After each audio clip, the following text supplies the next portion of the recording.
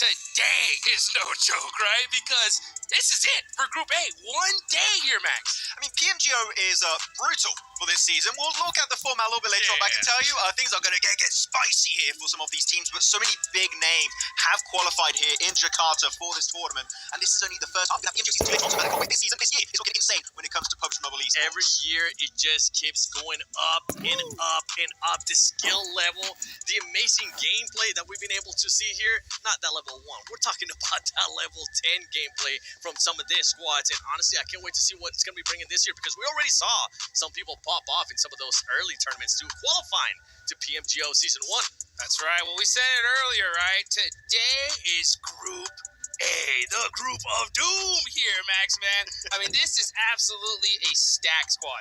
Yeah, I mean, Group A is looking insane. Of course, we'll look at some of the names that are going to be on that group, but come on, out of every single region, we have so many region champions here in this tournament. 5 regional MVPs here also for this group happening today. So, man, this is going to get real hectic in these 6 matches. Yeah, I mean, we'll look at the format in a bit. I don't want to spoil anything, so we'll wait for it.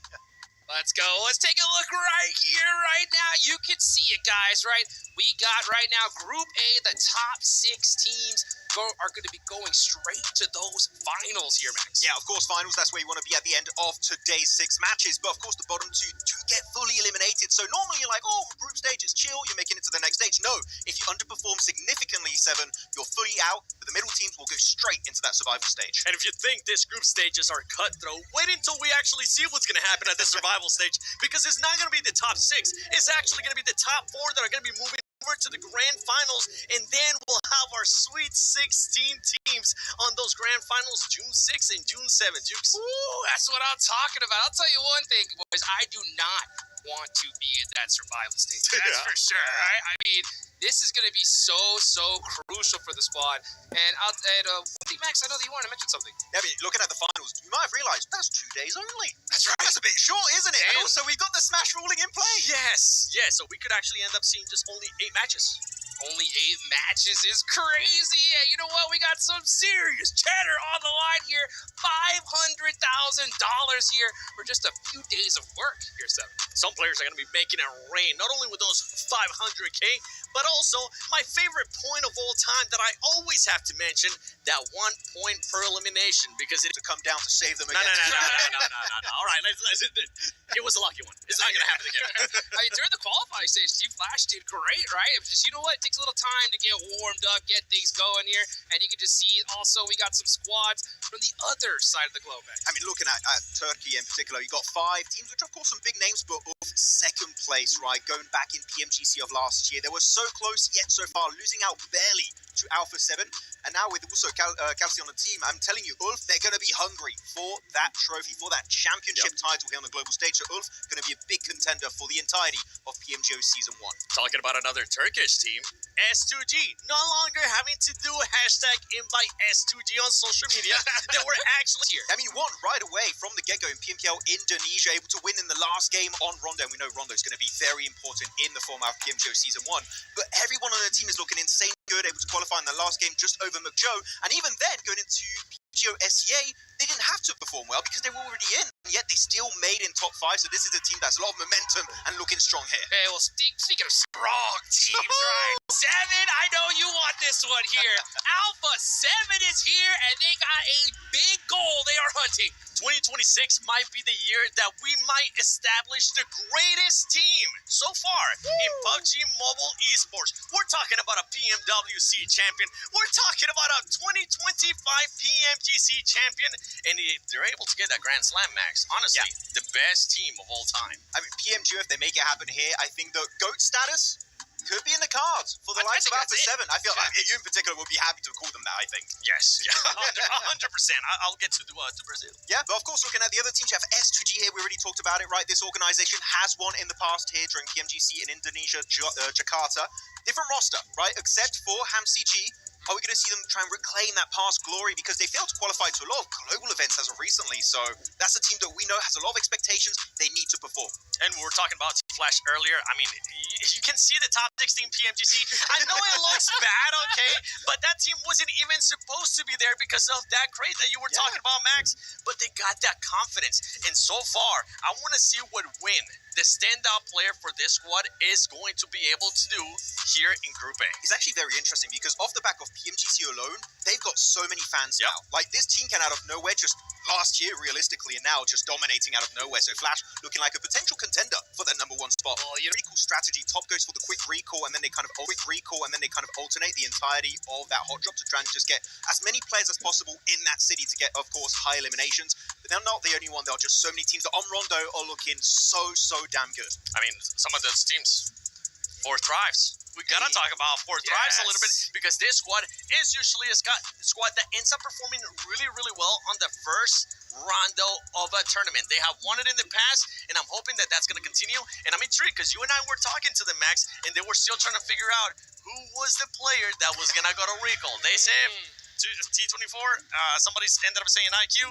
Let's see what actually ends up happening for that squad. I think Falak also wanted to be the recall Do player. not send Falak to the recall. He's the You're gonna South send... MVP. Put him in the fight. He loves the hovercraft, but it's only on the Wrangler and Miramars right now. So maybe a future update.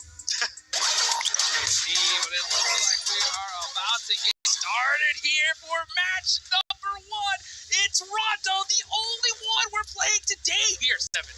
I'm excited. I want to see those flame paths. Are we going to be getting a double flame path? Give me a double flame on top of Neox Factory. It's a single one. But it is on Yulin and Testrak. It is reachable. So meaning Yulin, Neox is going to get real busy here. And something we got to keep an eye on too for some of these drops is I wonder if anybody is going to be targeting those solo players, because this is something that we saw happen last year. And I think, Max, if I'm not mistaken, you were talking about this too off the stream, before we even started here.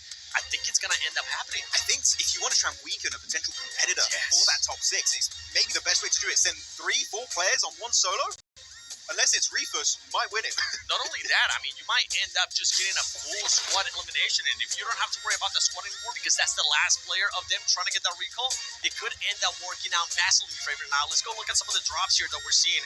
We're seeing Pandem there with the 3-1. Any jumps that are currently just popping out to you, Max? As of right now, we're just seeing real hectic drops on Yulin. Testrak, Neox Factory is going to be reached by a few of the squads. I'm not seeing Aurora right now. Where did Aurora go? That's the question. You can see Alpha 7, they got a whole spot to themselves right there. Looking good, but the action has begun. Let's take it to our casters, John Allen and Blake. Thank you very much, guys. Over on the desk, we're already on with Furia here, down on the south side near Yulin Gardens. These hot drops are popping off. We're ready for the action, Black. We're ready. We're in it. Welcome to PMGO Season 1. We're here in Indonesia. It's going to be a fantastic little time here for us. Furia, like we just said, aggressively, passively, hot-dropping, a different type of style that seems to be working out quite well at the start here at least. Ooh, Ayala doesn't even need to be the one to pull the trigger. Another player from 721 going to get clipped down now. They're on 1 player alive, but remember, they can go for those recalls. They do have a player over towards Hangshan. They will be back in the fight. Furia wanting to stay alive as 4, trying to play it 3 on the spot here. Looks like they're going to survive in the center of this one, with Aurora potentially around the corner. Indeed. I mean, Aurora was able to pick up at least one of the eliminations there. They were able to get 2 on board. 1 player fairly low on HP. You've got Doc over towards the eastern side of this. He's playing in just underneath Factory. Has himself a recall beacon there to work with, but it is Ida. Swain going down here. This is over on the other side of the map. This is far over towards the northeast. This is around Test Track Neox Factory. Alola locking horns with Ida in Test Track. It looks fairly deserted actually over towards Test Track to what we may have expected here. Yulin is popping off, but even then, a lot of teams sending out to the 4 wins blank. It seems like maybe people have decided to take a little bit more of a reserved approach here. 4 Thrives, do take a knock on the forefront against Hora. The regroups look to come on through, but I'm not expecting anyone to go down just yet, Blank. There are so many opportunities to go for these recall beacons. Falak taking the knock there and the flush, but we're happy to see him in the fight. Bit of a weird one here for Thrives, because this is a team that quite likes to drop over towards Neox Factory. They gave up on that. They've moved down towards that southwest side, towards Yulin. I think part of that is choosing that play path. Not really ideal to go over towards Neox Factory, but it is funny You only get two teams there, and I think it's exactly like you say, John. Teams are really taking today at face value in terms of it being incredibly difficult to mitigate that variance. So the way to do it here is you play a slow rondo. You try and get as many consistent points as possible. You ignore those teams getting all these points in the early game and hope you can make it towards that late game. Someone is potentially going to earn a whole lot of points. Furia wanting to add one more to the tally with Joel going down. Aurora going to have to go for another recall there. Top, we saw him earlier beam down a player on the southwest side, and it looks like they're not really going to go for those rotates. They do have quite a decent position closer to the circle. Might look to try and recall up there. Boars in the meantime, blank a little bit further over towards Stadium, west of Neox Factory, are going to be back and forth with S2G. Now, Boars seem to be on the back foot. The nades pouring on in through the windows. They are answered, but nothing really finding its mark right now. Finally, some damage come through from a nade, but Vagnazada's on the back. Snowix playing it quiet on the ground floor. Might be able to catch a player. The smoke bloomed in time. The shotgun now around the corner, jousting back and forth, and Tubran able to win out that trade. Able to get away pretty healthy as well there. Nice and tight and amongst it. Team Flash going to lose one. Zeus is down, but they can definitely still get him back up. They just need to make their way to a recall tower. There's the hot forwards for Leon, trying to get some more extracted from Team Flash. If they can keep these points coming on through, they're looking to try and raise the bar on Rondo. And they are. Flash went down to 3 men in their final match in their region, but were still able to put up a fantastic performance, getting themselves that #1 spot. So going down to 3-man here, it doesn't feel like it's going to hurt them too much. On control of a recall as well, so a nice position to stop teams, if not use it for themselves, to stop other teams from using it. A very important position to hold on that southwest point, potentially very profitable. Oh, the EMP zone's just popped up blank on the north. Yeah, EMP zone's going to be a bit of an issue for some of our teams, especially on that northern side. It has limited rotations a little bit, makes it slightly more difficult to make that full send towards the center. Dissipated now, so teams can start to get themselves a little bit of a move on. Alpha 7 is marshalling that north side right now, though. They've got E-Arena underneath them. E-Arena, definitely not a team to be scoffed at either. Looking fantastic at the moment. But in this game, 0 points. Nothing found just yet. But they are a full 4-man. They are towards the center of the circle. Hope they can start to pop off a little bit soon. There's only one team with 2 players alive, and that is Team Flash, who are struggling to get a recall, it seems. They're up on the north side near Stadium, so can potentially go in there. In the meantime, Alola, Furia. Ooh, what a turnaround there, quick.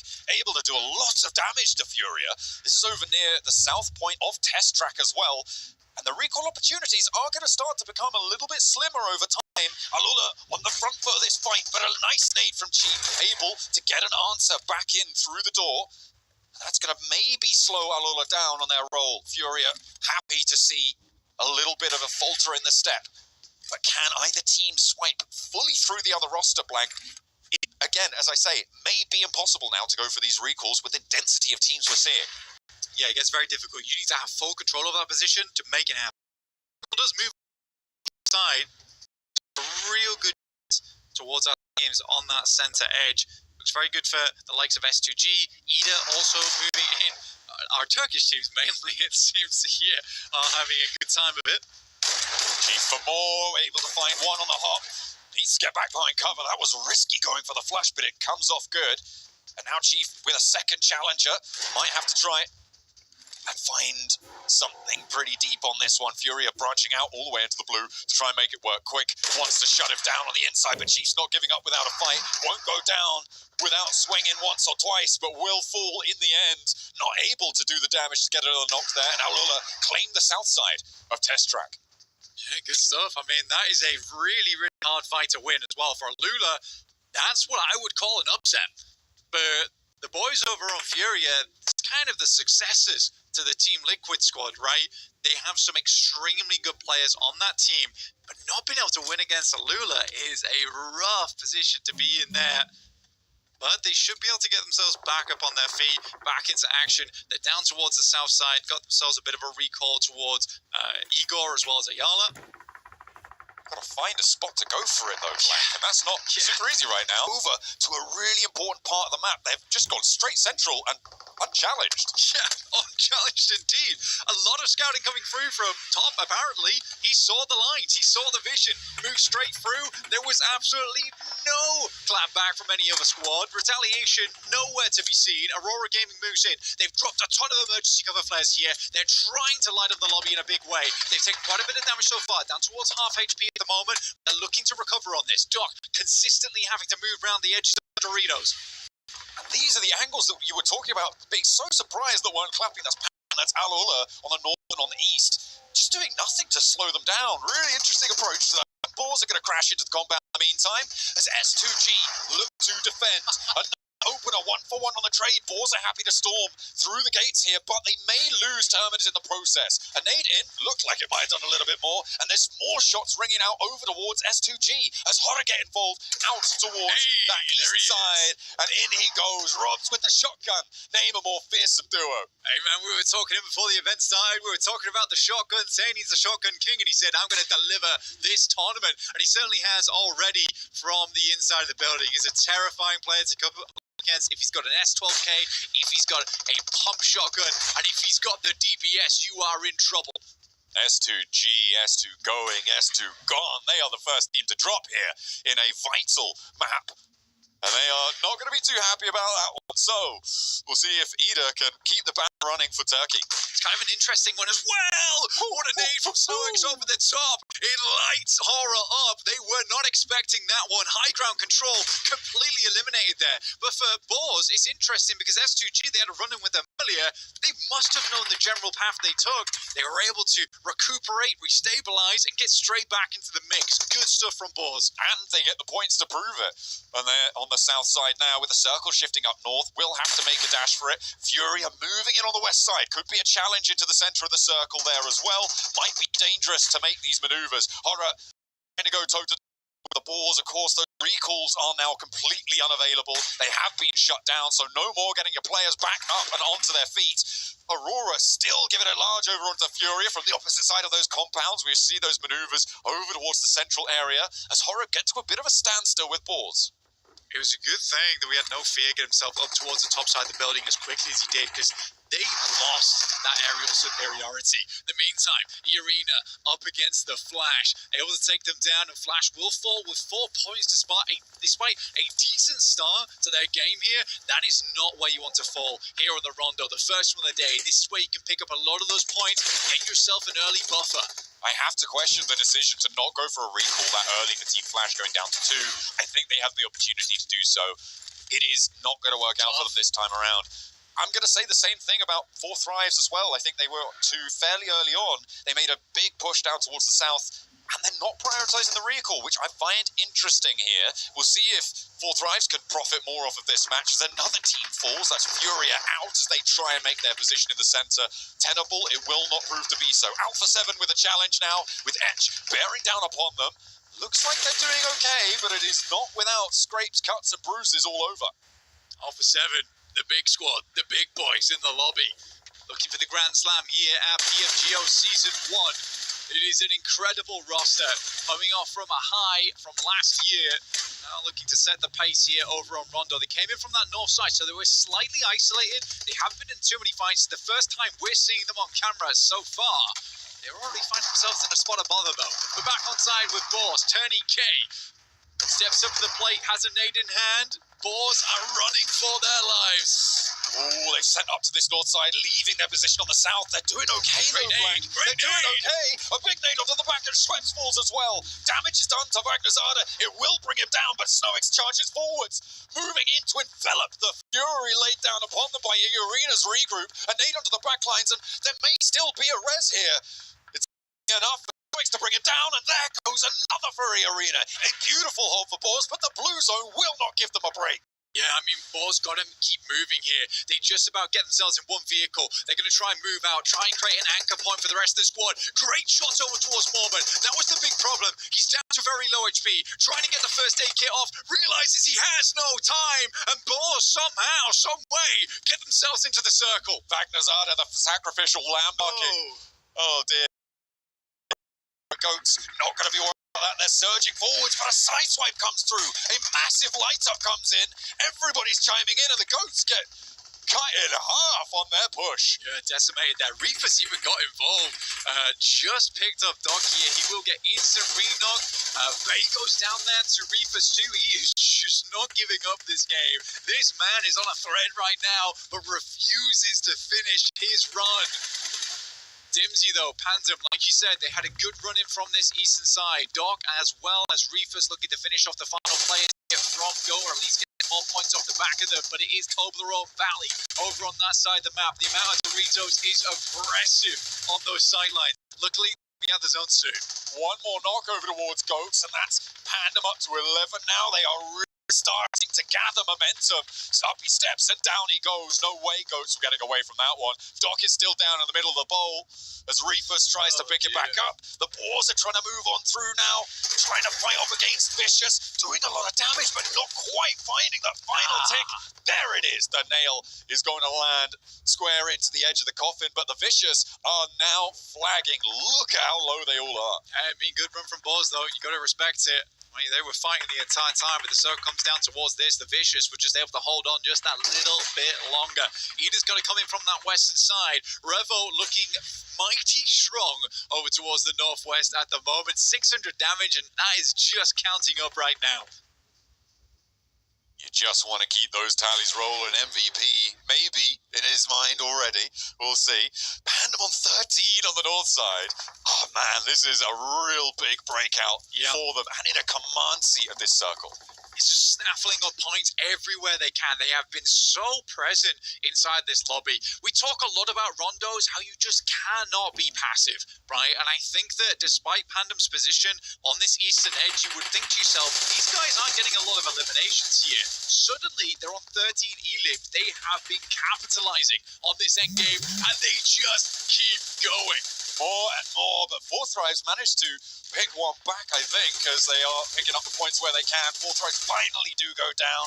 Jubran looking to try and take the Vicious out of it entirely, and the Vicious will fall. That one, I think, that goes towards Ida. So, no extra point for Pandem, but there are still a couple more for them to earn. We'll see how far they can go, because right now, it is looking like the tide is undeniable.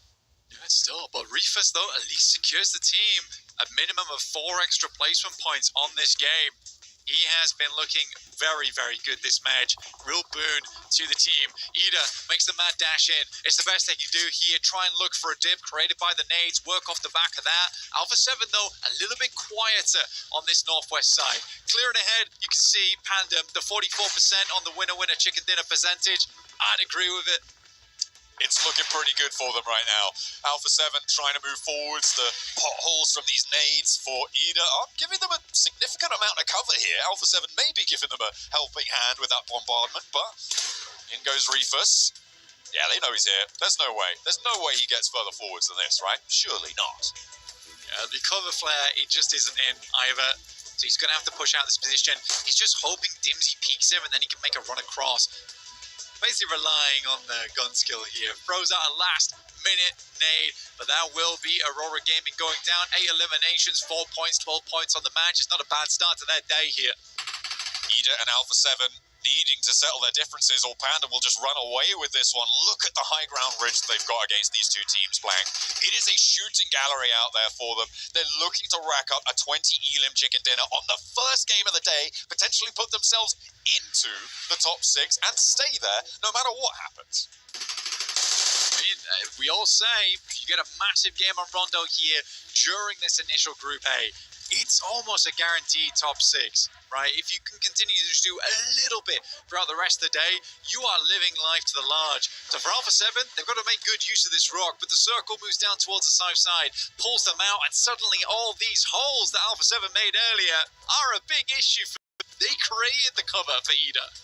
They're going to play a game of whack-a-mole here, Blank. Yeah. It is going to be Ida popping up, popping down. You never know where they're going to be coming from. It is dangerous to try and move out, but then you've also got Pandem with a big hill that sits on top of you and say, you want to play whack-a-mole? We're taking your mallet away. You just can't play at this point if you're Alpha 7. It is nasty business. The big deal right now for Alpha 7 is there is... That's not a promise, yeah, that is a threat. You know that I promised to bring the team commas. When the whole team win, that's when you flex.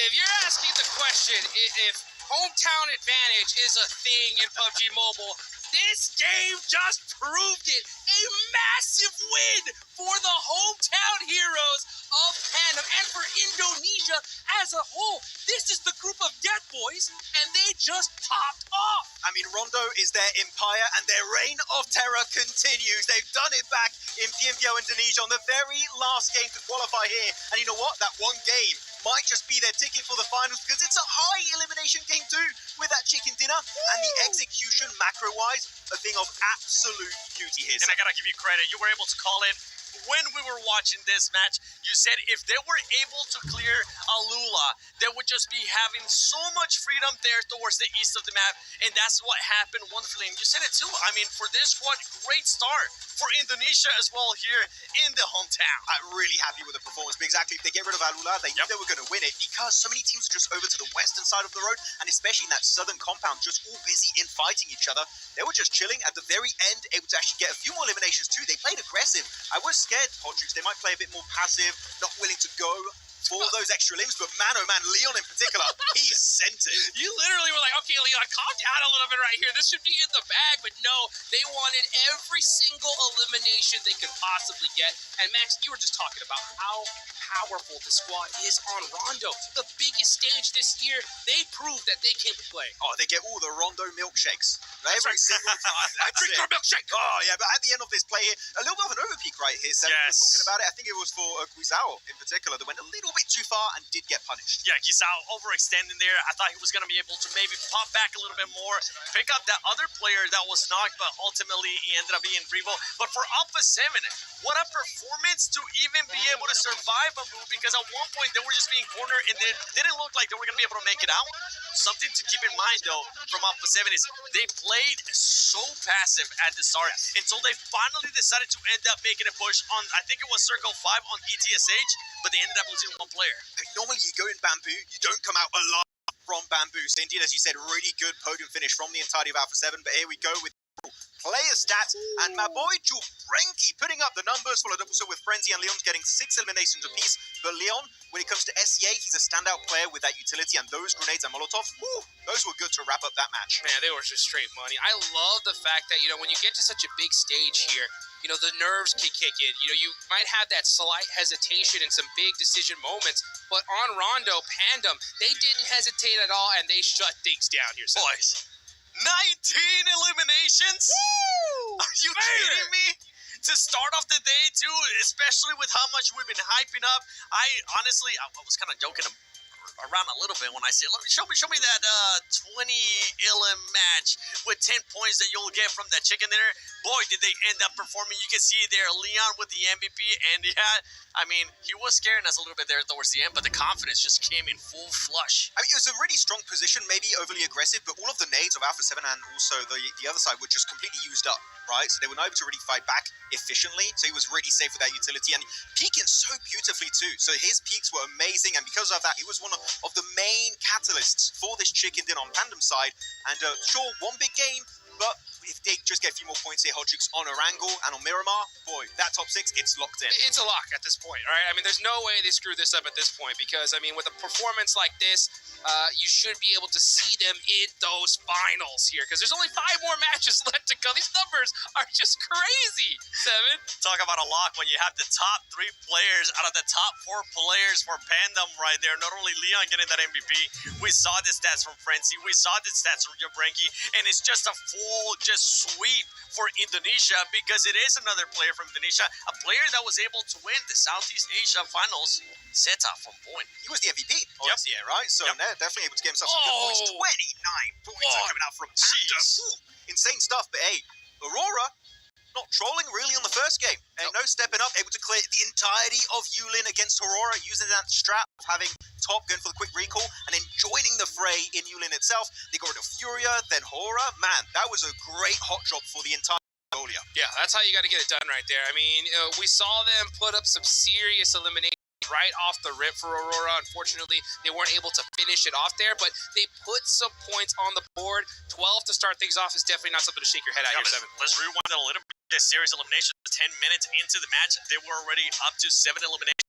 we do have to talk about them a little bit in regards to a push that they were able to do that we didn't quite like, because they ended up just crashing onto a fence that was just open on the parking lot, and they ended up being forced to use just all their cover flares. Yeah, it was a good response. You're going in the parking lot, it's very open, especially when you have teams like Pandem that literally have the game-winning position right up north of you. So they used all the cover flares, which was a good idea, but unfortunately, cover flares can only take you so far, and it was down to just Reefus. Again, the guy just keeps keeping Aurora in the conversation, but at the end, the Rondo win does head the way of Pandem. I mean, that's what you got to do at that certain point, right? I mean, Alpha 7, they were there on that edge. I think they did a good job for the position they had, right? They put up some good points on the board, but Pandem just proved here that if they have that dominant position, they are not going to lose it, 7. And Alpha 7 show what happens when you end up getting blessed by the circle, because my goodness, that was a blessing if I've ever seen one. And yeah, Pandem, I mean, the way that they were able to play, you already mentioned it, Max, too, and I'm just going to double down on it. I love the way that they were able to just execute that. They were aware of where everybody was, and they were able to take Loot truck goodness. You got 4 of those happening all over the place in Erangel.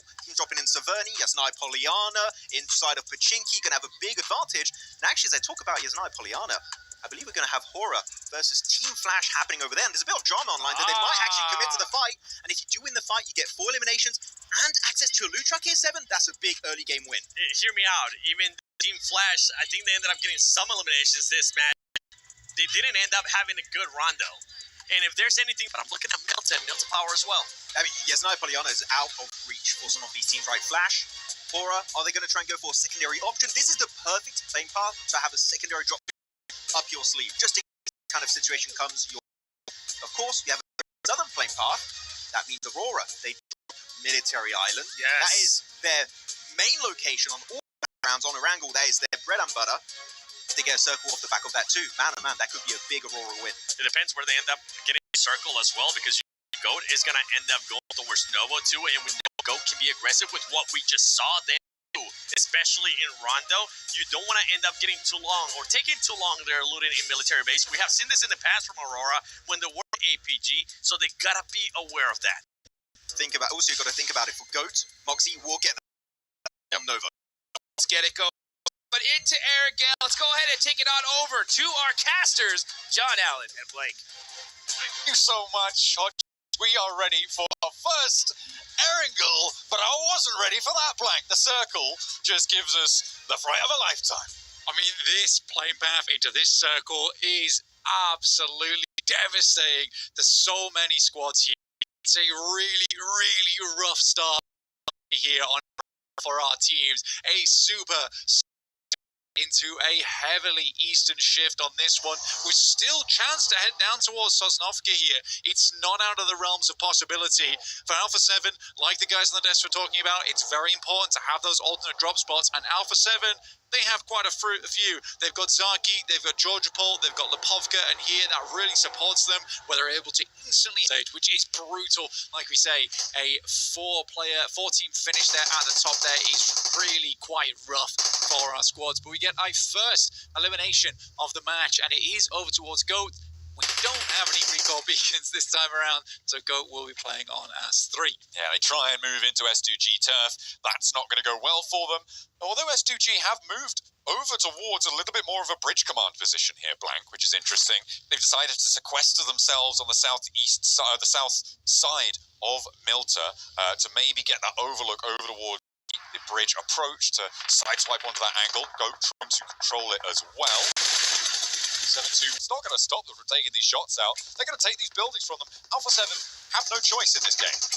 They've just haven't met the speed of the lobby yet. Ooh. And again, the players on side for Alpha 7 are very good, but it hasn't been the gun skill that's been letting them down. It's the macro here, 100%. Mosey struggling here, needs to reload, doesn't have a lot of ammo, has to step in with the DBS. Will quiet it down a little bit, but Obscure's giving it a good go there. 2 players from the Team Flash are going to go. And yeah, Horror, they were up at the top of the hill. They were expecting this one to be as clean sweep, so they weren't stuck in earlier. But now, a big opening is presented. A res happening on the backline for Team Flash. A big need to hold it. The forward position. Zeus is a stalwart defender, but it's just all too much. Horror able to cram involved. It's difficult. Very central position in that Rondo as well, playing on the edge of what would be the death sentence for everyone who wasn't Pandemonium. on that location. They had a good position. Aurora, we've got the pressure level up as well for you. A new little indication of how much pressure they're going to be feeling potentially in whatever location a team ends up being. It's looking around the 30% there, I think it was, 30 to 40% for Aurora, and they are fairly late on this rotate. They went West Bridge to come into the west side of this circle. We're not quite deep sea pressure just yet for their mild amount of pressure, right? We're just pressing down the forearm right now. It's not a big problem for them. Should be able to get themselves in here. Going through from that western side. Again, that shift back over towards the mainland really helped out a lot of teams. I think so many squads are worried this was going to end up over towards Milta Power. They tried to secure a location over there early, but we did cut out like a lot of teams earlier on. Alpha 7 just down to one player now. One team completely out in the flash earlier, which is very sad for that team as they weren't able to put up a massive amount of points. Next circle does head direct Milta though. This is around Farm, this is around Milta. You still have those compounds on that western side that are playable and workable. It's just difficult, right? There's going to be a big old funnel around Prison on that north side as teams attempt to get themselves down. There's a fair amount of elevation on that southeast side. It's an interesting bit of terrain here and difficult to navigate. I think this is good news for S2G. They were all the way on the south side of Milta. Everybody was crammed into the north. The fact that they're now very central is great for them. It means they don't have to move. It will take the risk out of it for them. Ida trying to move now around the edge of these hills. And at the moment, they're doing okay. They're on 4 players alive. They are just beneath Hora, who, remember, lost one of their players. And with Ida now ahead of them, it's going to be a difficult descent from that hill. But everybody else is out of that hill. They are moving so much closer to Milta. It's difficult though, right? With the northeast side just blanketed in feedback of it, probably no. Checkpoint is not fun. Checkpoint is not fun. It really is not fun to play. It's a place that gets easily overwhelmed. There's more and more third parties come through. You could probably deal with the first team if you're Aurora Gaming, but as you can see, they all cross the road. They're looking to put themselves a little bit further over towards the hillsides on that northeast edge. That makes sense to me. You can still take shots towards the teams leaving Milta as well, but a good game, potentially again, for Pandem. Yeah, it's a big opportunity to just lock that one down even further. Arena going toe-to-toe right now with 4 thrives across the road. Schweppes gets knocked, but there's an answer. There's a flush coming through. T24, huge with his Mini 14 on the backlines. Needs to go for the reload to get his teammates back up into the fight if they want to stay alive. Let's keep as many as he can forwards, but Falak goes down. IQ is gone, and that is nasty. Half of the players for 4 thrives now out, and T24 not enough on that Mini 14 to be able to slow Arena. Instead, they now have to send the backup. They have to draw that line in the sand, step forwards in the arena, have the challenge for them, but there's the rundown. Hits the e-brake and swivels it around, doesn't go down in response. Potential third parties, they are already trying to move, and T24 is not quite as stylish with it, not quite as slick, and now it's a 1 versus 2 on the angle. Mormon charging forwards with the S12K, wants to find it, but won't quite get it done. Turney now in position, and Mormon just about able to lock it down. 4 thrives 4. It's a good nade. It's a good nade to open that up. Makes the initial shotgun shot much easier. There's a potential there. He goes down to 10%, is able to clap back, but on 50%, it's almost certainly a 1 shot there. So it's an important nade to send through. T24, after what side, has a really, really key pickup over towards Schweppes, the main off-angle player coming through from the arena. And to play like that, that's tough for 4 thrives. Frustrating as well. I think they had a bead on that fight, and it just gets thrown away towards the end. It's unfortunate stuff. For them. They've taken 2 gambles in this game, right? Committing to that southeast side towards Mini Milta, and then moving over to that shack before. His second one, not going to play out super well, but maybe they could find an outpost. Oh! Big burn underneath his own feet there as Doc toasts his toes a little bit too close. Well, Tony K is going to come in over towards Mormons, and Mormons basically prepping himself for a massive fight there, only to find the Doc goes down on the upstairs, and Tony K is happy to pick up the points for the S12K. Easy peasy for him. Not sure what that was all about. Now Aura has to send their way in with Ree first, but it's Swain looking over towards the guys here on Edge, trying to step up towards position, but Ida is happy to hold on. Now these guys got themselves on some nice little how that happens. 7-2-1, they can see them here. They're inside a shack, practically all of them playing around this position. This is a death trap. It's looking pretty inescapable for them right now, I think it's safe to say, on the north side of those Milta fields in their shack, with the downhill advantage for Ida as well. The only reason that Alula were able to get into that position was because Ida were taking the fight uphill, right? Trying to fight against ETSH, against Etch. There is no way that they make that move if there are those sidelines available. And as soon as Ida did turn their attention down that way, they were immediately wiped out. So there we go. New circle though, hard north. Igor looks to sniff over towards the northwest side here. Snowing Slow has got his hands on a Lynx AMR. That just dropped as well. He's just picked that up and instantly gets himself a quick knock off the back of it. That's a bargain. Going on through, what a trade-off. Able to immediately pop those shots. Nades in over towards Horror. Pandemonium on the north, just Pandem on the north side. They were pretty loud in that first match. Oh no, they've caught you off guard. They really have there. As 4 players alive, they did manage to get the res. Horror very, very low. Looking to get those heals going. Oh, great shot. 2 first aids getting popped, and there's a backline insurgency coming through from Vagnazada on the boars, who are able to take a long shot angle. There's one of those sightlines that they can have. That's a beautiful team shot coming through, because it was both Robs and Vagnazada getting those shots over towards them, but you know it's team shots with how quickly Vagnazada was able to pick up the elimination afterwards. And that's a big pick-off. That seems like a team that's on fire right now, and for Boars to find one of them, cripple that team a little bit, drop them down to 3, really increases their chance of success. Ida now moving in from that eastern side. We've got Furia on our screens, looking to clear out S2G. They had a little peek over towards our northwest side. Igor, he didn't like the look of it. So this time, they're just going to try to push through S2G, hopefully get further over towards our north side. There's Aurora in the way. 3 players alive on the hillside, but they're sending towards it anyway. They don't really have much choice, though, Blank. Into the zone they go. They manage to hop out unscathed, and S2G now playing as 2. They've left 1 player for Furia to face off against it and lost. Can't quite find the face.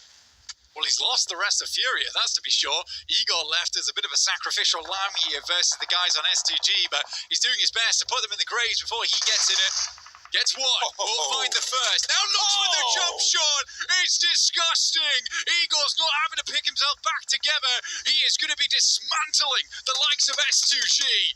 The Milta mashup going well for Furia. They look for the scout, leave him behind, but he is thriving in the chaos there. 7-2-1, going to be able to pin a few through Ida as well in the meantime, and that might give the route out from the north side a little bit more latitude. That's going to help teams on that south edge, specifically Furia and 7-2-1. Although the backline there not looking super healthy. Irina finding 1 player there coming through from Aurora Gaming. Hasn't gone down yet, so they might be able to get top back up again. That was a shot from Irina on that northern side. Oh my days, Boars get yet another loot crate just over towards their west. These guys are getting kitted for the late game. Oh yeah, they are going to have it all delivered to them really on this one. This is Boar's game to lose, I think, in this position, at this stage. With Furia on the south having to deal with Aurora, I don't think anyone's getting out of this unscathed, but I may be wrong if Furia can bare their fangs over towards the team on the west side, but the uphill battle against Irina may be the ones to topple the western edge. Yeah, playing Watchtower right now, they have a huge amount of sightlines. The thing is Doc was protecting that position for this exact reason. It has sightlines down towards the south side. Doc had to hold on a little bit longer for that assist, but it's Aura coming in, removing Pandem from their rock, and it's so swift you can hardly believe it. A west side shift on this one. They've sent all the way out to the east. They need to get back fast now, Blank. As Ida charging in from that eastern side as well. The Boars need to hold their nerve against Furia because with the diminished power of Aurora, all of a sudden, Furia have more opportunity to move up the hill. But there is a knock that's going to slow Aurora down. The Boars at the moment, mainly, they need to start taking some more shots towards these teams, but they just can't quite get the sightlines on them just yet. You can see it's all uphill towards them. Irina, not likely going to be leaving their position either. They're currently playing the Watchtower. Reefer's got himself back up again, only to instantly be felled by the boys from Aura on that top side. Now they know we got to go east on this one, lads. Got to send it, got to get out of there. Try and play on the edge now. Aurora playing as 2. Really no hope of getting Reefus back up unless he can make a mad crawl across. Ora wants to try and challenge from this north side. They spot Reefus, get that flush coming on in. 8 elims apiece for Ida and Ora. They have really been getting stuck in, but so are Furia on 7. And on the south side, with 4 players alive, they may have a better opportunity here. But again, it's the Boars who have been so quiet. With 1 elim only so far, and Ida looking to try and snatch 1 or 2 more away from them. Nades over the top from Aurora, not quite landing. But there's more coming on in, and the Boars finally open the cannons. This is what they've got to do. They understand they're from their position. They have a huge amount of control over the map, and they only have 1 elimination right now, but I think that's fair from when they're playing. I don't think it's near enough what they need at the moment. They have to get this chicken dinner to have a chance to get up towards this top 6 at the moment. I think that's the only way, or get involved in some more of these fights, because at the moment, Ida is just cleaning house. 9 elims on this match. They are, but they are only playing as 2, and the blue zone breathing down Darkin's neck is going to force him forwards. Rob steps up, and Chief goes down for it. Furia now cut down to 2.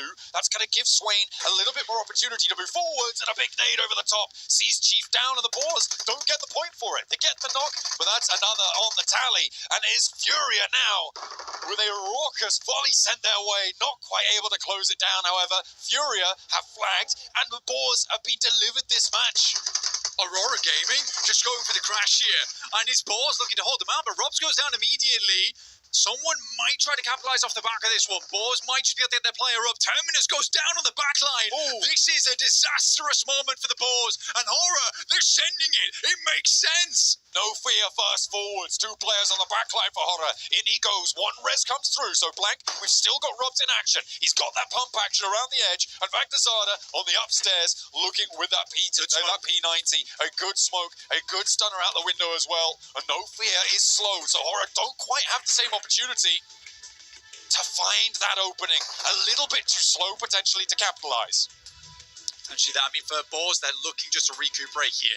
Robs, I don't even know if he's got a first aid kit. It's a good smoke, though. He wants to deny as many sightlines as possible from No Fear as he moved up. But he's going to swing back towards the rest of his team, potentially hoping for a northeast shift on this one. If it does shift northeast, Boars have to fight uphill, which is a nightmare. And the question is, how much util do they have left? And if this is to be believed, they have 1 smoke, John. 1 smoke to work with. But then you look at the other supplies, and it's only Arena who have more than that, right? So potentially a little bit difficult. I don't think this counts smoke launchers, though. So there may be a little bit more utility in the pocket than that may lead you to believe. So we do need to be wary that could be the case. We'll see if they're able to unveil some of those. The garage has been strong for Boars. Those sightlines, sure, cut low, but the survivability is strong. Robs, though, trades 1 for 1 with Furia. That's not the sort of angles you want to be going for. Magnazada with the nade cooking, looks to try and stop Igor moving forwards, but he's not going to be able to do it. Okay, good. He gets the flush, though. Onto Robs, a big step up for Furia, and now, with the Boars on 3, it's a little bit more open for Horror. Yeah, this is playable. But the dot, it's off the high ground and it's off the building. The Boars, the big benefit for them is they can stay indoors for quite some time. The P90 from Magnazada, he picked this one up earlier on the crate that dropped over towards the western side. Terminus will drop down moments. A great pick-off for them. Will flush him as well, dropping the arena down to just 1. Another point taken away, though. That went over to Horror, who were able to third-party that elim point. Even the Boars only on 4 so far, Blank. With 3 players alive, they need to take charge of this one to get a big total on the game. There are 4 more points in the lobby for them, potentially.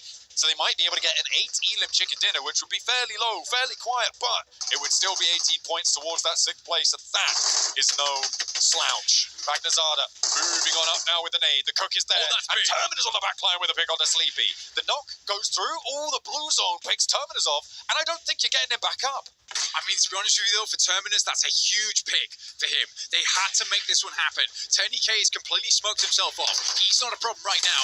Another knock goes through. Only No Fear left remaining. 1 more player goes down. Magnazada having the battle off against Chu. He goes out, and the Arena able to pick up the win from nowhere. Aura go down from the top. Boars can't make it out. Did it go to the Arena in the end? I think it did. They do. They find the chicken dinner. What a mad turn of events from that northwest side. Earlier on, Blank, I was looking at the chicken dinner predictions. It was like Boars 18%, and then it was like E-Arena 18.8, and I was like, no way, E-Arena, way too far, way too close to the edge. There's no way. But they make the way happen. They find it. The thing is, for E-Arena, they have the dot, right? He's playing further towards the dot. He has hard cover to work with. He has the smokes. I think what was unexpected was the fight that Boars put up there. Terminus gave his life for an opening over towards Horror, which I think was a really big play, because Terminus, let's be honest, during Western Europe, it felt like Terminus was the player lagging behind. For him to step up like that there at the end, incredible stuff for the Boars, but they don't get a lot of points off this game. I feel like the Boars really stumbled over their own feet there, Blank. Magnazada not getting that nade onto Igor, allowing the flush onto Rob to play as 4, that's a different match entirely. You're confident in those angles. It is so unfortunate that they won't be able to find that, but Aura, a great game from them playing up on that northeast side, getting deep into that match. E-Arena, obviously, with that chicken dinner, a beautiful close down.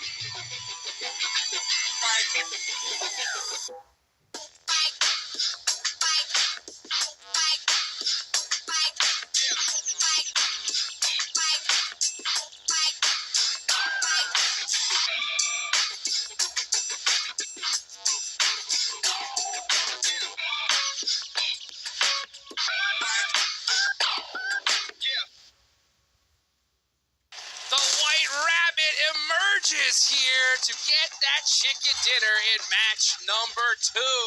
Man, that was a close one here, 7. E-Arena out of nowhere just getting that win. And I gotta compliment them, because this team, for some reason, 4 Thrives decides to fight him, which, oh my goodness, 4 Thrives. That was one of the dumbest pushes I've ever seen.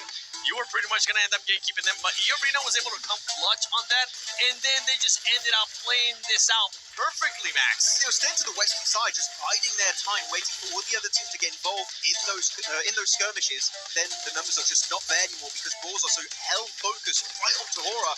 He gets to backstab player, and as a solo, Tony K is able to snatch away that chicken dinner from the jaws of the French team and also the Nepali team. And the splits that they were able to do, especially after that fight with 4 Thrives, they were just making sure they got ground, and they were able to be aware. They were just scouting for all the players that were there towards the northeast, and it ended up working out perfect now with, you know what, I might hold off on what I want to say for Bora, because it was a great game for this team, and I felt like they could have definitely gotten the win. I mean, we can talk about it here, actually. Well, I think this is actually a good opportunity as we have the replays happening for them, because they have such a good high ground position. The entirety of that time, they bully, Pandem, out of position, eliminate the entire squad.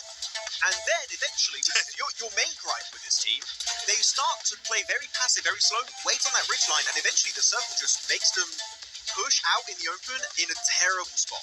And we know what they were doing that, right? They were waiting to see what E-Arena was going to end up doing. I don't think they were expecting to be that passive, but you're going to have to be forced to fight at some point, Aura. We know for being able to third party, that would have been a perfect scenario for this squad to third party. And I'm talking about when Boar was fighting Furia, that would have been the perfect example. He's gonna see it later into the highlights, but I mean, oh my goodness, it was a bit of a throw for me when it comes to Horror. They could have gotten the win, especially with the amount of limbs that they were able to get this match. I mean, I do have a theory that they were waiting for E-Arena to clash directly with Boars and just pick up the pieces for the win. But playing passive will only take you so far, and eventually Boars see the mistake and they just push it up to the mountain. And in nade range, Aura just completely fall apart. How do you allow them to push up on you? How are you not just being able to get angles right there? Hot Jukes! I mean, they could just could have held that left side, and they could have taken him out immediately. But man, just I'm telling you, one little mistake, and we'll see a team take advantage, man. E-Arena clutching it up that win right there. I want a new drama. I want Tony K versus Tony K on Instagram. Better one. Honestly, I'm surprised this squad doesn't end up having even more eliminations or even more damage with everything that they were able to do, because whenever they did end up finding a fight, it seemed like they were able to just execute it perfectly and do it fast too. I mean, especially punishing mistakes, which we have to talk about that 4 Thrives push-up earlier, right? Sending it for no reason whatsoever, and E-Arena just, what the hell are you doing? It's a terrible push. That's a free, 3 eliminations they got off the back of that. And honestly, for 4 Thrives fans and for 4 Thrives, if you for some reason end up hearing this, and first of all, congratulations, Tony K, that was an MVP performance. You were able to get that win with those 4 elims. But going back to what I was saying with that bad push from 4 Thrives, even after they saw Falak go down, just sacrifice the player. Be willing to sacrifice a player. You don't have to push outside of the circle. You're going to end up gatekeeping them. And imagine if Fourth Eyes would have actually stayed in that position. They would have been in the same position that E-Arena was in, meaning that they could have gotten a win. But no. You know what? I'm feeling an evil mood here on the desk. I want to talk Do about it. another team. Alpha 7. Oh my God. What's going on with that early game? They have a good split in Lipovka. I like it, but the thing is, if you want to play for an early game split, if a team gets close to you, you play passive, you regroup. But no, I think it was Gizao who just like, I'm staying here, and well, what can you do? I think that's one of the times that we're actually going to have to disagree. You said it was a good split. I was just scratching my head. I was like, that is way too split. Way too split. And it's Gizao, once again, you said it, he was able to just stay in that compound. He didn't even give himself an option to just back off. And that is the second time today in these 2 matches out of 6 that we're playing that Gizao has made a mistake for this squad. Look, we might disagree on the small details, but at the end, we both agree it was not a good play. And you know what? Horrible play. Hey, but you know what? We all can agree on what was a good play, right? And that is Igor, right? We thought we saw him in Milta. We thought he was the sacrificial lamb. He said, not today, baby, with that 1v2 on the S2G. And that was another play that we actually thought it was a bad play, but boy, did they shut us up, Max. I was like, there's no way they're just going to commit to the final S2G, leave a player behind to kind of actually keep them busy, which that was not a terrible play, but I think they were going to go out instantly off the back of that rotation, and Igor's like, I'm going to take that easy 1v2. Yeah, and you can see right here, these are the rotations that we saw here in this circle, all the way over to Milta. Furia, right, holding down that Milta side. They thought it was going to work out, but, you know, then that zone started pushing north. Yeah, but they had a really strong 3-1 split. That one place to the west, I thought they were going to send it onto Aurora's dip, but instead go back into the city of Milta, sweep the entirety of SGG, thanks to Igor in particular, and then get to that ridgeline. So I thought it was not going to work out, but they actually shut us up. They definitely did, and I thought that they were going to be able to maybe get away with it a little bit more when they went up against Boars. But for them to be able to do that and actually clutch up a top 3 finish for this match, that's great. For them to get 13 points in E-Arena, they're 17, but Hora, oh man, what it could have been there with those Illips. I feel so much for Hora because it was right there, and we haven't seen a chicken dinner in so long for a Nepal team here.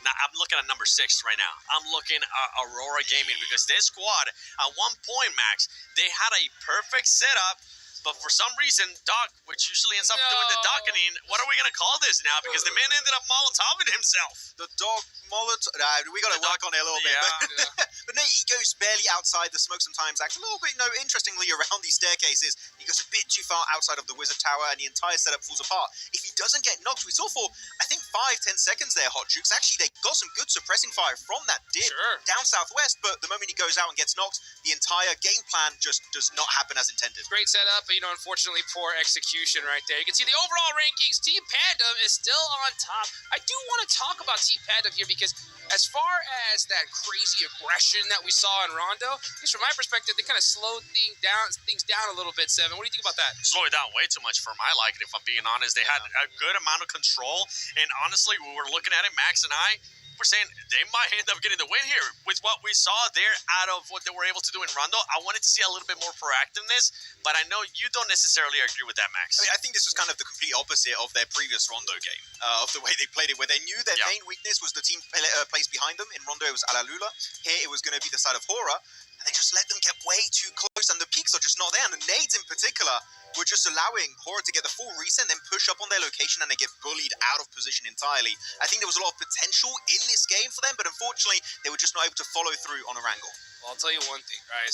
Remember, we got 4 more matches left to go. Bottom 2 teams, you can see are highlighted there. If you're at the bottom 2 at the end of the day, you are out of here, guys, right? So, I mean, these bottom teams really need to start stepping things up, and we can even see a major squad like Fourth Arms with only a few points on the board here, Max. Yeah, it's going to be a little bit tough for them. They need to step up right now. Seven, as you're chuckling, what are you laughing at? I'm just surprised that they were not willing to sacrifice Falak. Like, I know that is a star player. I know that is one of your best performing players. But you have to be willing to sacrifice a player when it's going to end up hurting your whole performance for a match. And then you have Aurora seeing Doc get knocked like, yeah, we're used to it. Yeah. Don't rest that guy. But no, overall, though, I do want to go back to a point we mentioned before this Orangle game. Okay. The loot truck, we saw P90 at the end. Yes. We saw also a Lynx AMR being used by Snowix on board. Man, we're going to see these finishes with airdrop weapons so much more often in regional play, and especially here in these global LAN events. Well, you know what? I'll tell you one thing. We're going into the next Erangel match. This first one, had a really southern playing path, right? So I wonder, once we get a kind of a more northern plane, how that's just going to play out here, Seven. I want to see how some of these teams are going to be rotating, actually, because we saw the rotation earlier from the arena, how they were able to go from George Grades all the way to Milta and find a way somehow in after 4 thrives. I'm just going to stop because I'm going to piss myself off. But then I want to see those quick rotations. I want to see teams being aggressive. I want to see them being able to, if not, find a spot in the middle of the circle like Goat was able to do. You're going to end up getting blessed, and you're going to end up be able to secure some points. 4 matches left. I mean, just like Balls too, right? Sure, they're given a golden circle with Squad House on the mountaintop. Yes. And they do just use the Lynx Air Mine, especially all of the weapons in their arsenal to kind of get every single shot on the teams around them and get actually a decent amount of eliminations this game. Sure, they don't get the chicken dinner, but they did use that central position to its full potential to exude control on that lobby. Yeah, we're reaching the midpoint here, guys, right? Once you get this match done, half the day is already over. We need to see those bottom teams really, really clutch it up. Here in this next match, what do you want to see more from one team in particular? I mean, already a good playing path would be nice. Yeah, we'll take it. We'll take it. And no weird early split from Alpha 7. If you're not going to play passive, that is my main little issue that I had for them last game. Big issue. It was a big issue. I didn't mind the early split from Alpha 7, if I'm being completely honest. We're used to seeing them go to Lipovka, all the players there. I didn't mind those other 2 players going to prison, but then it was just a long split down to Milta. You were exposing yourself. You have 0 intel in regards to all those teams that are towards the north and that are going to be coming down and possibly crashing on you or moving up and end up losing to yourself. And we saw that actually happen with Alula. So for that squad, I'm just going to call it out. Gisao, you need to do better. That's 2 mistakes in 2 matches out of 6 matches. You need to do better. Yeah, and I think that's totally fair, right, to be able to shout that out right now. Because, I mean, if this was, a week-long tournament, we could be like, give them a little bit of a break, but this is it, right? I mean, you got to clutch it up here and now. You don't want to end up in that survival stage. One question I got to ask here, Max, right? Panda, we did see them slow things down a little bit. I wonder, do you think they are doing that on purpose because they had so many points in Rondo? Actually, we were having a little bit of discussion there with Seven about this game. Yep. I think Pandem are playing it smart, where they got so many points on Rondo, and they don't need many more, technically, to secure this spot in top 6, right, with around 45 points. I think playing it slow to try and get a few placements and a limbs here and there would be their ticket in the finals, personally. If you can see me right now, my eye, he's twitching. My eye's just twitching. It's like, what are you, no. I mean, with this performance, it's fair to say, like, they honestly need to have, like, 10 more points, and they're going to be able to, even more, they can have 15 points, and they're going to be able to qualify towards the grand finals. But I want to see them being able to execute a little bit more. I don't want them to just give up on the whole day already and just go super passive. I want to continue to see if those opportunities, like they present themselves, like in that last match, show me what you were able to do in Rondo. And I said that right after Rondo. Show me that you can do it again. And they had a perfect opportunity right there, and it didn't execute it the way I wanted them to. I think they kind of need to meet the middle here, where they need to play passive in the early stages, but when they have an opportunity to get some points, then you try and get involved in that conversation, because that, as you said, around 10 points would be their way to make it straight into the finals. Well, here we go. We're getting ready for that next match of Eric Gale. Are we going to get a decent play path? Come on, let's see it here. And it does? Oh it's my meh. gosh. It's very meh. It's a Western. Western Coast down to is going to go next to Novo, I believe, actually. So not good. not good, but good. Not as bad. We're not going to see Flash versus Horror and Yasnaya. I waited. It's not going to happen, Max, unless the last Erangel. I mean, I guess it's still, this is a much better play path in my liking. Still not good in my opinion. What do you want? Well, okay, in your perfect play path, as we're starting to see some of the players there drop, where would you want the play path to go? Your perfect play path. Oh, I want it from Zaki all over to Milta Power. Milta actually itself, yeah. Good old diagonal right down the middle here. Well, you know what? Alpha 7 are not going to mind this drop at all, right? They're going to hit that North George off the rip. They're going to be looted up pretty quick here, 7. Yeah, Gisao, stay with your team. Sleep. With your squad. He's not giving it up. He's really angry. Brother. And then for 4 Thrives as well, I mean, that's another team that we mentioned up earlier. The reason why I'm bringing up these squads as well is because these are squads that not only have the pressure of their country, of their fans, to end up being in the grand finals, but if for some reason they don't make it to the grand finals straight from just group stages, it's going to be a disappointment. Yeah, top 4 is going to be incredibly rough. Yeah. If you go into survival stage, though. Just final point on Alpha 7, then we're done. I promise they are back to their usual drop location of northern. Oh, well, okay, well, that's bad. Yeah, that's bad indeed. But you know what's good? Our Starcasters. Let's take it on over to John Allen and Blake. What is that? I don't want to play a normal Erangel blank. I'm going to set the circles. Oh, sorry, guys. Oh, okay. Hi. Oh, sorry.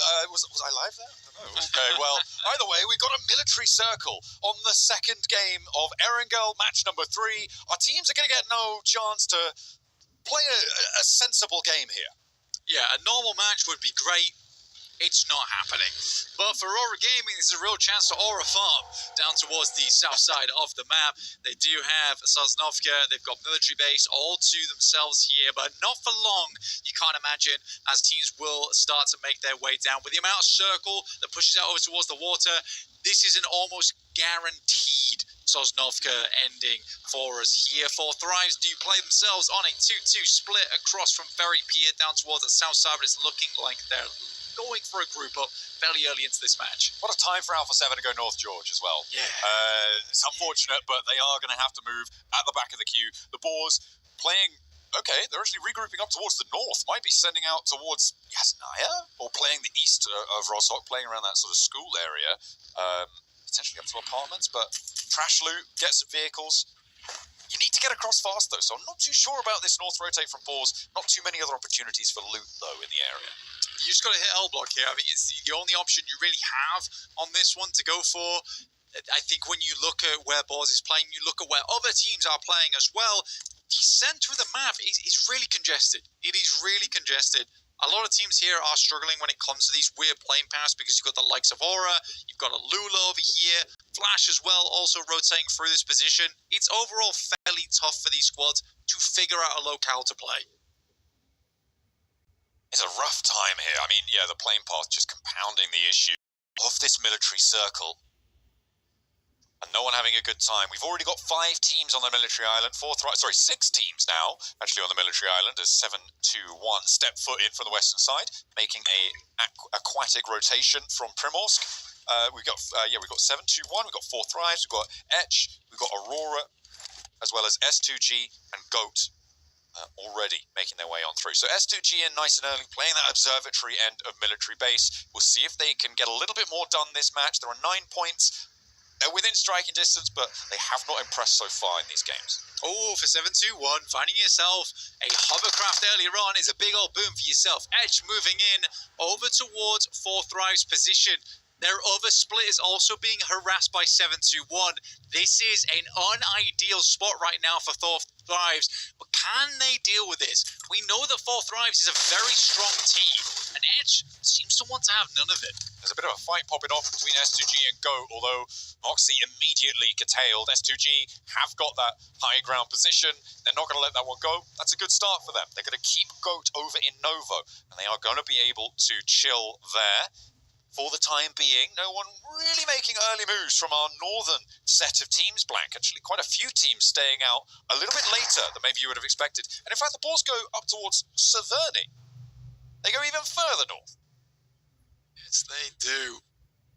For Boars, I think they're just trying to find a spot that's playable. I think when you realize that you're going to be one of the last towards the play zone, I think what you do here is you get as many smokes on board as possible, as many frags as possible.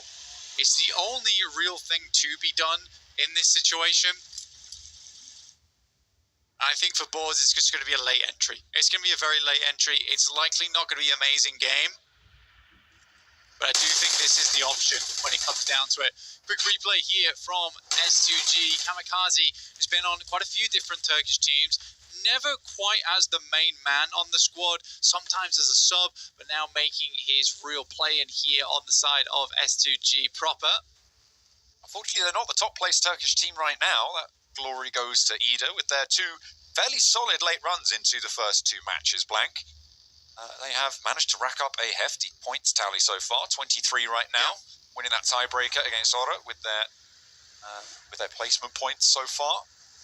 And then wanting to move in on that west bridge now as well, with Ida currently guarding on the north side. They're going to start to scout out closer to the south. 7-2-1 not going to be established enough in the area to stop a bridge crossing. They're playing the compounds just a little bit further inland, as Voinchakri try to move over from Primorsk past Ferry Pier, which does have a player from Panda. not likely that they're going to want to get embroiled just yet with the rest of Pandem on the north of Quarry. And for point trickery, it should be very obvious the Pandem's in this location. They are coming a little bit late here. Primos has access to quite a few boats here, but as everyone knows, boats are great, but they do deny the use of vehicles later on, right? You land and you have nothing to work with, which is why the hovercraft is so important here. It was very important for Furia. I assumed they were taking a boat from Sharkfin down towards the north side of Sosnovka, but they had a hovercraft, so it's a really big boom for them. They're instantly sending it over towards Aurora, the team that starts here on Sosnovka. Doc starts things off over towards Chief, which is a really big pickup versus Furia. IL are desperately trying to find something on the outside. Got Igor as well on a long angle, as there's the nade from Zjol. They're just pinning him down. And yeah, that's Ayala out. Igor, I think, does get spotted in the meantime as well. He's getting deeper into this one. It's only silence on this angle, and Falak has a challenge opportunity here as Fourth Rise try to third party on the east side. T24 rocking up into the fight as well, and Aurora going to try and close down the final player. But Fourth Rise are here to potentially get caught up in this one. Falak could be in danger here and actually senses it. Steps back, IQ going to try and lay down some covering fire, but T24 is on the chopping block. I mean, Reefers finding T24 is incredible. Fourth Rise, they have a pincer here. They're just running through them. Aurora Gaming really not stopping short here. There's no trolling going on from this squad right now. Teams and players and fans can be very happy that actually Aurora Gaming is taking it to the top side right now. Maybe teams a little bit more unhappy, potentially, just because having a really switched on Aurora Gaming in your matches isn't fun. But for fans, this is lovely. I don't want to call it too soon, though, guys. All right, please don't. Don't hate on me. All right, I'm not jinxing it. Aurora Gaming could do well, okay? It could do badly. It could do really badly. It's still possible. The good news for teams chasing for the top 6 right now, Blank, is Furia have gone down to 1 in their engagement here. They are on the bubble right now. They now only have 1 player left standing, and they're not really going to be able to do too much, you would expect. In the meantime, Ida have a contest as they try and get across this bridge. Not able to do so successfully just yet, and they are being harried on the backline. Emre needs to flex those muscles here as the arena bearing down upon him. Has that Molotov out, but yeah, Moments just spots that angle, goes underneath and hits the ankle. Not going to be able to get Emre back up, most likely. A knock sent back their way, though, by Swain. A little bit of covering fire, but yeah, there's no saving him. Yeah, it's a good long-range shot, and look at that. Furia, at the very beginning of the game, we're just 9 minutes in, are now out to Aurora Gaming, who start the match with 5 elims. This is lovely stuff for them. Revo going down to Horror. This is as they're coming in from Milta. This is at checkpoint. Revo is undercover right now, but this is not where you want to be stopping early because you've got Flash coming down from that north side too. This is get hairy really quickly, and it looks like they're just going to leave him behind. Sleepy nades over the top. Yeah, there's no way that Alpha 7 are going to be able to break back out of this one. The question is who gets to the bridge first as well, and that might be what Alpha 7 are thinking about. Honor could contain them completely as there comes the flush through over onto Revo. If Aura try and stick onto this one, there's the threat actually from the north side of Team Flash pushing on in. They could potentially third party it. We'll see if that comes on through. In the meantime, we're on board with Etch and Aurora, who've taken a knock over towards Doc. A nade around the corner here for Reefus, but neither player connecting. That not able to get too much more done. I think Doc should be able to get back up here without too much danger. I mean, Aurora Gaming have been taking fights on all fronts at the moment. Quick step down into a lovely nade from Reefus. This man is on fire so far. Again, not letting up anywhere. Top taking shots over towards Nasa from the long range too. Reefus looking to thread the nade through the silos round the side. Will grab him. This is just trigonometry at its finest from Reefus. Best 2G on the north side here, Blank. Now Aurora really in the pinch. And they need to find a way to spin out the side here, try and maintain those angles. Reefus in danger. In the meantime, Ida's still giving a good fight. The MG3 reigns domination against the approaching forces of E-Arena. They cannot stand up to it. And the rundown there for the Flash is adding insult to injury. That is a beautiful hold on the top side for Swain. Ida looked in trouble versus E-Arena earlier. They managed to get ahead of them, ahead of the pack, and it just looks fantastic right now for Ida. Really good stuff. I thought the departure of Eren would hurt this team a lot more. It seems like they've leveled up without him.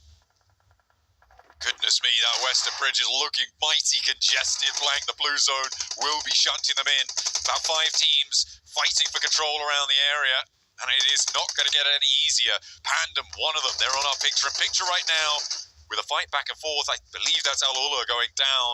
Another player, leaving just the one to stand. Pandem wanted to conclude this fight fast. They have got all 4 of their players on, but he turns the wrong way.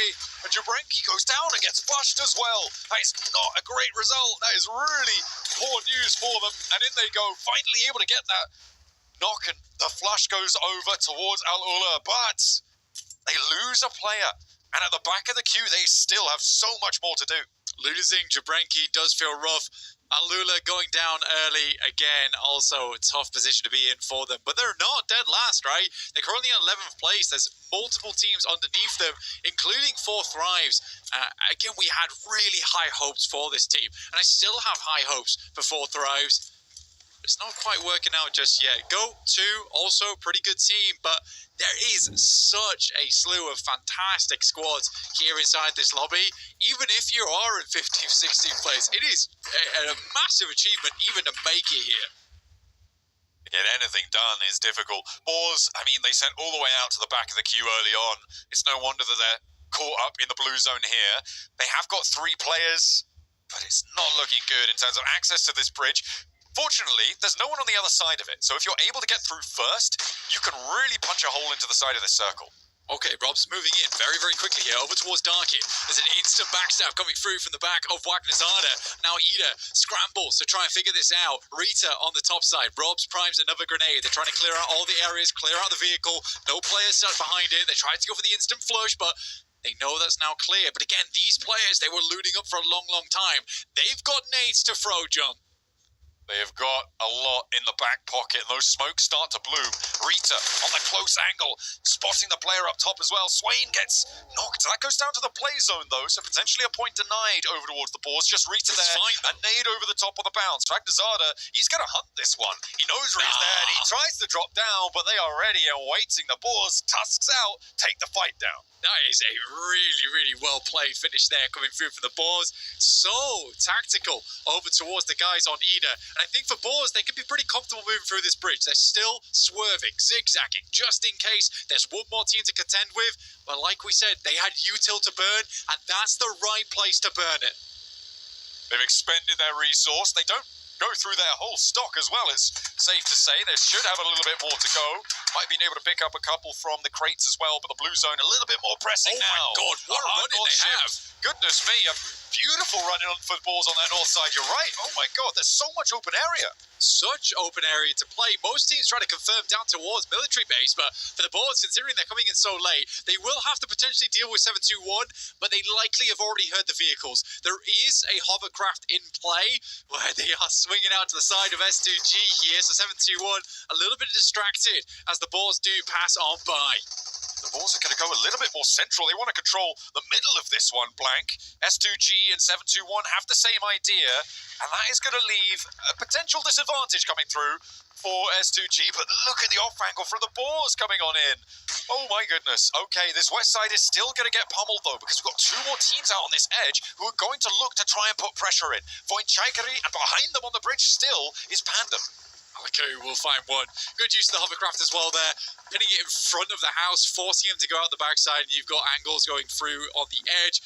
Obscure goes down to a knock, but Aurora still going strong here. 7 eliminations on the game.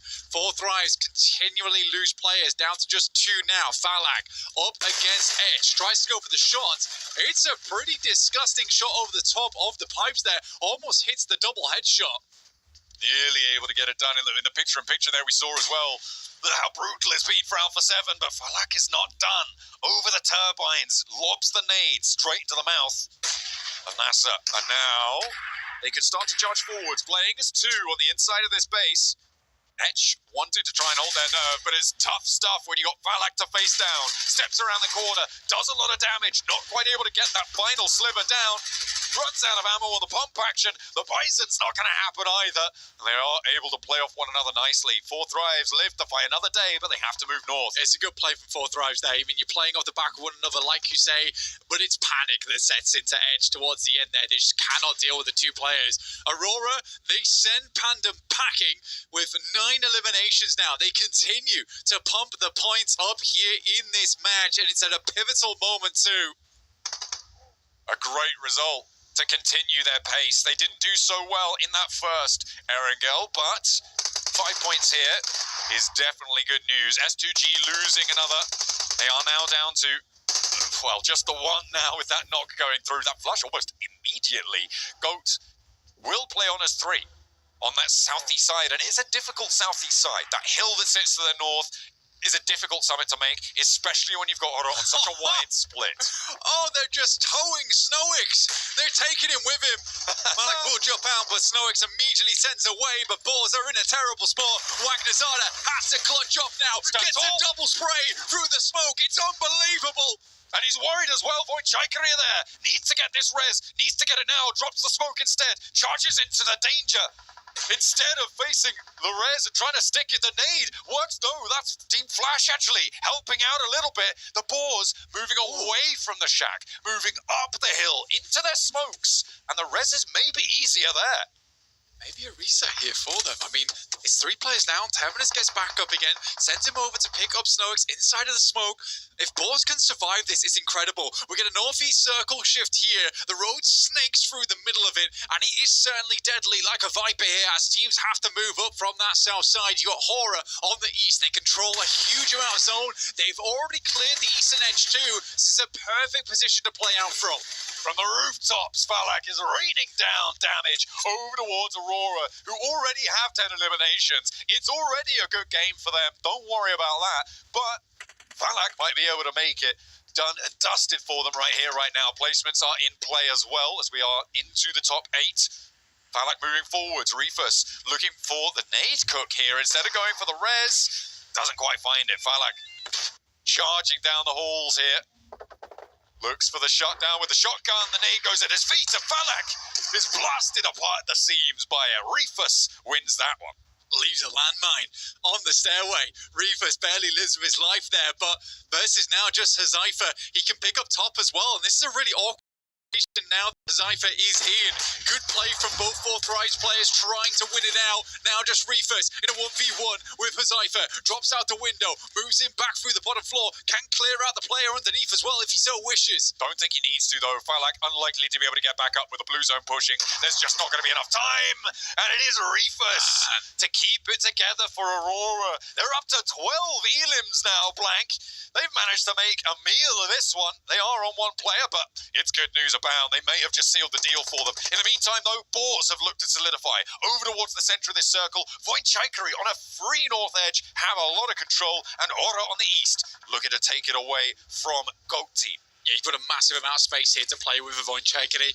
It's a really, really good spot to work with. You have the road cutting through, and there is a little bit more zone on that north side. So for Void, they're looking to clear out that west side. That's smart. They move one player out towards the edge here, preventing teams from wrapping towards that western side. But it really is Horror as well as Void Chaikery who are really in control here. They have 2 portions of the zone. They've fully cleared out, and now they're just looking for players. It's a miracle that Boars are able to keep themselves up at 4, and they have Wagnerzada to thank for that. This guy has been really practicing in the back end. Snowix talked a lot about drilling discipline into this guy because he's an incredibly good fragger. Sometimes he oversteps though. That's his biggest weakness. That seems to be somewhat fixed now.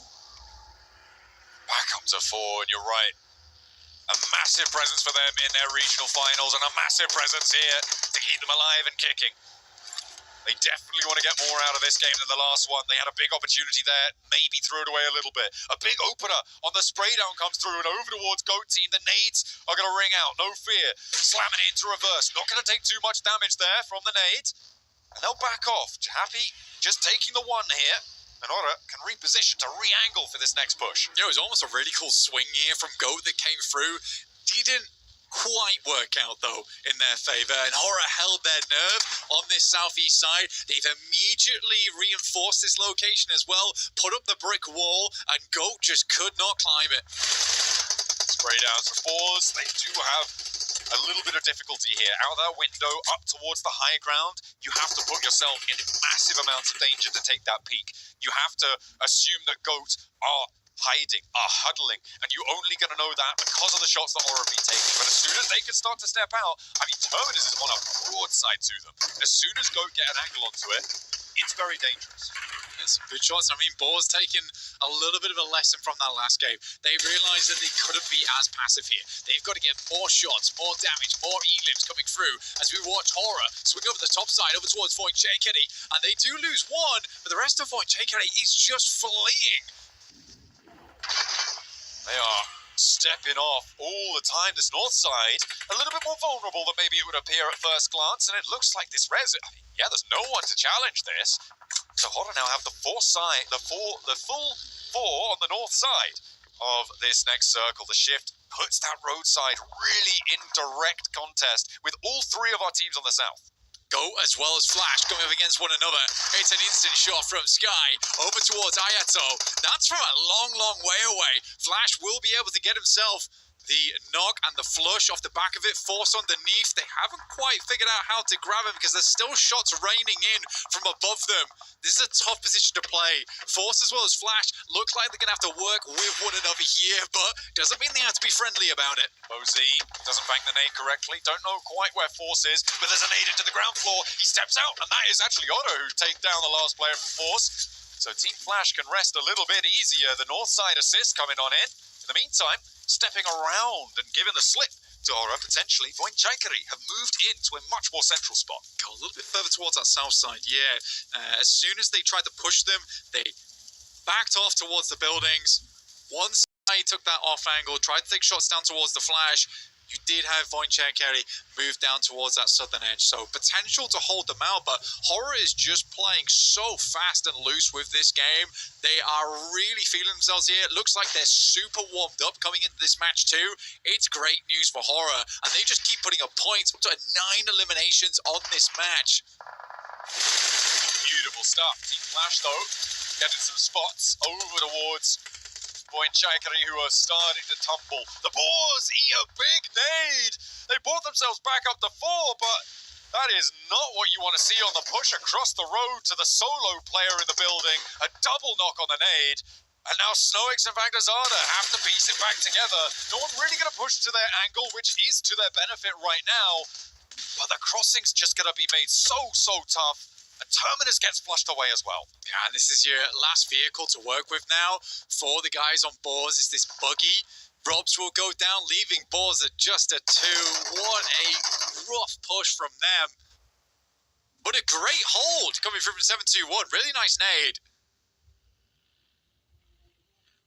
Massive value. Big nade over the top from Sky to leave Horror as one of our final 4 teams alive. With all 4 players alive already on the double digits for the elims blank. They're having a good day. Sky with 5 out in front on the leaderboards for the elims for now. At 7-2-1, they've done pretty well to survive this long, I think. Again, you've got to give credit to Boars here because despite that not being the greatest push in the world, and you wonder where the smokes are coming through to facilitate that push, you got to remember, these guys came from Severny. Right? They used so much of their util getting down towards position in the first place. They had to use all those smokes earlier on to get their 4 players back up again. I don't think Boars has played a bad game. What I think has happened to Boars is that they've run out of steam. That is just what happens in these games where you're playing out from the edge. You try to stock up as much as possible. A 50% chicken dinner chance dedicated towards Horror. I don't disagree with the position that they have, the oversight on these buildings. Yeah, there's very little way that you could be able to step forwards on this. Maybe if Force had 4, it would be possible, but that isn't going to happen. Not anymore. Team Flash, the first to pull the trigger on the rotate. Maybe they're going to try and flush one of these teams out of the building instead. I mean, it's the right play, but it's just so tough to make. Bang! Good shot. Snowix able to pick up one of those points over towards Team Flash, so a little bit more earned for the Boars on the tally. Here to try and pick up what you can here, and it gets them up towards a 3rd place as well, which is great news for them. Boars get themselves 5 eliminations on this game, and Horror, despite getting pipped at the post on the last match, this time the party is looking for that big chicken dinner. Now in South Asia, there was a big chance for them in their last game to get themselves up towards a chicken dinner. Sadly didn't quite work out for them, and they might have got themselves a first place over 4 Thrives that didn't go down as early as they did. But again, when you were watching back South Asia, when I was watching back South Asia, Horror looks like an insanely good squad.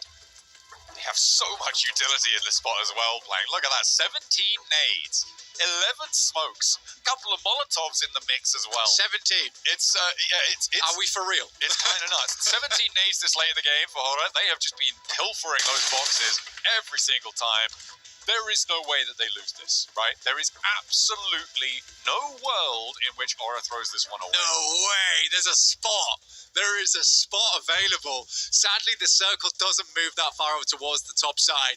Vagnazardi gets taken down by Rahan. Don't know how he quite found those shots through the window, but he certainly did. I think that's the only position he knows that he can be in, so he slightly moves out towards the side to make it happen. And now we're down into a 2v4. Horror getting themselves a second place last match, but now it's time for the first. Let's call in the coordinates. It's an airstrike inbound from Horror. The nades will be pulled out now. Over the top they go. Just continually stopping that approach coming on in for 7-2-1. It's just not going to happen for them. They are running through them. They had a fair lick, Blank, but there's still 13 more. Still 9 smokes. You could shut down so much here. A nice rooftop angle, though. If there's another big double nade that comes out, 7-2-1... no, they have no chance. Look, man, we don't have the mortars and esports just yet, but what we do have is the cosplay variant.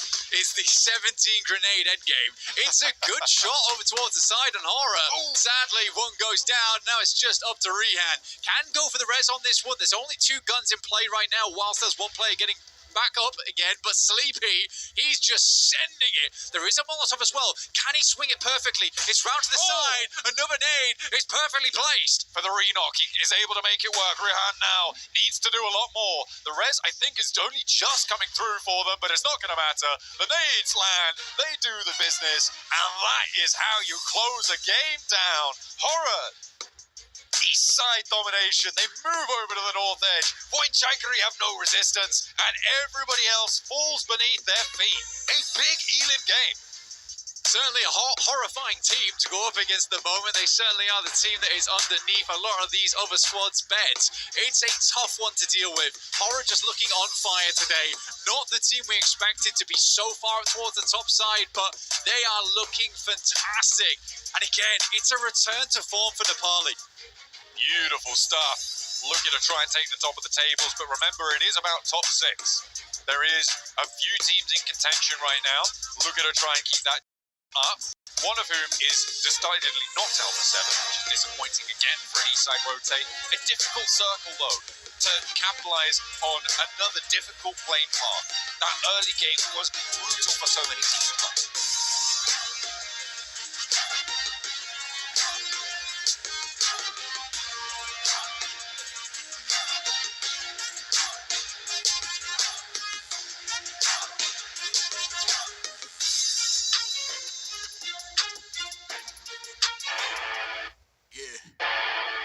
Let's go. You know I'm about to lock it. All the monsters they was looking for just like the lock this. Looking like I'm not me, cause the only gonna stop it. They can never. I'm untouchable. Yeah, I'm untouchable. Yeah, I'm untouchable. Yeah, I'm untouchable. I'm untouchable. Yeah, I'm untouchable. Yeah, I'm untouchable. Yeah, I'm untouchable. Yeah. It's been a while, but the Nepali squad finally gets a chicken dinner. They missed out on PMGC. They come here into PMGO Season 1, and they get a dominant win here, Max. Oh yeah, Horror were trained to kill in that game. With the game itself a massive win this time around. Actually, really good execution of their rotations on the Eastern Bridge, getting rid of main competition such as Alpha 7 and Flash in one easy rotation, and then just kind of holding teams at bay. No one able to get even remotely close to that team, because if you did, guess what? They had 17 grenades to instantly shut you down. And the way that they were able to just eliminate those squads that you just mentioned, Alpha 7 and Team Flash, they were just able to spread out, have a full split for that roster on the east side, and it ended up working out perfect. And yeah, you mentioned it too, Jukes. For a squad that didn't go to PMGC, I think they're trying to send a statement on what a lot of people are calling the group of death. Man, I mean, this is a tough group, and honestly, I think Hora's been one of the most consistent teams we've seen right here. Of course, we did see this play here from Four Thrives, and Malik. Those grenades were a thing of absolute beauty. He was cooking them beautifully behind every single one of those door frames to kind of clear the angles. Sure, they do go down eventually to the man himself. It's Reefus, the Dreamwalker of Aurora, but still a decent try. And actually, Aurora, I would say a significant mistake here, Seven. They don't clear their backs as they try and play that ridge line outside of military base. That cost them the entirety of that match. It did end up costing them. Luckily for them, Doc ended up getting at least 2 points for themselves when he was able to eliminate not only Block, but Huzaifa, which is crazy because a lot of people consider those players to be really high. Doc was like, we'll take care of this. Don't worry about it. We got this in the bag. No, it was definitely a really good attempt, but looking at the end of this game, it was just a fight for second place between Flash 4 and 721, and actually, Rahan, this guy got the double nade knock instantly onto Boars. That is literally their saving grace to secure the second place. Without Rehan, chances are they go out in top 4. By the way, you might have been a little bit scared here on this finish, but the way that Hora just had that utility, they were able to control this perfectly. Not only with the Molotovs, but also with the nades, making sure that they didn't lose any players, making sure that they didn't overextend or did anything that wasn't going to work out for them. I love that play from Sleepy there, right? He pushed up, and I remember hearing you, Max, like, hey, whoa, calm down there, and that's exactly what he did, right? He just said, you know what? We got all the utility in the world. Chicken dinner's in the bag. Let's just get a little bit closer, put the pressure on, and it worked out perfectly. It was especially good because he stayed on the wall that his teammates had direct vision on. Yes. So as long as you don't push inside the building, you don't put yourself at risk. You're not forcing a 1v1 fight that you could potentially lose. No, he just gets him rage, get a really strong angle, chucks that nade and Molotov to secure the win. That was some good, respectful gameplay, yet aggressive, which is what we need to see from Hora. That's absolutely right. Now, for this one here, boys, we're at the halfway point. Already? We're exactly where we want to be. We only have one aerial match left, and those 2 Miramars. And boy, there's some squads out there that need to wake up because one squad, ETSH, you have 1 point after 3 matches. Whew. That is rough. You know what? We talked about it was like a battle for second place, right? There's also a battle of trying to get out from second to last, and 7-1. You got to give it to them here, right? I mean, it didn't look pretty, but they grinded their way through and got themselves out of the lower part of the leaderboards. I don't care how pretty your points are points here on a global LAN event. But we'll see if they can try and get himself a little bit more moving forward, because it was a good play, especially Rahan's grenade against Boar. It kept them in that conversation, but we need to see just a little bit more to make sure they can't fall back in that bottom 2. Yeah, don't want to get the bottom 2 right here. You want to be able to put up some big performances here, Seven. Yeah, I mean, good performances out of Hora, and then some questionable, honestly, once again, I got to do it, some questionable plays by Four Thrives, especially early on. Yes, I love that they were able to rotate early into military when they realized, okay, it's going to be a military finish. But then instead of holding their ground, and then at one point I thought they were going to end up get caught off guard, but I think it was ETSH early on with Falak. Yeah. I think they're just getting way too much in their own heads, overthinking their early rotations. If you have a compound in the circle, you don't have to leave. You saw that in the first angle. We saw it happening here once again, and they lose a player literally on circle 2. I don't know what's happening. I think they're just overthinking it. They need to go back to basics if we want to see some good points. You don't know what's happening. You don't know what's happening. I sure as heck don't know what's happening. So you know what? I think I'm going to step out, boys. I'm going to go see if I can maybe interview them and find out what's happening with Four Tribes and maybe get a chance to talk with Hora as well. Sorry, I got to leave. Yeah, let's get it, baby. Let's see Seven ask the questions that we all want to hear, man. Go get him. Go get him. Let's get it going right here. But you know what? This was a crazy last game. One team that I really want to talk about, right? It's got to be Boars. I think Boars, they came all the way from Severny there up top. Yes. Were able to make it in the military and still put up a good performance regardless. And that's what this is all about. about, right? Even if you don't get the circle, you gotta put points on the board, and boards are able to do that. Yeah, I mean, for me, I'm not even going to highlight too much their rotation, which, as you said, from Saverni, that's a very wide rotation. Good on them to get over in that podium finish.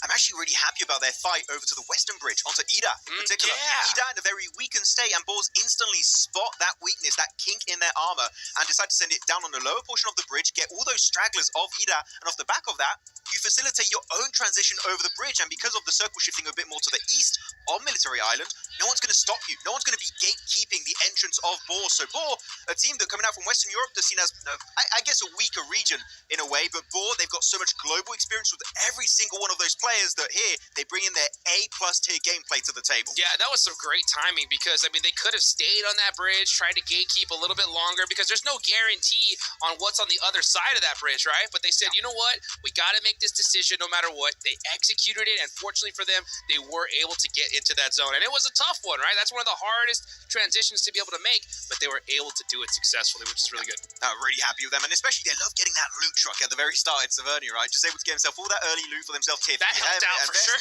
And then they fight Ida. Ida did have an MG3 technically, but technically it didn't work out for them in that game. But looking at other teams and how teams rotated throughout the entirety of that match, I was very happy with Team Flash. I think they got maybe slightly lucky because they had a slow Eastern rotation. They got dead center. Man, that was a beautiful mid-game rotation from Flash. Well, we're about to reach the second half of the day, guys. Don't worry, we're going to be right back after this break.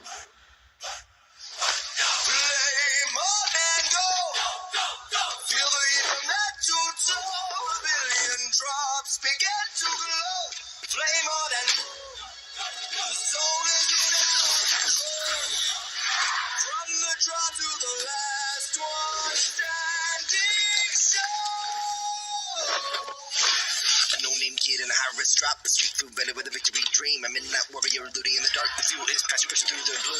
With skin the path of the edge of the gas. A million stories in a single squad. No royal blood, just a drive to last. Skilled enough to on the final gas. Fire in my mind. Ready through the sky.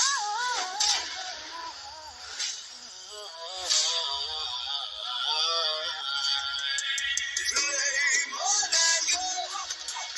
Till we connect to a million drops begin to glow. Play more than gold. The soul is in our control. Play more than gold. The soul is in our control. From the drop to the last one standing show. Play more.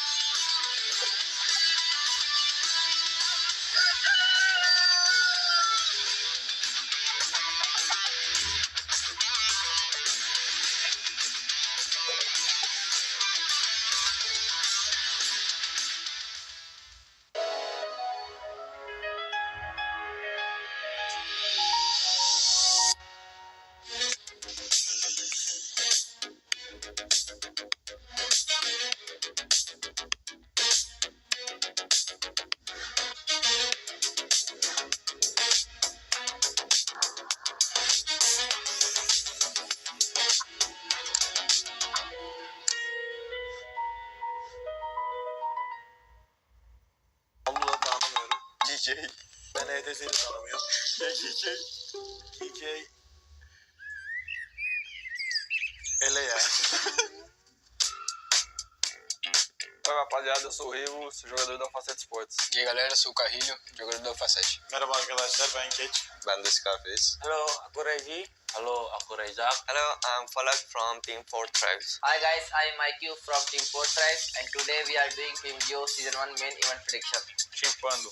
Vamos começar assim já? Eu gostei demais. Ó galera, lembrando que eu torço pra todo mundo. X-Force Reject. Kau di sini lah ya. Sorry. Which team is this? I don't know about them as well, so I will just put them there. No hate guys. Fortrice kapıç yapar diyorum. Onlar yapar, kesin yapar. Mortiki. Kasih. Kir. I know about them. They are a very noob team. Place them where 40 noob. Gaming Stars. Ben top 5, top 6 Hemen istiyorum. senin için yerleri değiştiriyorum. Evet. Hemen yerleri değiştiriyorum şuraya. Rapaz, tem time, viu? Tem time ainda, viu? Time USA. Next team is all. I think they are really a good team, so I will just put them there. Bana Ufuk geldi. Hemen ortaya şuraya eğlensem mi acaba? Şunları ele sen koy onu. Bigetro. Vitality. Vitality gibi oldu. Bigetron. Bigetron. Yazıyor. Aqui? É, certeza. Não, coloca mais em cima, mais em cima. Fight'tan da kaçmıyor. Bence tam 5. Top 6 ya. Şunlara bir I got Aurora Gaming 100% champion material. Tamo junto. Mana? Sini. Nasıl tanya? Almıyor, tanımıyorum. DK. Ben ETS'yi tanımıyorum. DK. DK. Ele ya. 5 more eliminated. Maybe one can be Etish. I think we will choose the teams we don't know much about them. So I think Etish won't see anything. 7 वो लीला बता दो कोई रख दे 1 2 3 4 5 6 7 8 ya done. Sebenarnya bisa aja ini. Ini bisa ditaruh di sini. Tapi sama ini juga bisa. Ah, tapi enggak. Bu takımın kesinlikle gidebileceğini düşünüyorum. Tanımıyorum. O yüzden eliyorum. Yani Allah'ı hiç tanımıyorum. O yüzden eliyorum. 1, 2, 3, 4, 5. 6. takım var abi. Onlar, buradaymış. direkt buraya koyalım. onlar kendinden elendi zaten. F43'yi de 3'e koymamızın sebebi yani güçlü bir takım. Sonuçta onlar da şampiyon olarak geliyorlar. We are just noob team. Yeah. अबे हमें ऐसे चाहिए था सबको eliminated में था. मेरे को ऐसा अच्छी टीम के elimination में डालते हैं. Quem vai ficar top 1 é a 7, top 2 Aurora, top 3 LF, justo. Acho que a FL briga pelo top 3, Lu pode brigar pelo top 3, Fúria também pode brigar com a T. É brincadeira aqui os parceiros da R8, da VC, da Enigma. Tamo juntos, viu? Tô só brincando com vocês. Mas vocês devem pra cima também, pode vir. Oke, jadi inilah prediksi versi kita. We just rank these teams based on our knowledge, so don't get mad. İzlediğiniz için teşekkür ederiz. E eu desejo muita sorte pra todo mundo que vai jogar essa PMGO. Bye bye.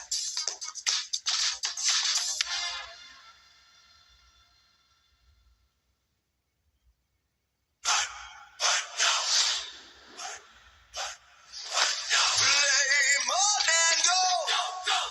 Feel the heat from head to toe. A billion drops begin to glow. Flame more than the soul is in our from the draw to the last one standing. Show. A no-name kid in a high-risk drop, a street food belly with a victory dream. A midnight warrior looting in the dark, the fuel is passion pushing through the blue. We see on the path of the edge of the gas, a million stories in a single squad. No real blood, just a drive to our last. Skilled enough to on the final gas. Fire in my mind, ready through the sky.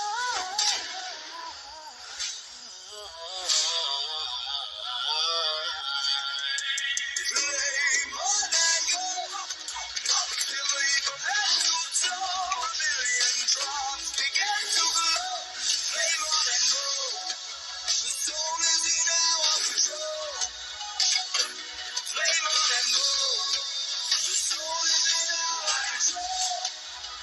From the draw to the last one standing. Show.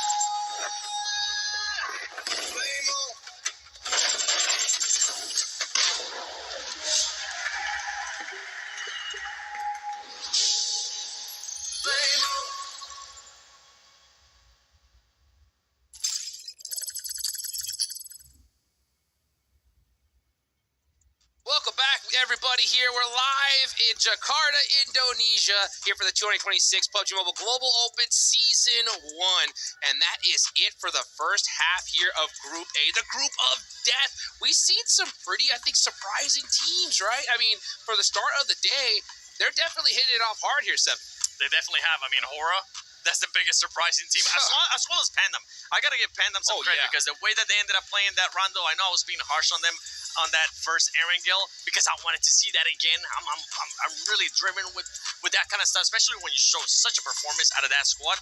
But also Hora, the third party, and the way that they're able to close out games, and now more than likely they're going to be in first place. I'm actually going to go on a bit of a limb here and say I think Hora has the best macro of this entire tournament so far for the Group of Death. Oh, yeah, I think they've shown willingness to be aggressive, respecting teams around them. I think they've got overall their gameplay down to a T in this lobby that, again, is insanely stacked with just great international squads.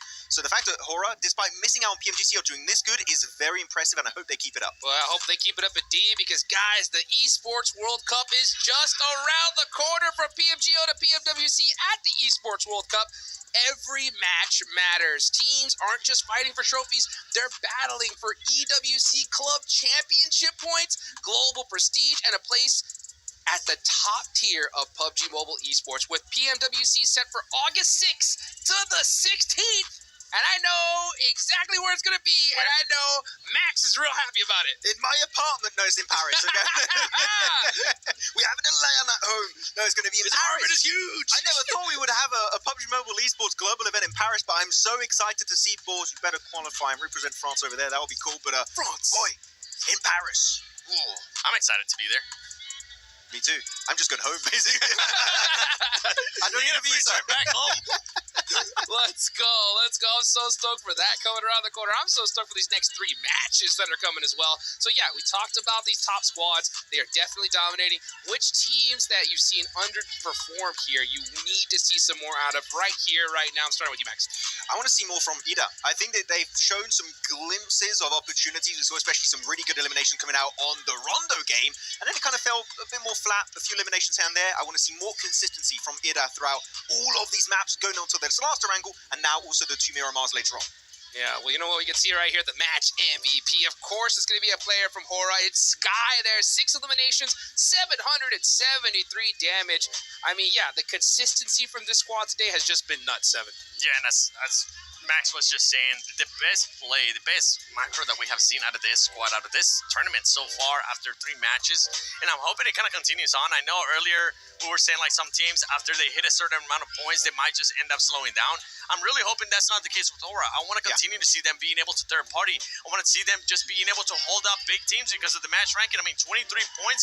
I think it's honestly safe to say, before we even end up seeing the overall, that squad is going to be going to the grand finals. Yeah, for sure. I mean, look, you got so many points. You get 23 points right here. And I got to say, when it comes to all the players, we all know Sky, No Fear, Jiggle doing great. But I love how adaptable Sleepy is in particular. He's a support player from off angles, getting some really good shots onto teams against them. He's playing long range with a Mini 14 or any kind of AR. And if he has to, we saw at the end of that game, he gets a CQC with the backup of his teammates to wrap up those games. He's doing all of the dirty work for his team, and it is so far looking like he is a standout player on Hora Esports. Yeah, you know what? I love to see a player. I mean, long range specialty is what I love to see, and the fact that he can mix things up is really good. But what team that's also, that they needs to mix things up a little bit here is Alpha 7, man. These guys need to put some more points on the board, 7.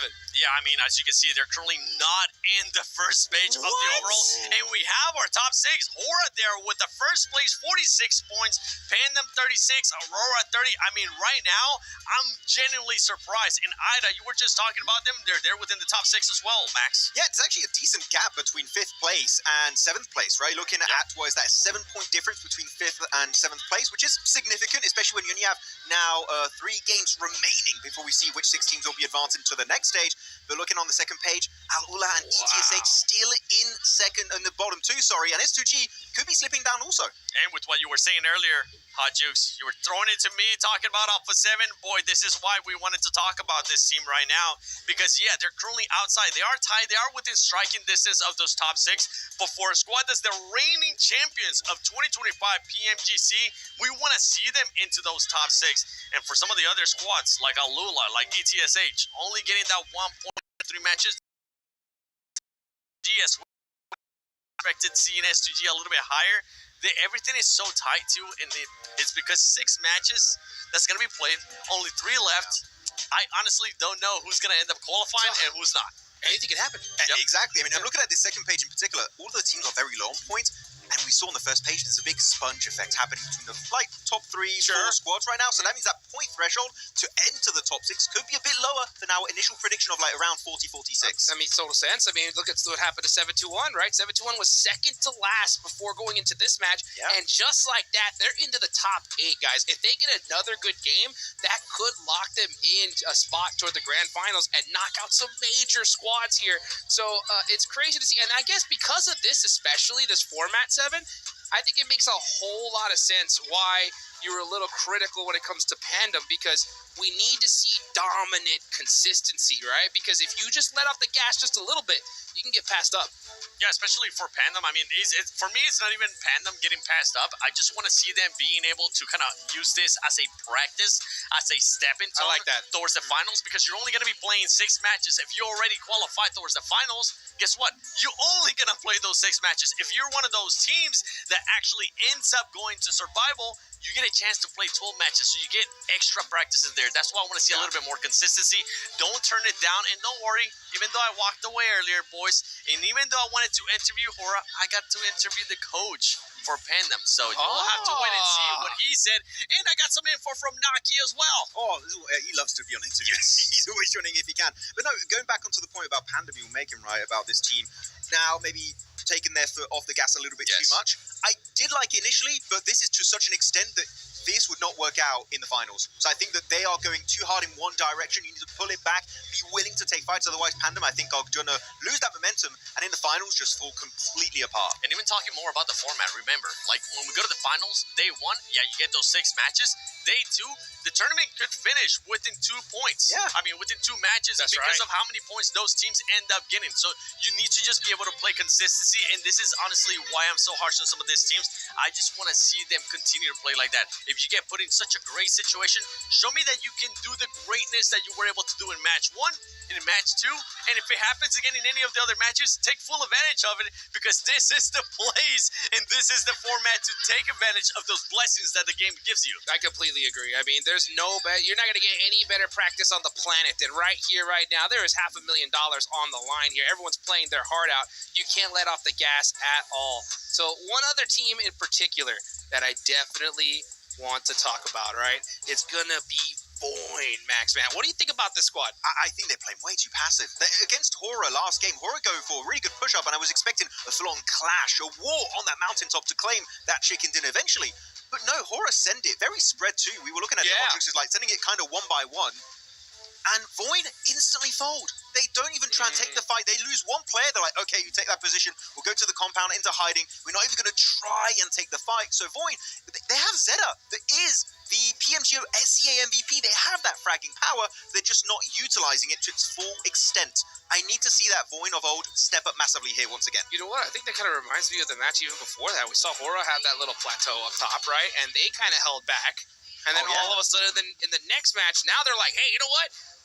Let's go and take advantage of this, right? Like, give them a little bit of a taste of their own medicine, right? So I like the fact that we saw Hora adapt a little bit. But yeah, I don't think we're really seeing teams dominate from that little plateau. Like I think they should, Seven. One team that I want to see them dominate, that's currently putting up a good performance, Aurora. I'm genuinely, this is a team, Max. I gotta call you out on this. Did you have them going to the grand finals? No. From group. It's by the way, crazy, to clarify, hold on. To clarify, he didn't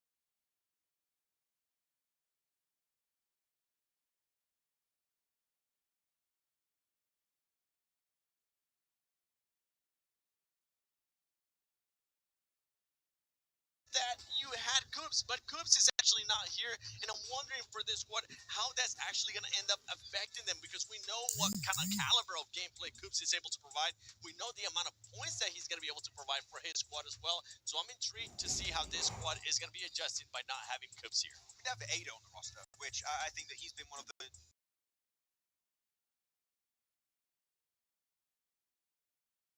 really. So I think that that's been a great addition for this roster with the likes of Lord, Ralph, and Satanda. We know are very experienced. So hopefully they can kind of spread that experience over to Ado a lot more to get him ready for this PMGO stage. But overall, this is a roster that for Mina, they could be the #1 team from Mina in this tournament, and I really wouldn't be that surprised. Yeah, I wouldn't either, to be honest here. But one thing I want to talk about is the #1 storyline, I think, coming into Group B, all right? And that has got to be Oops Esports. After what happened yesterday with Alpha 7, I think all of Brazil is keeping their eyes on this team here, Max. I mean, yeah, if they can qualify for the finals, and I think 7 is, they need to be top 6, right? Yes. If they are top 6, they will take In the finals. In the top 6 in the finals. They will actually overtake one of the 3 Americas slots available for PMWC, meaning we would not have Alpha 7 at the Esports World Cup, which would be a massive fumble after one singular day. It would be. I mean, I went up and talked to the players. I went up and talked to the coach, V2K, and it was just all smiles around. It felt like a fresh of breath air. Breath of fresh air? Yeah, there you go. That sounds more like it.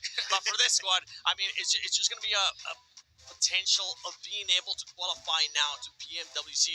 This is what they need to do. And I was talking to them and I was trying to see if I could get any intels, but I'm with you, Max. A lot of the squads here, for some reason, maybe because it's 6 matches, they're really not wanting to give out any details in regards to tactics, where they're going to be dropping. A lot of the squads actually think that some squads might be lying on where they might actually be dropping. Exactly, because some teams in previous tournaments might come up with a little bit of a surprise strat on the opening day. It kind of fizzles out because then everyone knows your playstyle. You don't have that comfort here. You literally come out with a surprise play where no one's ready. It works out beautifully, unless it's a terrible playstyle, but why would you do that? Sure. So I think actually some teams are going to be doing so, and it could be do or die for them going into that first day. Well, first and last day. Yeah, first and last day. Yeah, that's the crazy part about this whole situation. I remember I was talking to some of the coaches going into today, and I remember asking them the question. I was like, hey, let's do a little scenario. Let's say you are in first place by a good lead. You got nothing to worry about. Yeah. You're going into the last game. Loops is at 7th, only needs like 2 points. Would you actually think about mixing something up to not have to worry about Alpha 7 come EWC time? And you know what they told me? They said, you know what? We won't hunt them down, but we also won't chase them. We're just going to kind of just let them do their thing and see what happens. So, if we can trip them, we will. yeah, so that's one thing that we got to look at going into today. I think if you are Loops in particular, you're really looking to go crazy off the rip. Law used to be with Alpha 7 back in the day, right, Max? Yeah, exactly. I mean, Law is great, and I think that you in particular, 7, are really happy about Diego. Yes, sir. I'm really happy about him because I know the potential that he has. We know that he has been MVP in the past of big tournaments, especially in Americas. But for this one, it feels like a completely different squad. I mean, obviously, they have changed the squad. They used to be with Influence. That is not the case anymore. That he used to be the main fragger. Now he's going to be the main fragger here at Loops. And the thing that we do need to point out is that Law is still, even though he is new within the squad, even though there has been players in that squad that have been there for a while, Law is going to be the IGL for Loops. Yeah, we're really happy. And when I think for Brazil in particular, you got Alpha 7. Just below, I always had Federal and Law. I think that those 2 players are just incredibly talented. And then you had Ratterboy, but one day Ratterboy will return. We'll be waiting. But as we're talking about individual players, I want to pivot the conversation to a rising star of last year. I'm using the term rising star a lot, but there's many in Group B. There's a lot. Man, PMGC of last year for R8, Omori was such a standout player for all of Mina. Mina's got so many old stars that have been doing so well over the years in PUBG Mobile Esports, but Omori came out of nowhere and just dominated. I want to see him do something similar here in PMGO because this guy is an absolute gem. Yeah, you're talking about rising stars from last year, especially with the R8.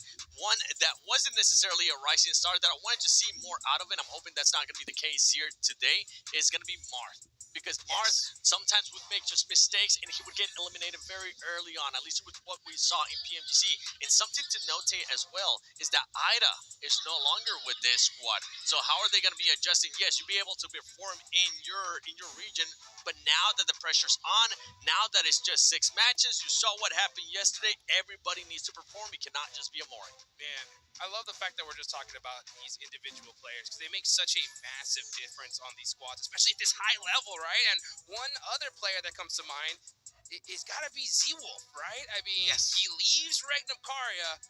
Regnum Karya don't make it. He literally leaves Regnum Karya back in Turkey. Yeah, exactly. He left at the right time. No, but I think he's an incredibly strong individual player.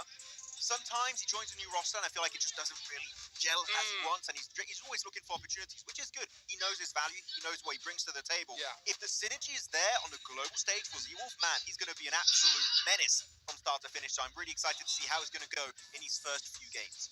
Yeah, that's what it's going to be all about. I mean, honestly, I think it's going to be that first game, boys, because we saw the impact that Rondo had yesterday, and I want to see something different from these squads here. I mean, I think that it's solidified that that's the map to really make something happen in such a short format. Who are you expecting to have a little bit of success here off the rip, Seven? I'm actually going to be looking at, and I wrote this down, Wolves. I'm going to throw a curveball. Okay. Because with this squad, that was actually their best performing map in the finals for North America Finals, given it was North America Finals. But that was their best performing map. 12 average eliminations in 1 day in 6 matches. This is your best chance, Wolves, to be able to put up a good performance there at the start, and then maybe qualify NA back into a global finals. Oh, that would be nice to see. But you know what? We're talking about underrepresented regions of North America. I want to go on Africa. No, we don't talk about Africa too much. yeah. We got X-Force Rejects, which were going to be acquired, but they didn't get acquired in time, so they're going to be called here X-Force Rejects. And this is a team that has 2 players that have played globally in the past, and 2 players that have never played globally before. And Africa is a region that's been added during the past 2 years, especially in the global scene. So they're still learning. But this roster's looking really strong. Kuza in particular has not played a global event. I saw how he was playing back in PMGO Africa. Really massive standout player. I think it's going to be a bit of a shock. And because of the format of PMGO, you don't really have that time to pick yourself back up, which that could really hurt them. But the potential is there in top 6. If they pull an S2G in Miramar, who knows? Maybe Africa could go straight to the finals. And something to keep in mind too with that roster is that they do have Karuja back as their coach with them, and they are super happy about that. They had to get rid of him because of things with the roster, the org in the past. Yeah, I mean it happened at PMGC. They ended up getting rid of him because stuff that happened within the org. But now that he's back, they're excited. They're gonna have him a little bit longer, and they're gonna be hoping that he can bring that experience that he has had from being with Alpha 7, from being with a bunch of other teams throughout other regions, and just instill that into them. And I'm really excited by something that Shiva told me, is that they're gonna be looking later into the year as well to just step a little bit outside out of Africa and go try to maybe see if they can boot camp in other places to get even more experience. And I feel like that is the best way to go about it, especially because you put it in a nice way. I'm not gonna put it in a nice way, Max. Africa it's known as the worst region for PUBG Mobile esports. I can't argue with that, really. Yeah. There's no results to back it up so far. So, yeah, I think the boot camps would be a good way to kind of express your level of improvement on the global scene. And you want to try and get more global exposure, which is a great step to go for. So if they do that next year, well, even this year, hopefully, if they... Actually, you know They'll what? be doing it this year. Yeah, actually, you know what? To go even further on that, they are 100% sure to make it to PMWC as the only team from Africa. So they don't really have that competition of PMWC, PMGC points. So they can kind of just really take this experience in as a learning experience and hopefully take that going into PMWC. It's the best way to go about it for those teams. Yeah. Being completely honest, you got to be able to step out of your region, especially if you do know that your region's not strong enough. See if you can test out different tactics as well. Sure. As I mentioned, Karuja is the coach of that squad. He's going to be having them test out, see if they can actually become a little bit more aggressive, because I know that's Karuja's playing style. Can they actually become more aggressive? And if they do, it would end up benefiting them in a big way, as we've seen from other teams. I was going to say, you got to trust Karuja because he was on Alpha 7, but that's not really a compliment now, unfortunately. That's the hardest thing. When they were winning, okay? When they were winning. Yeah. Well, you know what? Let's see who's going to win this first Rondo coming up, baby. Here we go for Group B. The plane is flying. Let's see who could possibly get that ticket to the grand finals in this game right here, right now. Double plane. Double plane. Give me the double plane. Double. Come on, please. Come on. I don't think it's going to Come on. very Eastern. Actually. Yeah. So Yulin, actually, you could reach if you really stretch your parachute path, but Neox, that one's going to get a little bit busy. Yeah, I think we're actually going to end up getting even more hot drops here. Janina City, I'm intrigued to see who's going to be going there as well. Actually, I think because of Yulin being taken out of the equation, you might have teams going for Danching and also Tooling. Those are areas that if you can't go to Yulin, you will go for those positions instead, as it does have a few recall towers around it. I wonder if anybody maybe is going to stretch and go to long hope. Let's see. Well, you know what? This is Rondo. We're going to get into the action here quick. So let's go ahead and take it on over to our casters, John Allen and Blank. Thank you very much, Hot Jukes. We are ready to jump into the action as well as our teams. Let's take a look at who is hot dropping. There is a lot of parachutes over Neox Factory right now, Blank. Yeah, way more than yesterday. A lot more than yesterday. In fact, we got 2 teams in Neox. This map really does accentuate things, though, over on that eastern side. T2K opening up things over towards Boom. L Barrel heading in towards the building, gets one off the back of it. So it's been a little bit back and forth here between both squads. But as we know from yesterday, this map is ultra important. RGC as well, also finding shots across the board. This is over towards Neox. Honestly, for Enigma Galaxy, they saw what was happening here, and they've opted to just go for a long parachute over towards the western side, just above Yulin. Taking a more reserved approach to the start of this match. Wolves getting stuck in and amongst it, though. 1-for-1 on the trade.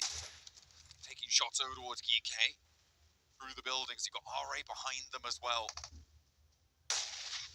Wolves look to try and regroup on their players. I think they're going to be able to find that res, but so are GK. No pushing, no pressure being seen so far right now.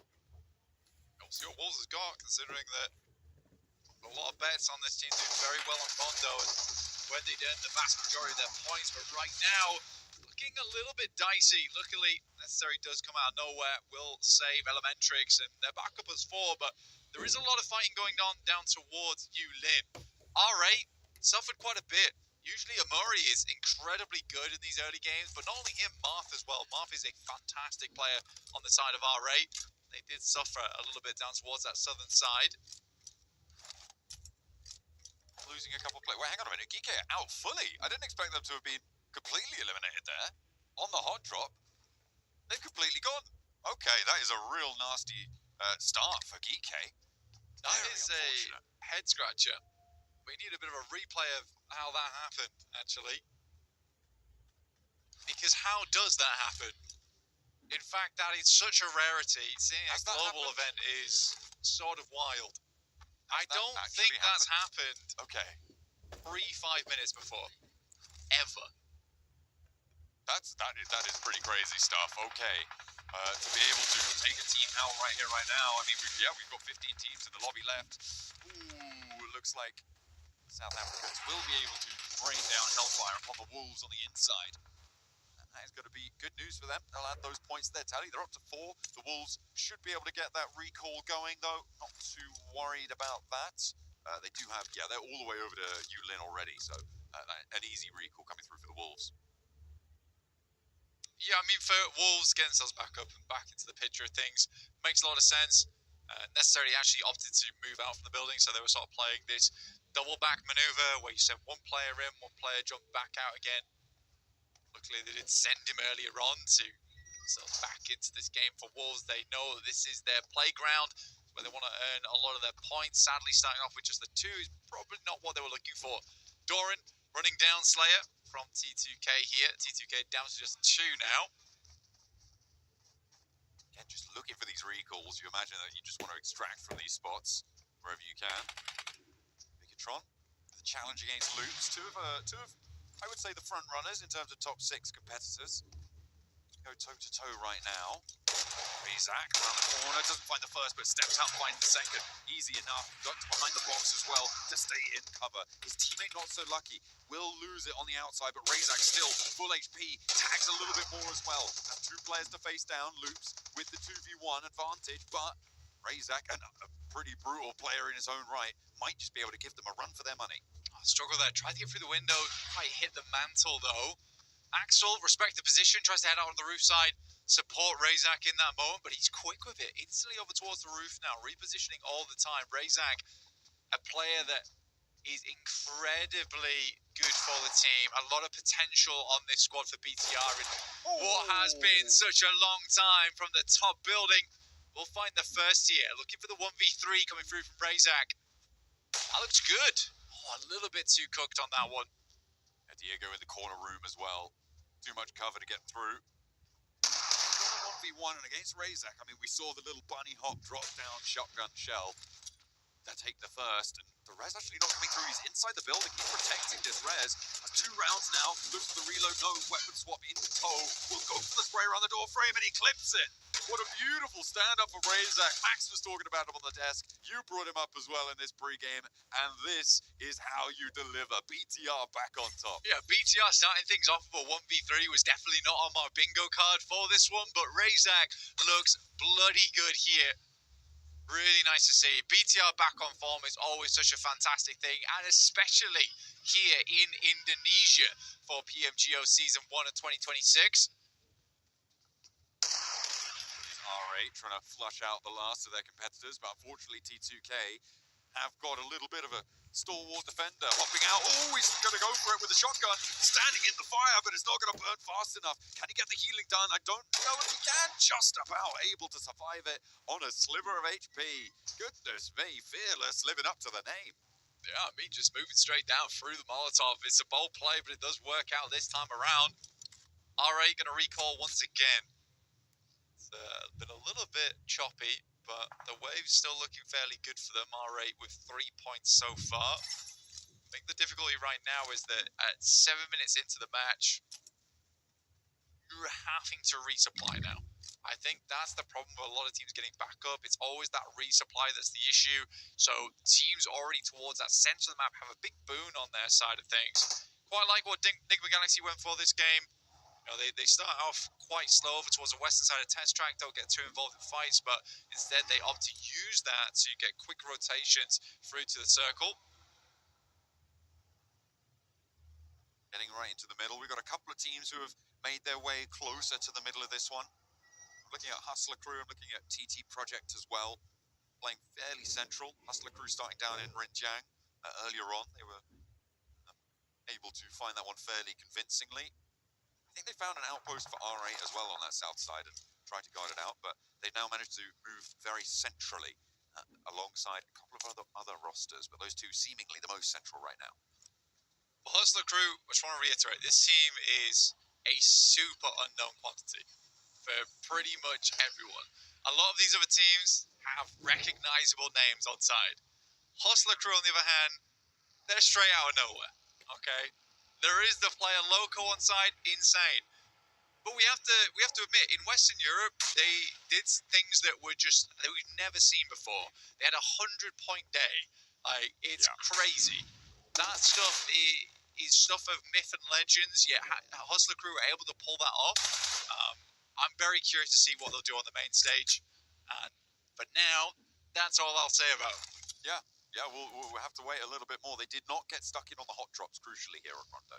They didn't want to go into the nearest factory area. They went out to the outskirts, so he's still, as of yet, untested, unproven on the global stage. Ulf held on a 2v2 hold there as well on their position. We just saw that in the picture-in-picture on the side. Nice stuff for them. More fighting for the Wolves. They're up against TT Project in the corner. Ephius immediately shut down. Very nice stuff. The Wolves do take a casualty over towards Elementrix, but that should be in hand and very much recoverable. TT Project, I don't know if they have access to a recall tower at this stage. Boom, able finally to find an opener. It's over onto Eren on Ulf, but there's the trade. Catch able to clip from the sidelines, and now Scarface can move in. Eren very low on the bar, but they should be able to tag this res. Yeah, they have to drop the smoke down just in case they have players coming in from the wings here, maybe trying to pick him up. But Ulf, it's very important to keep 4 players up here, especially on Rondo, where Ulf are currently playing. They have access to get in from that northern side too. So I think we were all thinking that Ulf was going to be a big player within these matches, and hopefully they can be now. Real rising star here coming through from the Turkish region. That assembled roster looking good for them. Vicious as well. A team full of well-known names, Blank. It's safe to say we are also hoping that they can push up those rankings. They've got 2 points on board. At the moment, it's looking fairly flat in terms of these elim counts at the start of this Rondo, Blank. 4 elims being the maximum. It's feeling pretty chilled out compared to what we can see on a Rondo, right? It seems that, yeah, teams are playing more sensibly. We saw this yesterday. What we're also seeing is that the recall beacons are slowly being pushed out right now, and there's only a couple of teams that still have access to them. RJC down towards the southeast side with Tinlong Gardens, the one that sits over towards the north side. There is one far on the southwest, out towards the docks, but honestly, the only other really accessible one is the one that TT Project is currently holding inside of Hongshan. So for the eliminations to be fairly flat across the board, this is like 2 or 3 extra points that you may be getting, but practically everyone has that. So it's a little bit mitigated here in terms of how much this performance is going to help you. I respect the way the players are going about it, though. You know, if you realize that Rondo is going to be the make or break map, why would you try and cause such a ruckus in the early game?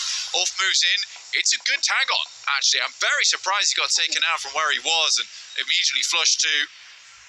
Trying to get to, I mean, Ulf trying to crash in towards that recall beacon by the silos there, under control by RRQ. They are going to have a real tough time to make it on through on that area. But Eren opens up. Okay, so there is an answer on that northwest side, and actually, I think that's a solo player, a solo position there. So Ulf can take control of part of this compound for the recall tower, but maybe they can get catch back up. You can see Scarface eyes on immediately, looking to drop the smoke on and go for a swift recall. Yeah, real possibility. And his body will be right there. Yeah, so you just double back and grab it. I mean, there's vehicles here to make it happen. Sadly, his is blown up, but for Kedge to get him back into the game, it's good. He had 2 limbs this match so far as well.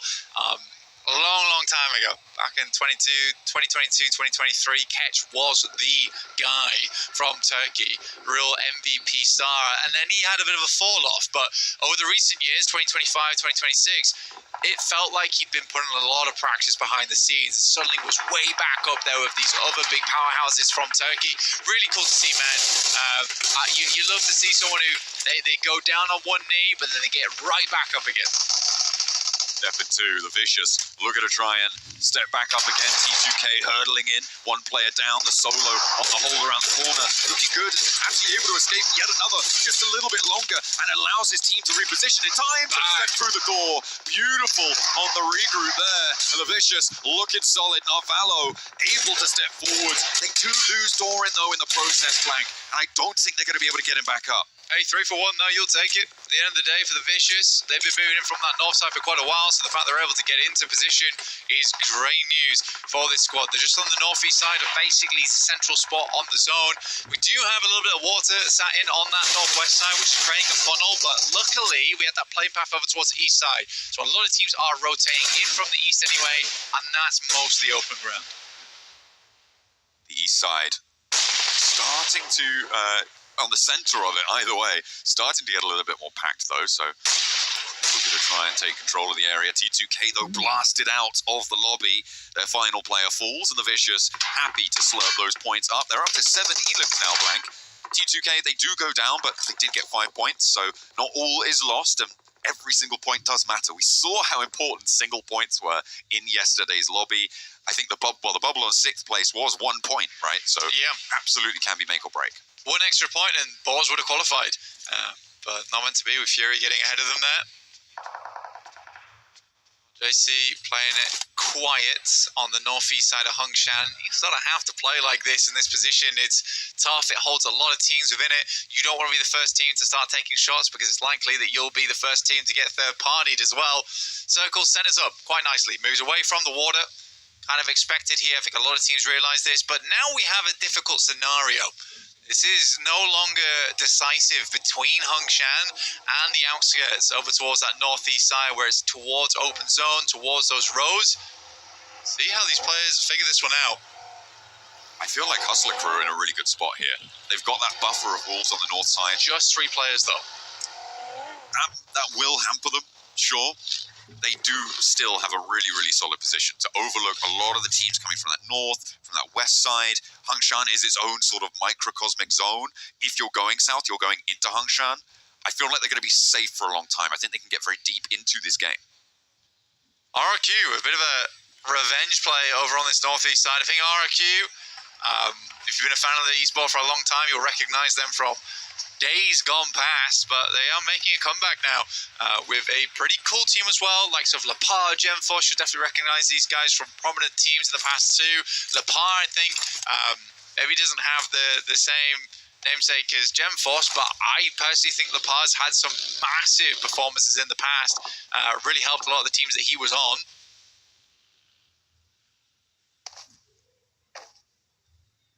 In these spots, you need all the help you can get.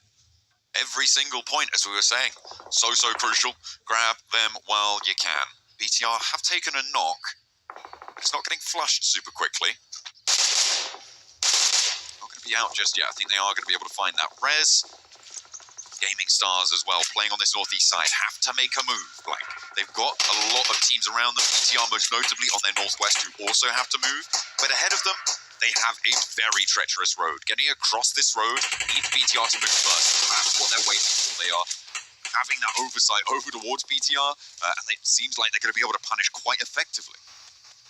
Yeah, they should be able to. I think for BTR to get themselves through this, they're going to have to take a full send over towards it, which is what they're going for right now, trying to create as many targets as possible.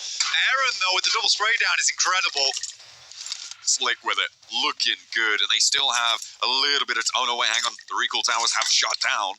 We are now into the unrecallable phase of the match. And Ulf happy to be as 4. The double spray down for Aaron, as you said, beautifully found. Might be an opener, but they have to move. Opens up onto Wolves as well. Okay, potential to crash onto the north, but BTR could definitely third party this. Because they should be worried about the angles that sit down towards that southeast side. BTR is currently just trying to deal with the team that was taking shots over towards them earlier. Ulf, though, yeah, looking to send over towards the southwest. They've got foot over towards that southwest side. That's a nasty position as well, because Foot does have the ridge that sits on the bank. It's a really nice position to kick off from, to take shots towards teams passing by you. It's hard to take shots towards that team. And I'd say that Ulf is going to be very exposed to make their way in. Ketch was the first send out, the first scout, hopefully to anchor on top of them. Trying to get that flank, trying to get that wraparound, but it's at this point the Hustler crew can also start to chime in. Scarface regroups off the Catch, does go down, and he delivers a bomb. The vehicle explodes right next to his teammate, and it takes him out from full. That is nasty stuff. Oh dear, Ulf unhappy on the approach, but the teams around them have to move now as well. Foot will have an easier time of it because they don't have a team right next door to them, but the teams across the way, I'm talking Wolves, I'm talking Hustler crew, are going to be taking shots. The nades are brutal. The nades are so brutal for Ulf. Living that, though, is very surprising. That was a lot of nades sent across, mostly accurate. Instant smoke as well sent through from Solus. It's a really important smoke in that time where they can't really pinpoint where the players are within that smoke. But I am very surprised that Ulf's able to get 3 up here. But yeah, for Hustler crew, they were taking shots that entire time towards Ulf. They were the one that were able to explode the vehicle that directly hampered Ulf's approach. But Circle goes down towards the southwest, John. We have RJC, Boom, Nigma Galaxy, R8, TT Project, Foot now making their way in as well towards Hongshan. This is a very interesting ending. But like I said before, it's right on the edge of the circle. It's not definitely the end here. And with that, RJC and Boom have a big advantage. They're going to be the ones taking shots towards teams as they try and cross out of Hongshan. Assuming it doesn't hard southwest shift, right? I mean, as it could, but I think you're right. What's interesting to me is who's going to be the team left on the outside. I think that is, whoever that becomes, is going to be a major contender. Unless they all shred each other, then it's going to be tough, because Hongshan sits sort of in quite an open area around it. It's quite difficult to take position, especially when there are teams in Hongshan and teams who are further back and taking shots at you. So the outside conclusion, I think, is potentially a powerhouse position for me. GSTR going up against Loops at the moment. First one does go down, but there is a bit of a clapback here coming through from Rolex. Law moves up and will find another. He's on. BTR rolling into the fight now. They want a piece of the pie. Immediately stepping forward. Diego is ever watchful, ever waiting. Does go down in the process, but Loops have lost 2 now. BTR a little bit more momentum. Whoa. But they will be able to get the snapback wraparound on the shutdown. Look at that. From BTR, they are clean with it. They can move at speed and take shots with it. Dude, Razak, mid-distance, double headshot, that's an instant knock. I actually am very surprised he even hit that. The speed when he hits it as well is incredibly surprising. A very, very impressive play there coming through from Razak. And that's starting the game off with a 1v3 as well. I think we're in our picture-in-picture. We just watched the Wolves take down Hustler Crew as they move down south. No more points for them, fortunately, from their central position. Wolves are up to 6, though. They are looking pretty happy with it. On the north side, it's not quite in the middle of the circle. In fact, it's quite the opposite. It's right on the edge of the circle. But in about 10 seconds, or a little bit more than that, we'll see where this next zone's going, Blank. And as we talked about, it's going to dictate so much. What teams need right now is emergency cover flares. They need as many as they can handle, because getting out of Hongshan's going to need them, getting in towards that eastern side of Hongshan's going to need them. So let's see where this next one goes, and it does cut out over towards that northeast side. So the Vicious now looking very happy with their position currently, but do they have the smokes? Do they have the util to maintain this spot? That is the question. The Vicious with 9 elims already on the northeast side, pretty happy with their game so far. And now the brawl needs to start. The team's inside of Hongshan. Got TT Project on that western side of Hongshan. Looks like they want to try and wrap around and maybe sweep through the northern side. And there's a good opener. Okay, there's the nade. There's some damage already onto Zed Wolf as well. Are they going to mount up? Okay, down the hill they go. Forwards. Leading with Ephius. The rear 2 to regroup and almost immediately taking it down. Basically no resistance. They're trying to sweep through. Ulf next. I mean, for TT Project, these are all teams that they've played against in the past, right? Back in PMPL EUs, when this is like the remnants of Mad Balls, formulated with some of the best players from that region. Really, really cool stuff.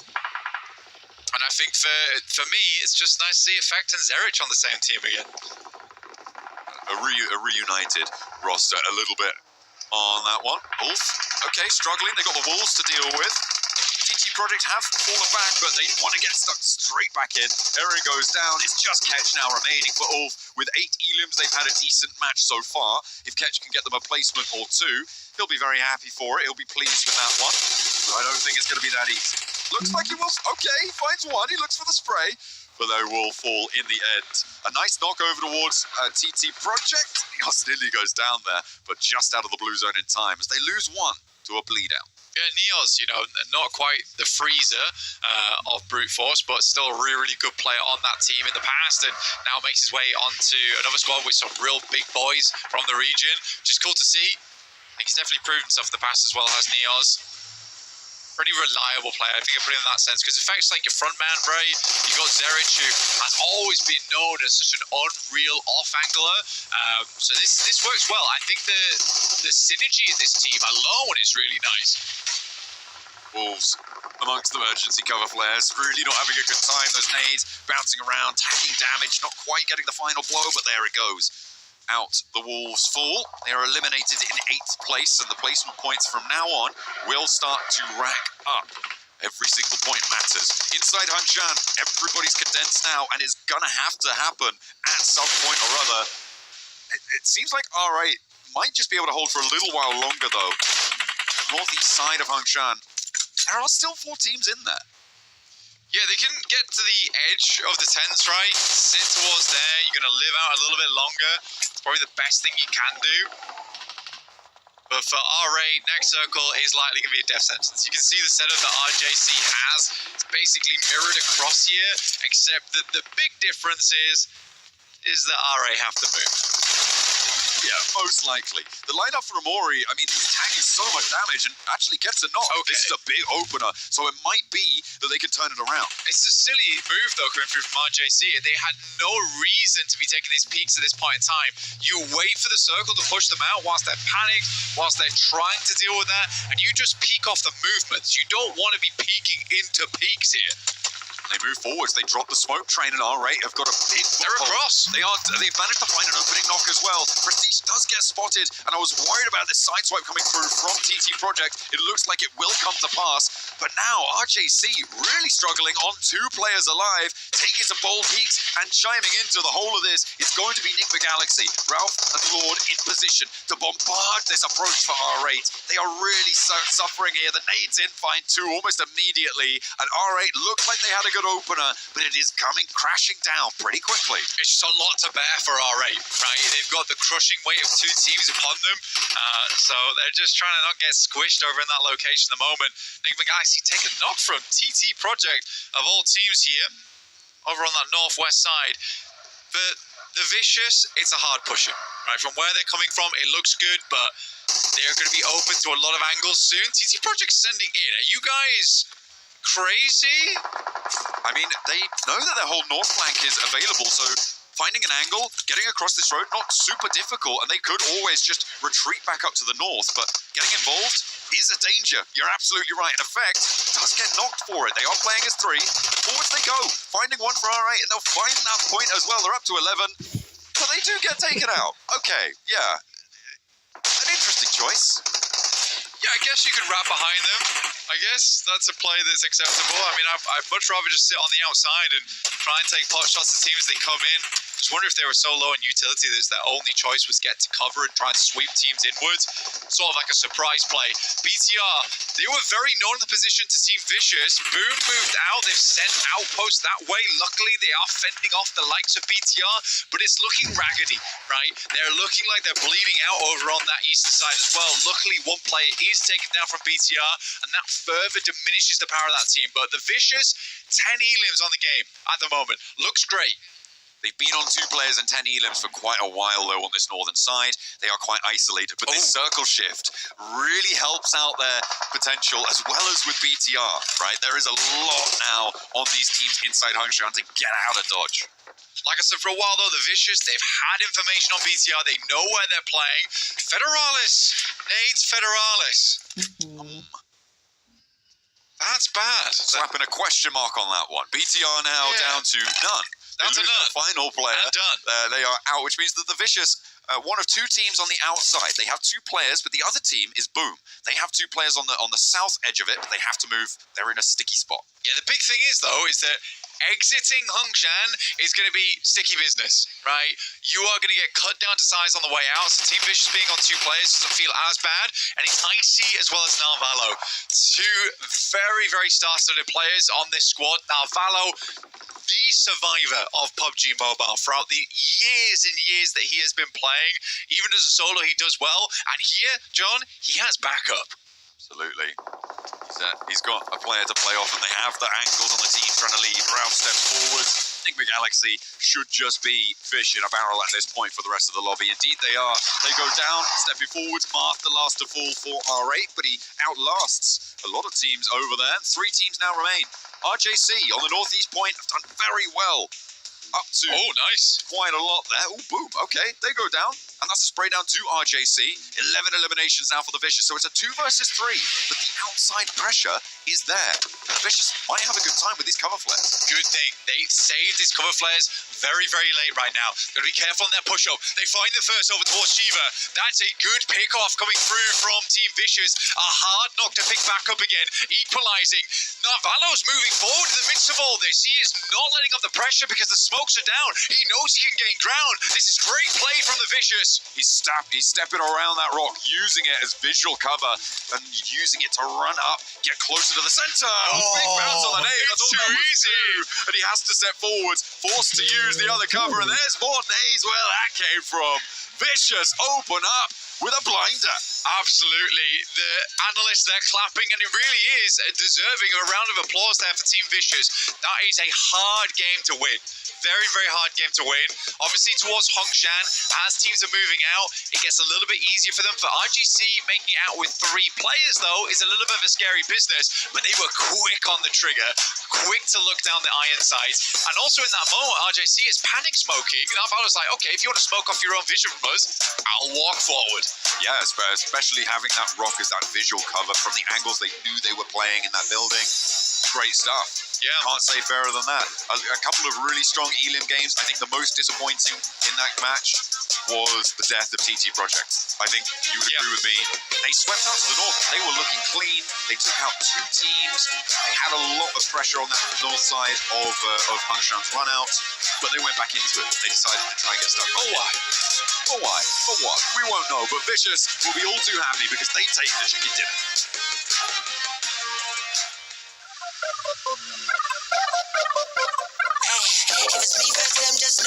this shit every time. Ay, if you tryna go, just know that you gotta wait in line. Ay, I ain't even in my prime. I'm just really ahead of my time. If I don't peak, I just know that I'm fine. Stuck in the grind, I be using that time. Put in that work, cause I know that work. And it's all like work. I be getting on the nerves of a listener's birth. Come get this work. It's the Vicious to pull out the huge chicken dinner here in Rondo. And boys, they did it in style. Oh, what a game. I really did not expect a Vicious win because it was down to just a duo. All the teams fighting in the city, but the thing is, everyone is fighting in the city, Seven. Yep. Infighting each other, and then all the stragglers are like, oh wait, we just won the fight. But no, you still have Vicious to get rid of, and Vicious just instantly got great nades behind those cover flares to wrap it up in style. Not even that, it helped them out that BTR, by the way. BTR, amazing push on Loops early on. And I love that they went past the first two players and they went up to the POI and just make sure they executed that full push perfectly. But on the opposite of that, I feel like BTR not being able to have cover flares, which I just ended up asking Federales, and he was like, yeah, we didn't have any. That ended up hurting just the end game for them because they had so much room to work with, Max. I mean, you didn't ask Federales. You were screaming, hey! Where were the cover flares? I couldn't go over there. Yeah, no, we were wondering why they didn't have anything. Because they just took down Loops. I was thinking they must have a ton of those resources. And in a finish like this, it would be a great piece of utility to have. But without cover flares, it's almost impossible to survive, right? Unless you can maybe nade the ground, create a bit of a dip for you to survive into. But Bigatron just didn't have enough to secure the game. And for the Vicious, something that I did enjoy is the way that they were able to control the fight against T2K. That was impressive, especially for Narvalo. They do end up losing him, but Narvalo ends up picking up 7 eliminations. He had a banging performance this time around. And they were spread, right? And you said T2K did send it on their location eventually, which T2K, not sure why they sent it that way. And it was a very quick response. Narvalo, I think in the first 5 seconds of that engagement, is instantly back on position in the containers in the middle of that open area and is able to actually get himself that clutch and get a ton of eliminations up to 7. And of course, the Frenchman is deserving of the MVP title of that match. Got it with that hog as well, putting in that work. I mean, Vicious, that's the kind of start that you're looking for right there. And you know, BTR, they came out swinging as well here, Max. Yeah, no, having a really good game from the get-go. Razak 1v3 and Dan Ching. Oh, that was fantastic fight. Really happy with the overall play from him. And then they go for that push over to the eastern side, and I think in particular going on to Loops, which is the fight that you were mainly focused on right here, Seven. This team is looking mighty impressive, and you know what? Good representation of Indonesia here on their local ground. It really was. For a second there, I thought it was going to be the exact same of what happened yesterday with Pandem, that they were just going to be able to control the zone, make sure they use that macro play, but man, the cover flares just didn't end up working out in their favor. Man, you can take a look here at the match rankings, and Seven, I know one team you want to talk about for sure is that X-Force Reject, that aggression from this squad. Definitely. They came out swinging. 10 eliminations, 6 placement points. That's the start you're looking for. Yeah, basically in regards to what I was talking about at the beginning of the show with this squad, they do have Karuja. Karuja usually is a coach that likes to play aggressive, and this is what I want to see out of that roster. In an impressive game, too, considering that I even said Africa, usually known as not one of the best regions when it comes to PUBG Mobile Esports, to see that aggressiveness out of the squad, and to have something that you told me, Max, 2 players that have 0 global experience. That is a massive first game. If anything, it shows that Africa has so much potential. You just need to focus it down in the right areas, and Koruja is exactly going to be doing that for this roster. I think that is going to be a great addition for that team. Though, going on to the second page of these rankings, we are going to be seeing some teams that maybe we're not able to really capitalize, and in one team in particular that was a bit shocking, Seven. DK went out before even phase 1 started closing. They were speedrunning Rondo. 2 minutes in. That's all it took. We're never used to seeing teams get eliminated that quick. I don't really know, to be completely honest. I don't know what happened there with that squad, but all of a sudden we blink and they're gone. And they're gone. Oh, that's a rough start for them. You know, I do want to go back to your point, so I want to really galvanize what you said there, because I actually talked to Shiva myself, and he was talking about what their new coach, how much he's helped them out with everything that they got going on. And one thing in particular that he told me that was really interesting was the fact that he only had 1 month to prepare for PMGC last year. And that was a really tough thing for them. This year, though, they came in strong with a lot of work. And I think that helps out big time, right? The fact that they're really prepared and they started off strong. Yeah, I mean, the more time you have, right, you're going to be fully prepared. For a format like this, though, it might still make it a bit tough. Well, they know what to expect too in regards to Karuja. They've been in the past with him. They had to kind of let go of him. He came back. Now they're going to be happy, and they're going to be staying with him, at least from what Shiva told me. They're going to be staying with him for at least 6 months.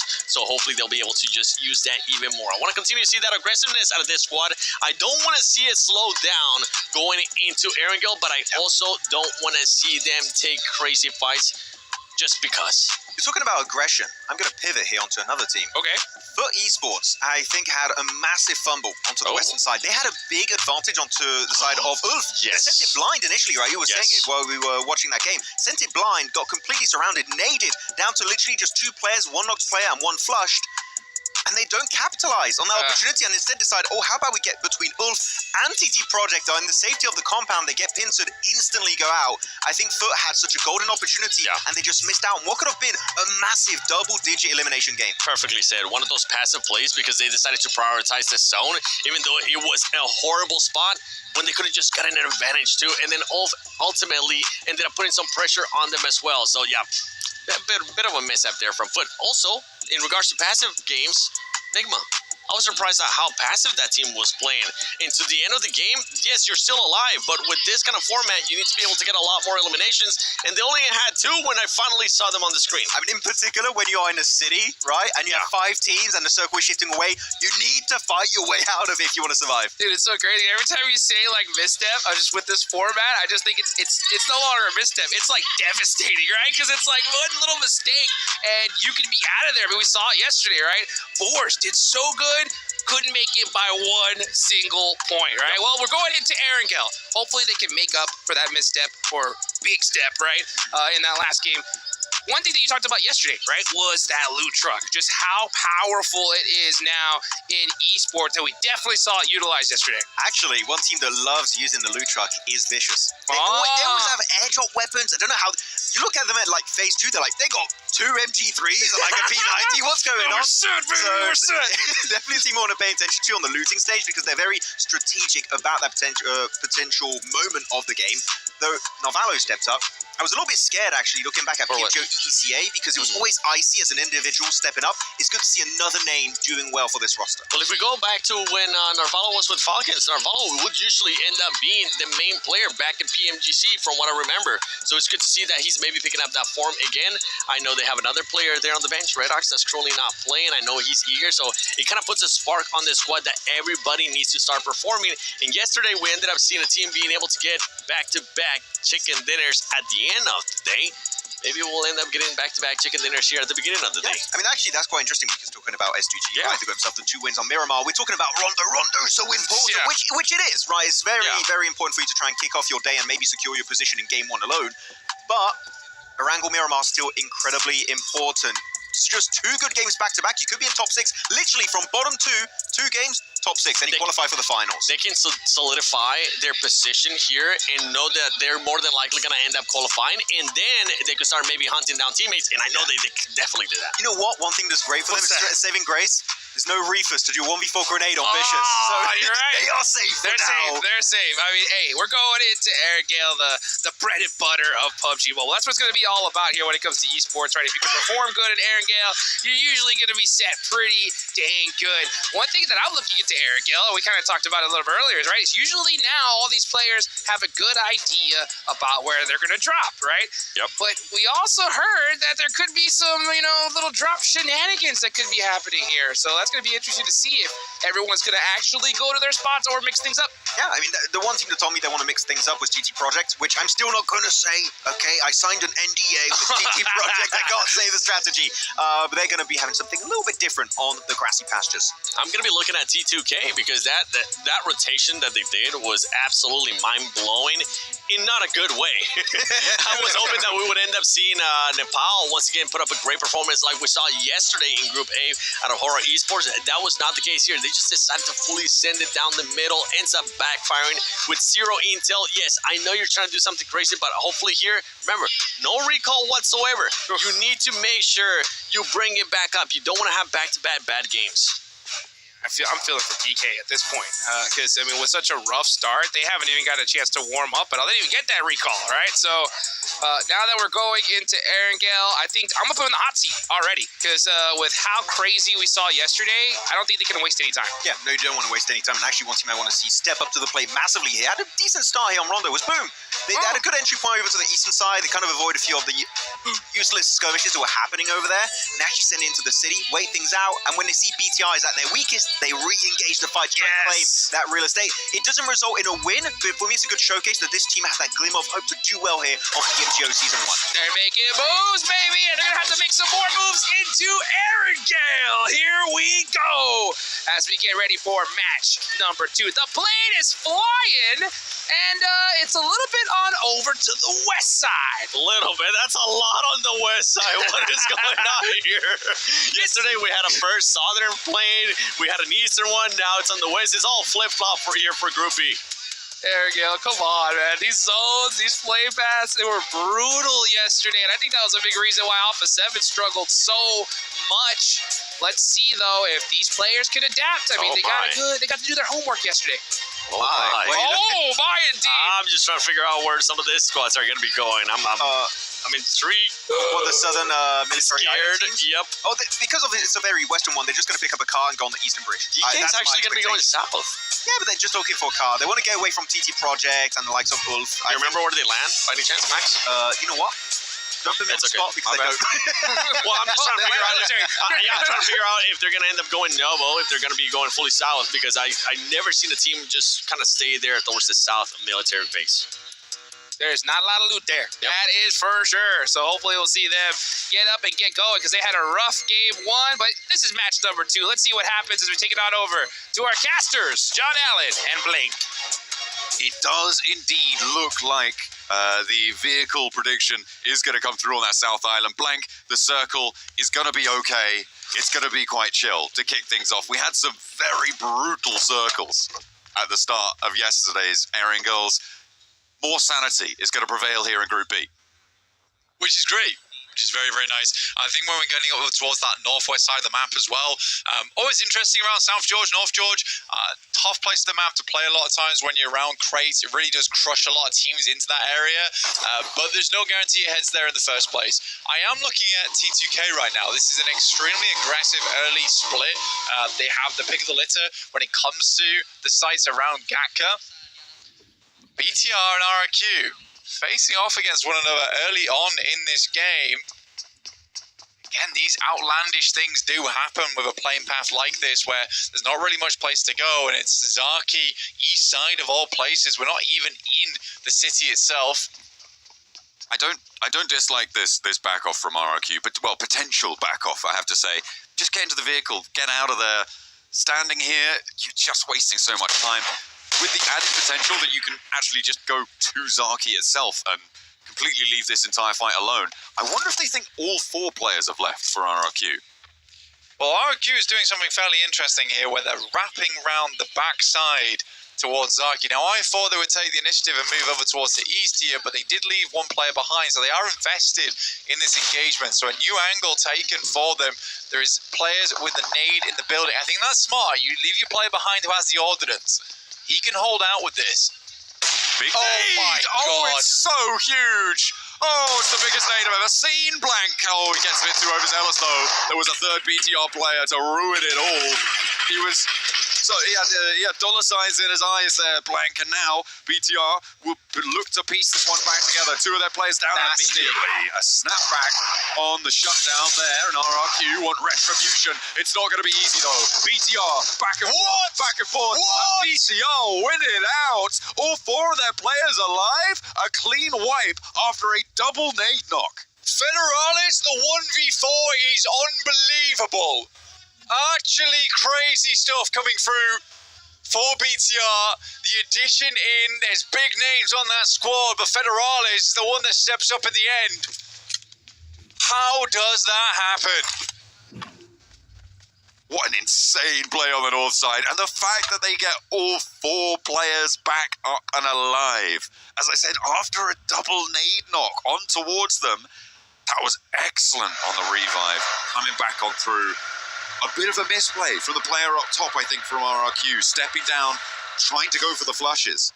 It was a little bit unfortunate there. He might have been able to take the 1v1, but did not expect the third BTR player to be stepping up and into it. It's one of those situations where you need smokes on the stairs, and I don't think he had any. Too early. Kind of confused on what RRQ was trying to go for, right? I mean, you go to the north side, you get new angles on it, you get the first nade, and I do think they were slightly delayed in their approach to assist. So I think I have a series of events that kind of make sense.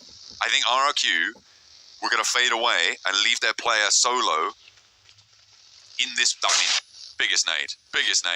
Leave this player solo in. But BTR definitely knew that there was a player in there, and RRQ had already tried to think about leaving on this angle. We take a look at Federalis stepping out and just doing the dirty. It was pretty beautiful stuff coming on through. So I think RRQ didn't know that BTR knew that there was a player in that building for them, and that might have contributed towards it. But it was, it was unfortunate that they weren't able to get that regroup in time. It's a tough task. A gap in knowledge feels like the only explanation. It is tough task. Well, I mean, it's skill issue. Okay. You got completely outplayed by Federalis. It's sad to say, but it is the case there.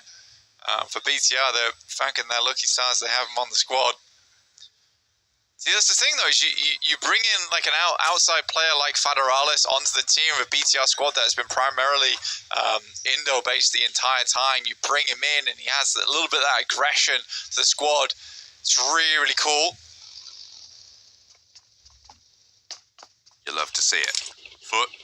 They've moved to the southeast side of Hospital, close up towards Everest foothills as well. Looking to try and have a transitional point. A lot of freedom to go west, to go east, to try and wrap around this. They're closer to the edge of this current zone blank, but they do have, as I said, more freedom to be moving in and around than maybe some of our other teams. Into zone 2, that's where they'll try and leverage that advantage. We'll see if it will pay off. TT Project, they're holding the bridge right now, and Ulf may just walk into this trap. They didn't really move all that much, and the guys were talking about at the beginning of the game there, since you grab those vehicles and you start figuring out what your direction to leave is, but there's a lot of pressure to leave on the Western Bridge. TT Project knows that, holds over towards here. They should see the beachhead, right? You should have the sight lines on this one, so they probably see Solus leaving over towards our eastern side, but there's been players left behind. I think the TT Project's trying to figure out what's going on here. They are playing very quiet there. They didn't take shots out to Solus. Solus didn't draw any fire. Ulf, very, very cautious on this bridge. To be fair, you might expect that a team is going to try and bridge camp you here. You know that there were at least 3 teams on this island. Are they just stopping off for some late loot? Okay, they're more. I think they're actually more worried about the far side of the bridge. I don't think that's the case. I think they know that TT Project's here. I think that they send Solus to try and distract, so the wraparound can't come through. Solus does try and make a pretty insane path back towards the team, though, which I think was unnecessary. Now we need good shots coming through from Darius. This guy used to be the master of the AR. Now looking to bring that back to pass, but misses on the first 2. Scarface should fall down, but he finds the first shots over towards Neos. It is paid back in kind, though. 2 players down for Ulf. They will be moving on as 2. Not going to turn around and get stuck into this one. The res is very possible here. Ulf may try. No, they're not going to. They're not going to try and set up on this far side and get a little bit of revenge. Maybe have to take that back, though. Okay, they do stop off. What's going on? It's okay, bro. I thought they were going to just get out of there. Why not? You're playing as 2. They're picking each other back up again. I wonder if the vehicle is absolutely battered. That would not surprise me. The circle heads very north on this one. Like I said, you're around Crates, you're around South George, you've got North George involved as well the forest that sits around shooting range. But there is a big old funnel here, right? You know, Everest is a still massive prominent feature inside of this circle. I would say the south side is very tough to play because you're either playing over towards Ruins, which is a place where you want to end the game, not necessarily where you want to start from, rotating through over towards Box Compound, just over towards that northeast side that currently Boom sits around. Difficult game for a lot of teams. Luckily, most players are already on this western side of the map due to the playing path. you can as well, in this early stage of the game, go for a big eastern wrap, right? East of Rozhok, maybe even to Yasnaya, potentially, through that bridge, and enter the circle on the north side. The north positions seem so much freer right now in terms of mobility, in terms of not necessarily, well, and occupancy right now. Absolutely. I'd agree with you. The north side is so much more open. Unfortunately, getting back towards the south is the difficulty, right? You play on the north side, you're gambling with the circles moving north, because if you are not in Crates, you are not on Everest, you are not in South George, or on the coastal positions, you're locked out. You're not in the game. Yeah. The bar has been dropped and the door is completely barricaded. So I do think it's a tough one. It's a lot of tough decisions. I think Rozhok Bridge probably going to be the most likely point of injection for a lot of these squads. DK's already heading up there. You got Wolves coming through. The remnants of Wolf to slip on by stealthily as possible. Don't think they're going to be able to do it, though. I think, yeah, Aaron trying to move in behind. Ketch has been spotted by Foot as well, who are playing around Boatyard right now. Wolves are going to go for the crossing. We saw Geek already get across, so yeah, all of those teams making their way on through. Looks like we've only actually got 3 teams on the south flank. We've got Hustler Crew there. We've got R8. We've got T2K as well, playing on that south side. And everybody else going to try and commit up towards the north edge. Yeah, like you say, it's way more open. You know, it's easy to find a spot here, and a lot of teams were far on that south side to begin with. They realise that the options are looking thin for them. Hustler Crew, they take a very big split across ruins. They've got Castle, they've got the compounds that sit underneath Everest. It's a good way to set up just in case you do get a hard south shift on the circle. How likely that is to be, I'm not sure. T2K do a similar thing with Crates as well as Everest. They are trying to confirm as many positions as they can on this south side. We're about to see the circle shift now. See who it favours. TT Project on a very low rotate. They're just past farm, I think. That is, you can see on the picture-in-picture, the circle does really start to commit up towards the north side blank. Hey, guess who's over there? It's the Vicious. They're currently central position on the map. You're right. Jukes was talking, is it the back-to-back at the start of the day compared to the back-to-back at the end? Potentially. A back-to-back? Maybe. Could be. We'll have to wait and see. Vicious in their central position, though, do need to hold out these hills, and we saw how many teams had committed up to the north side already. They'll have a lot of people trying to poke their noses in right now. Yeah. And they're playing still fairly split, about 200 meters between some of their players at the moment. They're going to coalesce to a 2-2. It's not how you want to start it. Ooh, very well maybe flushed away. Indeed it is. They're down to 3 players, and that central position just got a lot more untenable. Well, this is a mistake. This is a mistake coming through from the Vicious. Right now, Wolves also taking a lot of damage on side, but it's a mistake from Vicious, right, where your eyes are bigger than your belly, right? That's the problem, where they try to hold so much space there towards the center. They should have known that there is an incredible amount of teams on this north side. I think you become happy with the fact that you got center. You don't try and go for these 200-meter splits. That's unfortunate. Maybe they were just caught in flux and weren't expecting the pace of teams around them. I'm not entirely sure, but you're right. A bit of a misstep there. Loops going to try and challenge them in that central location as well, but turning around, just getting some information, sending a scout out from their compound. Will not fully commit just yet. Still, we have 2 teams on the south. As Hustler Crew have managed to get all 4 players up into the north side. Yeah, still passing by on Boatyard towards Middle Island. Sits on the river. And they get themselves over towards that southeast. They could deal with TT Project, currently playing a massive split, by the way, on this eastern side. But for them, I think this is more trying to put a little bit of pressure on the bubble, right? See where they can pop it and make their way in. It looks like they're going to go for a south shift on this one. They're going to rotate down, see what they can get done versus Hustler Crew and potentially Boom. Will knock over towards Hustler Crew. That is in the main cabal of their team, so they could go for these reses. But yeah, TT, they are just sending it all the way down south very, very quickly. The flush comes out as well as RJC seem to have angles on this. And TT Project descend almost immediately to try and get their way into this next part of the circle. A nice answer. That's Boom from the north side. Got to slow them down on the approach. So even numbers now between TT and Hustler Crew. But Neos makes short work of that.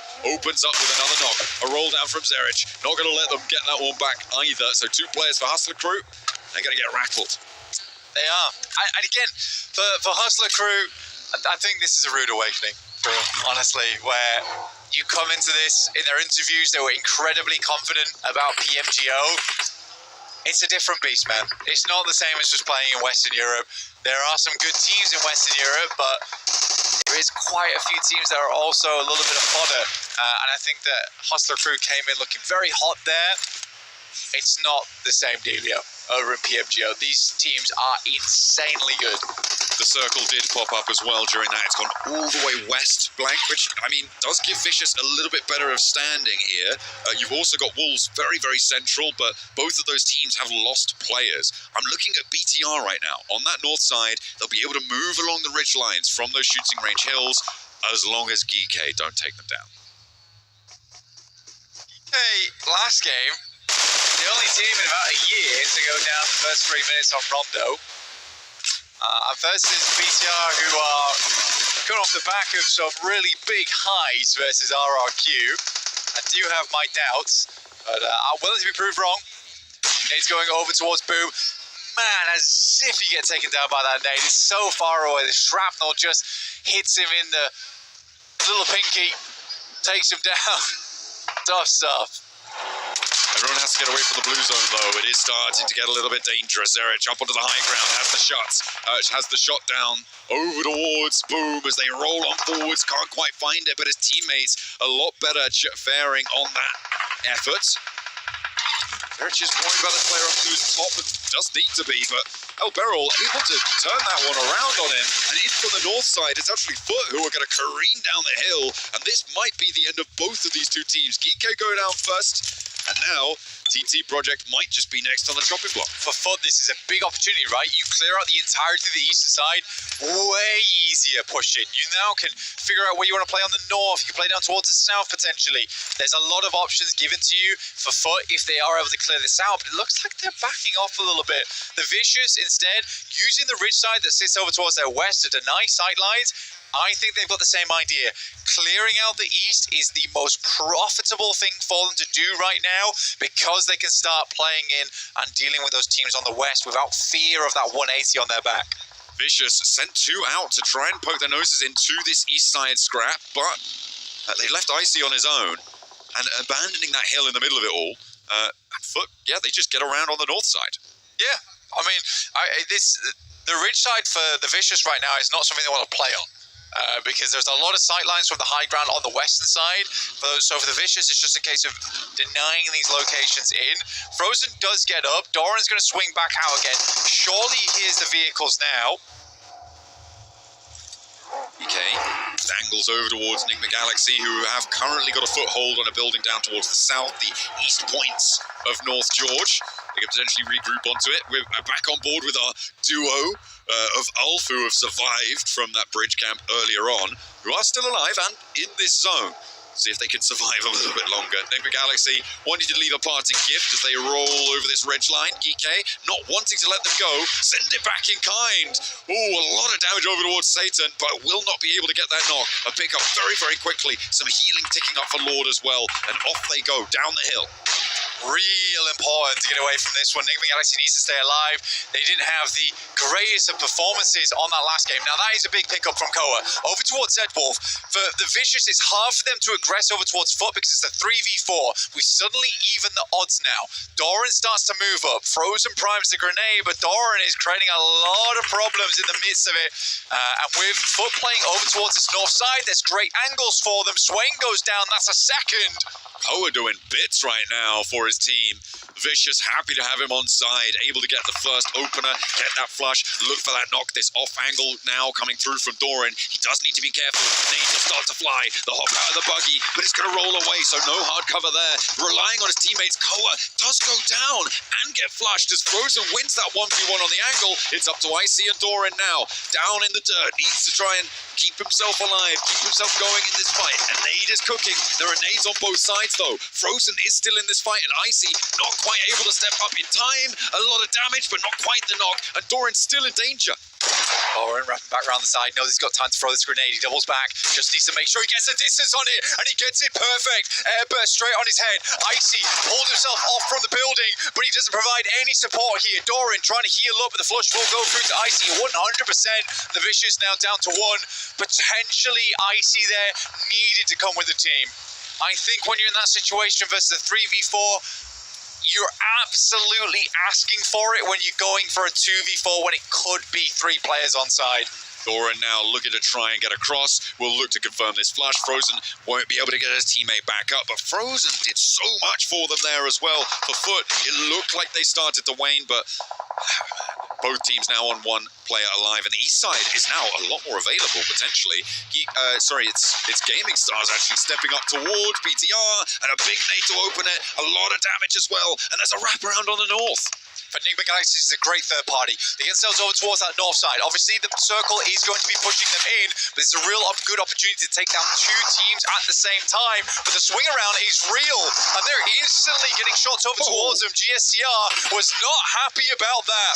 Goodness me, those are the stars in your eyes right now. Gaming Stars rolling over the backlines for Enigma Galaxy. 2 players down now. BTR weren't able to chime in. They were too busy getting their teammates back up, but now they can start to march forwards. They can sweep out this northern edge. No one's pushing them. No one's going to stop them as they roll up the hilltop, looking to try and sweep everything aside. Gaming Stars are being dismantled now, and BTR with 4 players alive, 7 elims on side, get rid of the thorns in their side.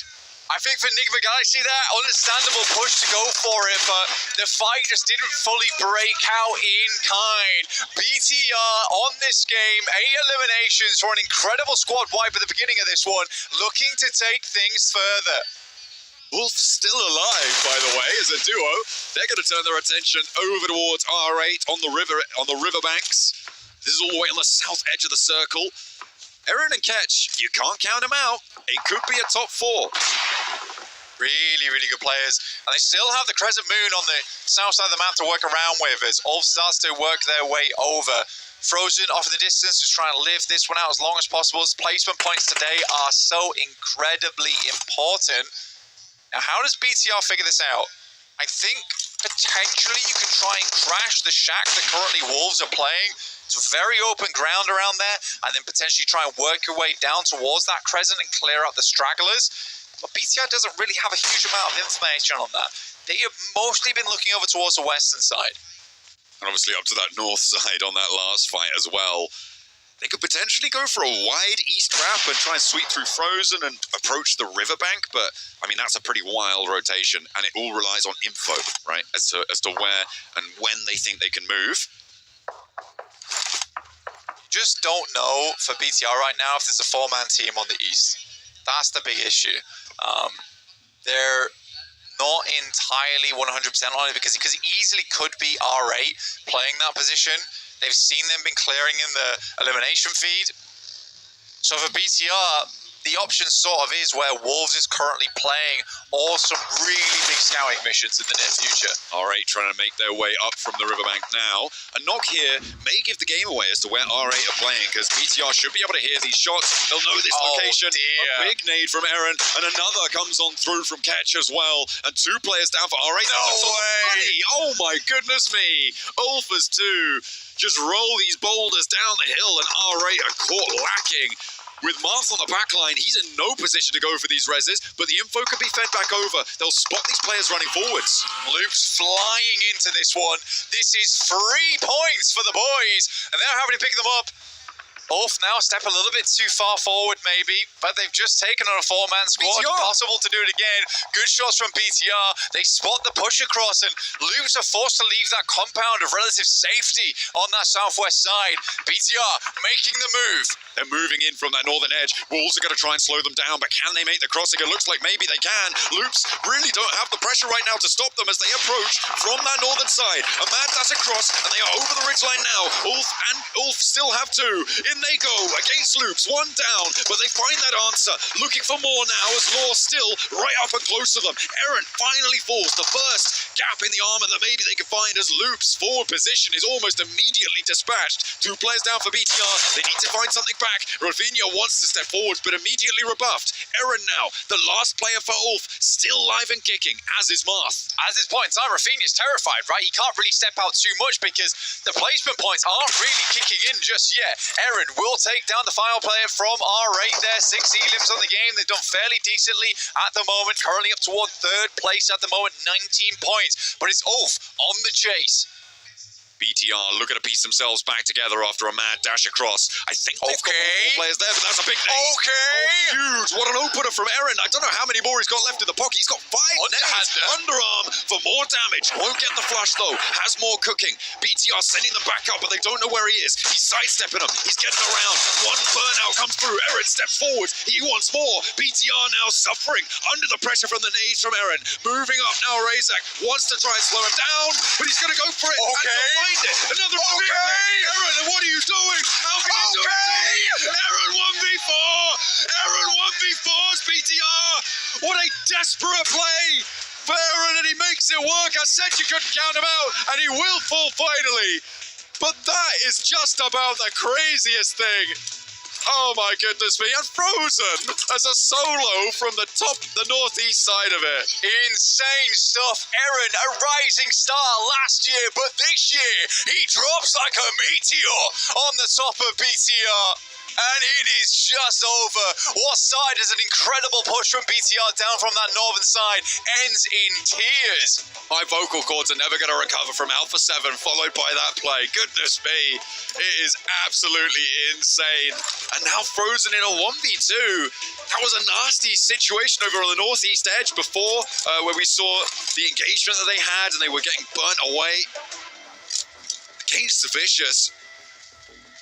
And now he has a chance to take it all home, maybe find that chicken dinner, but so do the Wolves.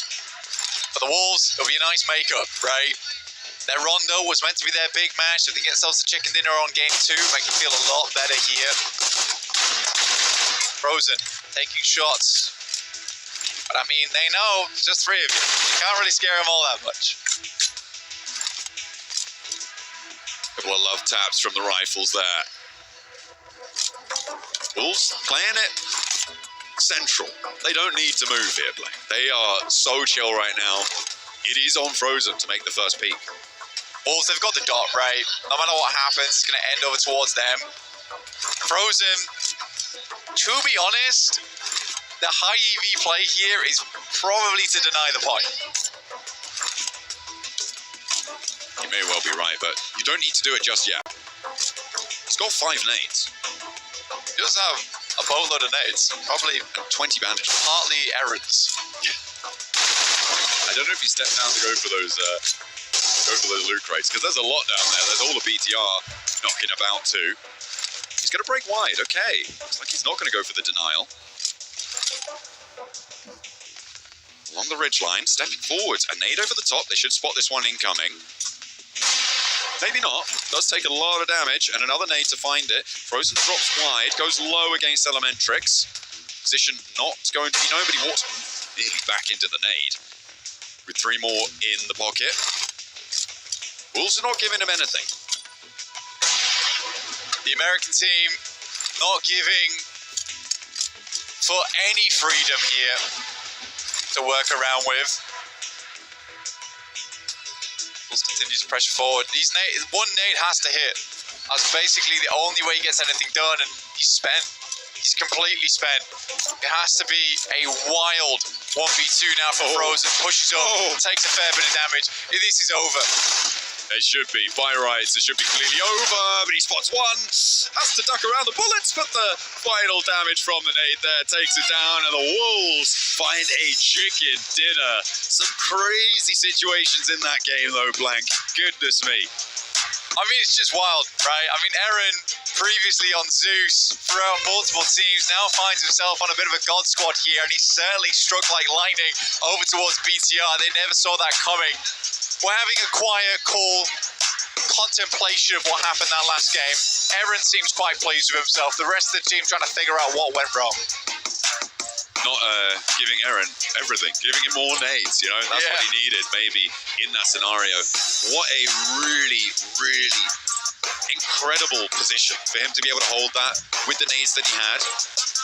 I mean, Frozen was able to close it down, but that kind of is the standout play from that game. Yeah, again, for Vicious, it's just these tiny little mistakes that can cause you big problems, but those mistakes can then be broken down a little bit further off the desk.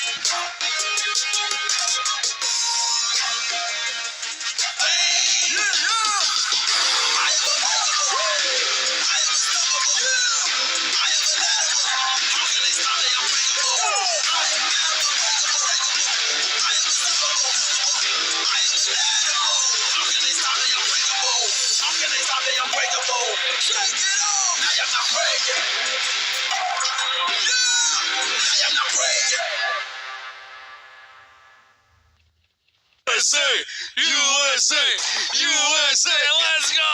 The Wolves end up getting a chicken dinner, but hey, you know who cares about that? We gotta talk about that end game, guys. That end game was absolutely ridiculous! Okay, we need a 2-hour podcast to break down whatever happened. Welcome to our podcast. Yeah, I mean, there was so much happening on that eastern George Pole mountaintop. Yep. Initially held down by the duo of Ulf, pushing up by R8, and then when that fight kind of falls apart, Loop send it, followed up Great by awareness, by the way. Bigatron.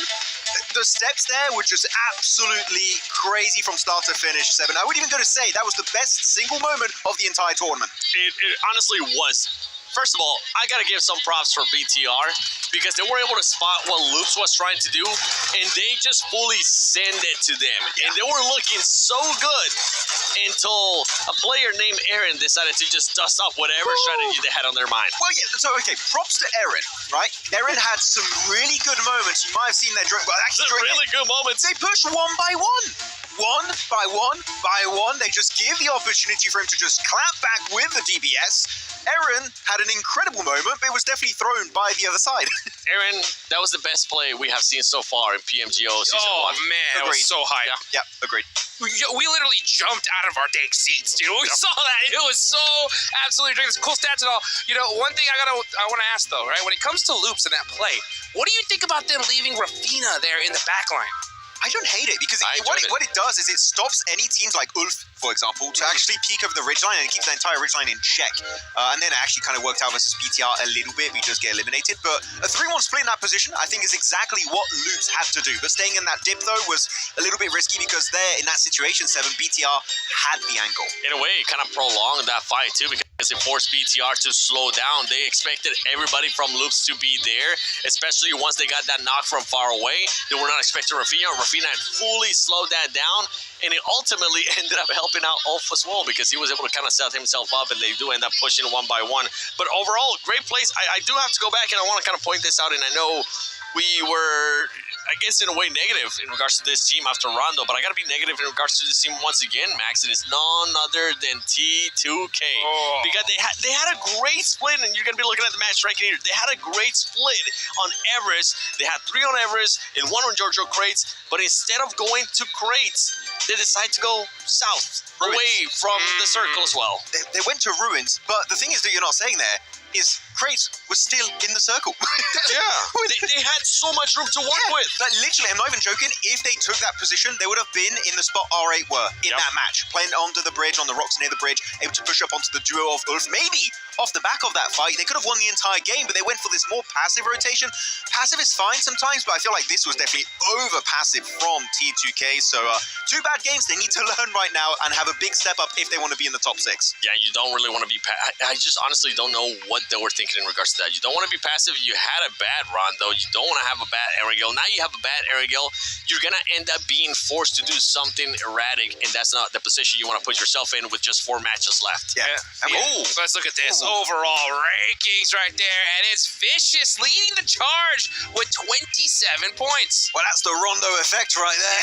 Happening here for Vicious. But actually, you know what? We're going to talk about Bigatron. Because, Oh my gosh. Oh my goodness, these guys love hot drops. Danching in the last game here on the outskirts of Zaki versus RRQ. And this time it was not my boy Razak stepping up, right? It was your boy stepping up.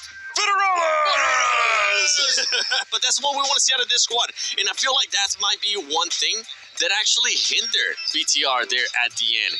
Yes, they were able to make a push at the beginning on loops as a squad, not as individuals. But at the end, when they ended up going against Aaron, it seems like they were just too eager to finish off the fight. They weren't thinking as a team, and they were just thinking as individuals, and it hurt them in a big way. I'm going to bring you up on another topic here that you were very passionate about. Northwestern side, there were 3 teams fighting outside of the zone. BTR looking to actually gatekeep them. Yeah. And it got kind of saved by Nigma Galaxy, right? In the weirdest fashion possible.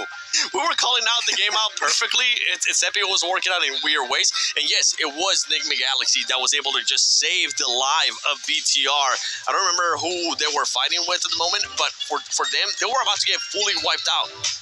Nigma Galaxy saved them in a big way, and it was good. It was good. Yeah, it was good recovery for BTR. But yeah, at the end, I mean, it's just great plays. But at the end, you need to make sure you end up playing as a squad and not as individuals. I think even Bigatron was surprised they were alive. Dude, like, right? we're alive. I guess we go for like a Great recovery though from them. Home court advantage is a thing at this point, right? I mean, we saw it happen yesterday. We see it happen here. BTR is coming out swinging here. They're representing, and that's what I love to see. You know, I know Group A was like the group of death and everything. When it comes to Group B, though, I don't know if it's like the group of like tacticians, or I don't know what those actually describe it as, because they're all playing this so dang well. Everybody is just making the right plays at the right time. There's not one team that's currently dominating. Yeah. And that's kind of what it comes down to. Yesterday, what we saw a lot of is one team that was just dominating in a way that they were getting most of the points. Right now, that's not the case. I mean, we saw it perfectly on the overall. You saw first place, 27 points, all the way down to 6th place with 19 points. It's even more compact than yesterday. Actually, I want to go on a little bit of an early stage. We talked about the last fight a lot, so I'm going to take us a little bit back here on Circle 1 with the plane path. Western Bridge, from Military Island over to the mainland. 2 teams involved, TT Project and Ulf. I don't think TT Project intended of gatekeeping the bridge as much as they did. But the main issue I had is Ulf sending it without checking if a team is going to be set up over there. Cost them 2 players. If they had 4 players in that position, I think that was an Ulf win waiting to happen. You don't think they were being set up? I thought that TT was actually setting themselves up for it. With the angles that they had, they expected Ulf to just fully send it like that. And one thing that I didn't actually like about TT after that fight, after they ended up eliminating 2 players, if I'm not mistaken, from Ulf, was that they decided to just go all the way around. The reason why I didn't actually enjoy that is because the circle at this point was very far away from where that fight was going on. If they knew Ulf, if they did a little bit more research on Ulf, they know that they were just going to be fully focused on getting to the circle, especially when you have less than 4 players. You don't have your full squad anymore. I feel like they just took out way too much time on an unnecessary rotation to the east. I do think because it was a very Western playing path, it kind of forced teams in the positions they don't usually go to, like Geekay, right? I think that really caught them off guard, and they have to try and adapt because you've got 2 more wrangles, so you better try and fix that. Otherwise, that's really going to cause an issue for, again, your only 6 games you have total today. Man, it's so crazy here. I think that this group in particular, more than any other one, right, or at least in Group A, just shows that you have to capitalize on every opportunity you get, right? When it comes to one game where you get gifted a zone, you got to put some serious numbers on the boards because, I mean, we saw that push all the way from the other side from BTR. That timing was so incredible, you can't guarantee that you're going to get another good match. You're talking about teams being able to take advantage of what's given to them and, like, put up some serious numbers. We were looking at Wolves there at the end. They were alive. They only had 1 elimination. That was the most given. You can see they only ended up with 2 elims for that win. Hey, we'll the take most that, given win ever. They fell asleep a little bit. Like, the game's still happening. We're taking the match ranking, dude. They're in 3rd place. They got the 3rd most points in that one. Hey, but if you're giving it, you'll take it, especially here at this point. 4th place overall. Yeah, that's what it's all about. You know what? The timing was right at the end. We're joking about like, oh, okay, all the other teams having big fights, but the timing was right. They took the ridge line, they used the circle to force that one solo player coming their way. And it just didn't work out. So GG Wolves getting a win, but I feel like if the circumstances were a little bit different, it would have been a little bit harder for them to wrap up that as a chicken dinner. A lot harder. But one team that we didn't really get a chance to see in regards to placement points, but I do got to give it some props because they're continuing to just go on the trend that I thought that it was going to be going. It's none other than X-Force Rejects. They were able to get 4 elimination points in this Erangel, and honestly, for this squad, I had 0 expectations for them. I was expecting them to be, and as bad as this sounds, I was expecting them to be in the bottom 2. Right now, they're showing me that they can probably be a team that can be in the top 6. Well, let's see who's going to be in the top 6 at the end of the day. But this is match number 3. We are going into Erangel once again. After this match, we are halfway done with Group B. And we can take a look here at this play path. Woo, we're going to the south side on this one. Well, again, it's not good. Wait, this is the same plane path from yesterday in the first Erangel. Aurora, no! Luminous, not them. Wait, what's going to happen now with GK? He's going to get a freebie there in Novo. I want to see some of the other squads. What are they going to be doing? Actually, I think TT... you have to be aware that you might get gatekept again. Yes, but TT Project normally, I think they're going to be the ones trying to make their way into Nova. That's usually one of their past locations, unless they decide to just relinquish it fully to GK. And it seems actually, yeah, they've just given up that location entirely. So no. And they will be going for their secondary drop location instead of usual Novo. But yeah, very southern. These planes, it doesn't like Group B that much. Dude, it didn't like Group A either. Even the Rondo was a bit weird, right? Yeah. This is going to be wild. Are we going to get that military circle, though? That's going to be the question. Will it go down south? We will find. Is all switching it up, boys? Oh. I'm not seeing all. They're going to mansion area, shelter mansion. Yep. Oh, okay. Which makes sense. Yeah, you don't want to get next to TT Projects. They learned their lesson, but guess what? Gaming Stars is going to take advantage of it. Gaming Stars are going to be going for military base instead, so a big little bit of a change here we are witnessing for these teams. Well, let's take a look at the circle. Oh, wow. So not a military circle. It's going all the way up the top. But let's go ahead and take it on over to our casters, John Allen and Blank. All right, we're going up to the northeast this time around. Thank you very much, Hot Duke 7 Max. We are going to be heading into our second Erangel of the day, match number 3 of our 6-match set for Group B. The plane paths have been pretty nasty, I think it's safe to say, at PMGO. It's just what we're delivering, I guess. That's what we're pulling out.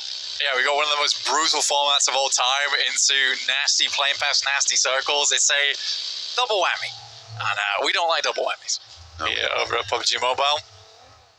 Last game, something to behold, honestly, from Eren on his 1v4 to BTR with Federaz. I think it was a 1v3, actually.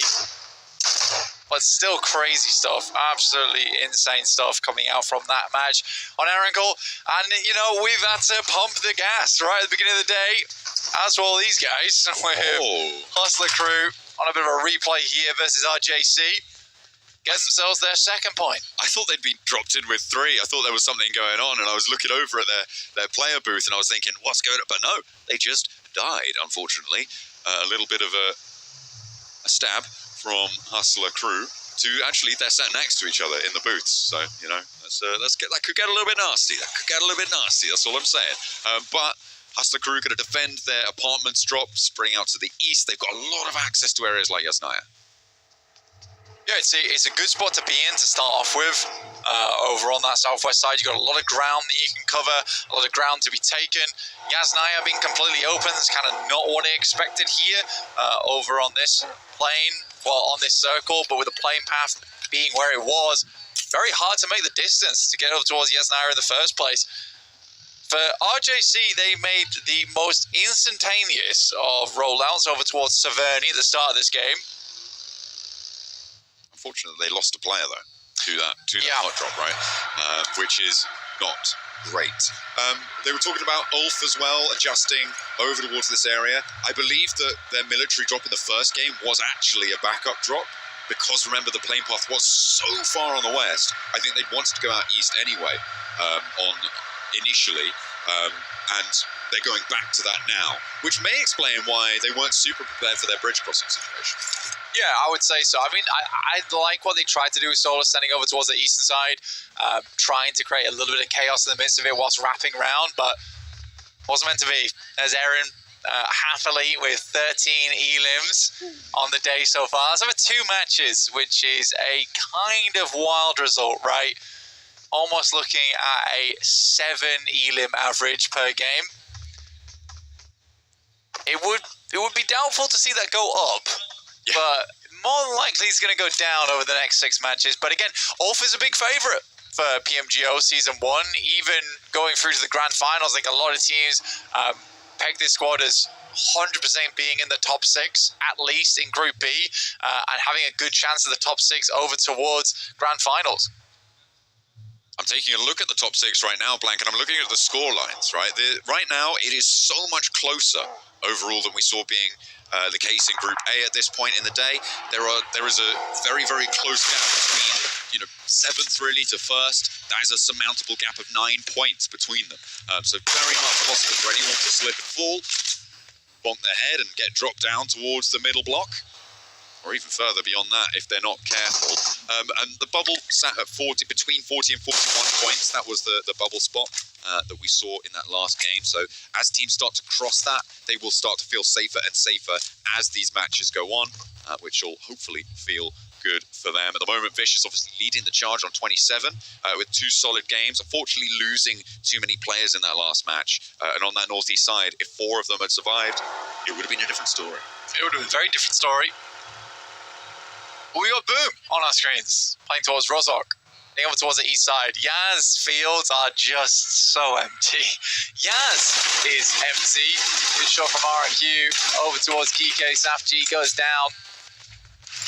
Weren't expecting this one. RQ on a holdout on the south side of Milta here, and more shots raining through over towards Kike. They've got the hovercraft too, so quick maneuverability and a tanky vehicle to be running around in. Kike just going to try and slip under the purview of them, but RRQ are right there with that backstop position as well. Genfos does get spotted though, and knocked. Okay, this should be a flush over onto Genfos. Don't think they're going to be able to keep him under control. Ragnarok should have enough cover to just go for all that flush. Nasty stuff. So RRQ try and lay a trap for Kike, but they bite back. Yeah, Genfos going down is really bad news because honestly, for Genfos, he was the big piece of the puzzle here for RRQ. The hovercraft does come through, the player goes down in the front lines. It's not good for either side though at the moment. The part able to get his teammate back up and into action, much less likely that Ragnarok's going to get his teammates back on through. A solo survival effort may be what it's going to take there. After the revive, the part will just step on forwards and get that flush. Still at 3, but you're losing a player like this early on in the game. We do need to keep saying this over and over that for a lot of our squads here, one bad game can be the difference between being out in survival stage and getting into the top 6. For instance, for Hustler Crew, EK, both teams with 3 and 2 points apiece. You look at that, and right now, we're sort of thinking survival stage at the minimum. It may well be the case, but right now Hustler Crew are pretty convincingly in a central area. They've got an elim point already on this game. So could maybe turn things around, but they've been in central positions before. It tends to be what we've seen from them, right? Getting central early, then not quite able to convert in this global lobby. And it has been unfortunate for the first 2 matches. Won't count them out just yet. Yeah. In my book, an S2G is possible, but that it is very, very unlikely. But again, we have to give credit to Hustler Crew. Like we said before, super unknown team, very little experience on the main stage. So I do think for them, this is a learning experience, right? That's how they should look at it. I think that you're trying to test the waters with a lot of these teams that you maybe haven't played with before either. So yeah. Again, I think it's a big thing that I need to consider as well, just for teams getting into this who maybe just don't have that information just yet. It's just a tough format. It's just a really, really tough format for that to happen. The rush for Stalber now.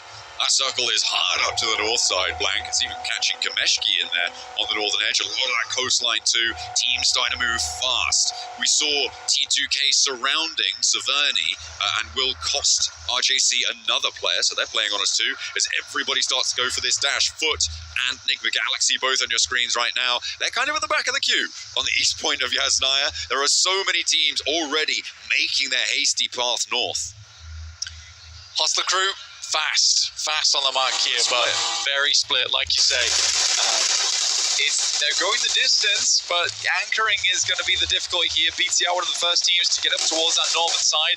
The Vicious made a wide wrap over towards the western side of Stalber, actually getting a little bit further ahead of BTR. They're one of the only teams on the northern side. I'd even go as far as to say they are the only team on the northern side of this circle at the moment. So it's going to get very messy on the south. Oh, T2K on the northern side. Gonna have a good time potentially. Enigma Galaxy losing Ralph. They are now down to 3. Wolves take a knock as well as Gaming Stars step up to it. They are going to struggle to get that one back up. I don't think they are really going to have any hope of getting that one back into play. They're just going to have to hunker down and play on us 3. We'll have to try and regroup as well onto Baton. This location as BTR stand to their south. Yeah, I don't think they're getting it. With such a southern playing path, this is what's going to happen, right? So many teams coming up from that south side. The Vicious play a blinder by getting over towards, T2K play a blinder by getting over towards that northern edge of the map, which is great news for them. No one else is going to step there. I mean, R8 on the western side may actually be able to get up towards the top of Stalber and make it pause for thought. But T2K looking to take down the rest of Wolves, who have already lost Elementrix as well, which puts them on 2. So quite a bloody rotate up towards this northern side for a lot of our rosters. A lot of damage being dished out, but there have been quite a few full 4s that have made it through. T2K will sort of preside over proceedings for the time being and see what they can see. For the teams further down to the south, there is still quite a lot of ground there that they can cover. Yeah, it's about stabilization, isn't it, really? Nice shot from Slonic. We'll fight Fearless there. It's a great pick-off for Wolves, who needed to get themselves into a bit more of an even footing versus T2K. Sadly, Federales, from the off angle, will find Slonic, and Nate doesn't quite find him. But is that spot very resable? I would probably say no. Certainly not. BTR will be denied the point, however. That will go over towards T2K, but losing Fearless there. Nasty when they're looking to try and leverage every angle that they can. That's going to give R8 a better time there. And actually, TT Project, all the way out on the west side, they've been late on this rotate in the last game. They're going to be similarly delayed on this rotate as well. They're going to be inserting from that western edge. Past R8 though, and it should be a 4v4 on that angle, but actually for the south as well. Foot are going to crash into the R8 compound. This could be a great opportunity for TT to try and third party. It will be. I mean, they do need to get themselves over towards this position. On the southwest side, that compound is usually very, very nice for the likes of R8 as well as Foot, but TT Project still a ways away. Information gain not really there for them either.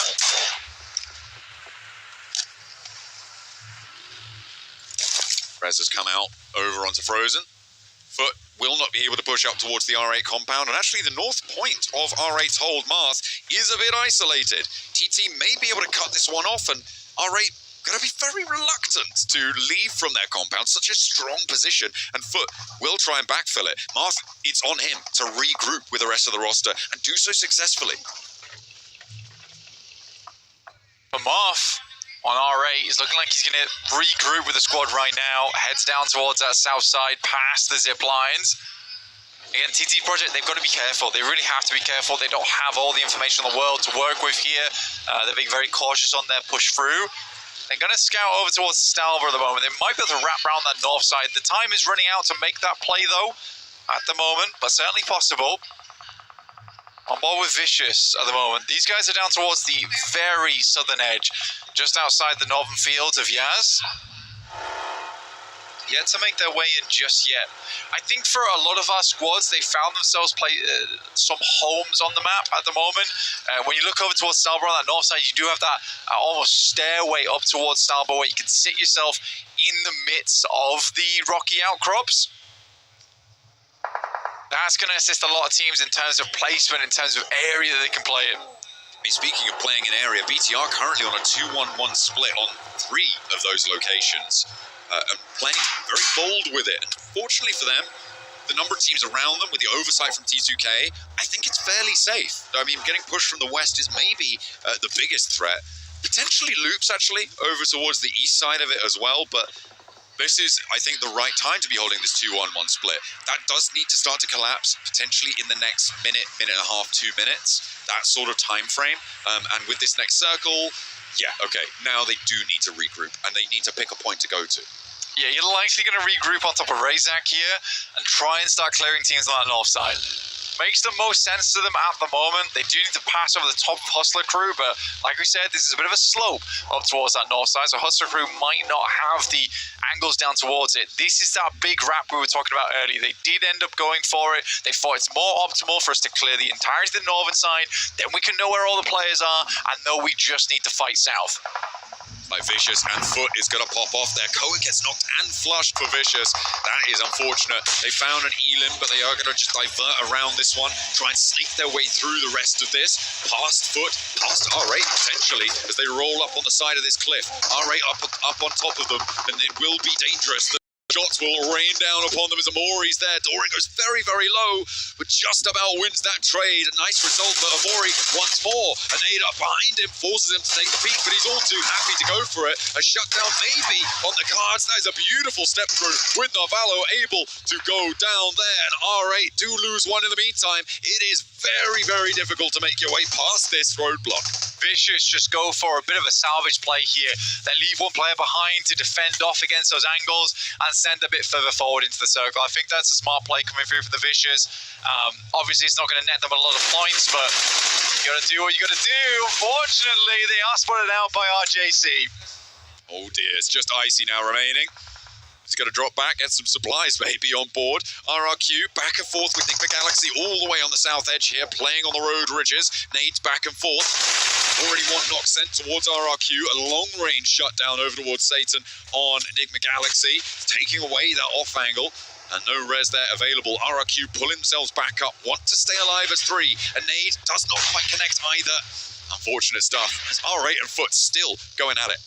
It's raging over this side. I mean, Frozen, last player alive last game, last player alive here once again. Ketch does find Lord. That's all through. We're starting to make their way in from that southeast. And I think the R8 should comfortably clear. Frozen, you see there, starts to puff off with the S12K. I mean, he got into second place in the last match. Enigma Galaxy, they've only got one player around the rock. 1 and 2 nearly go down.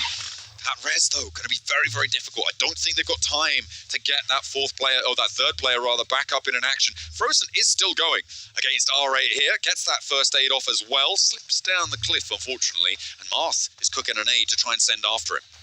And Marth's going to try and launch it. Goes a little bit further than he might have expected. One player down in the front does not have time to go for this res here. The second goes even further. He is sort of whiffing here just a little bit.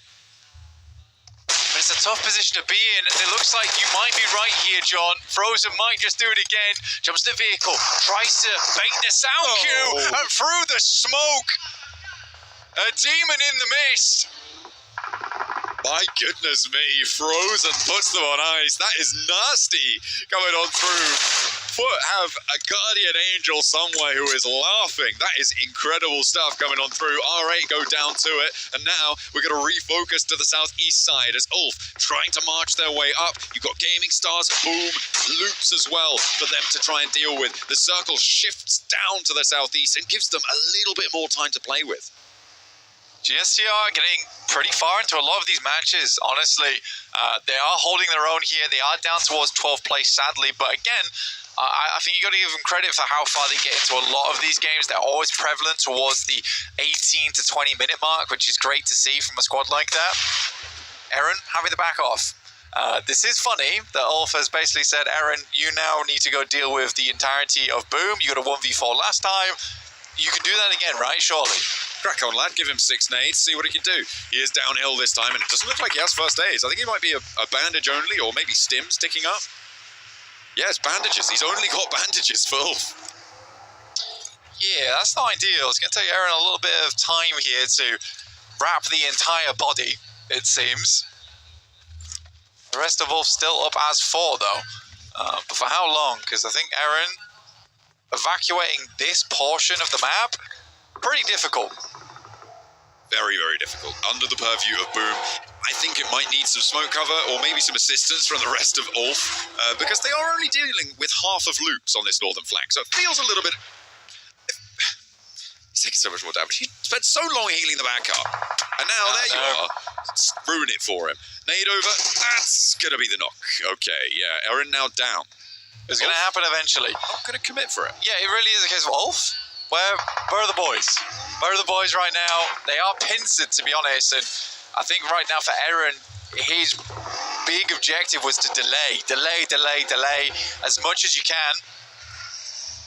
But Boom are moving in, and they're about to be stuck between a rock and a hard place.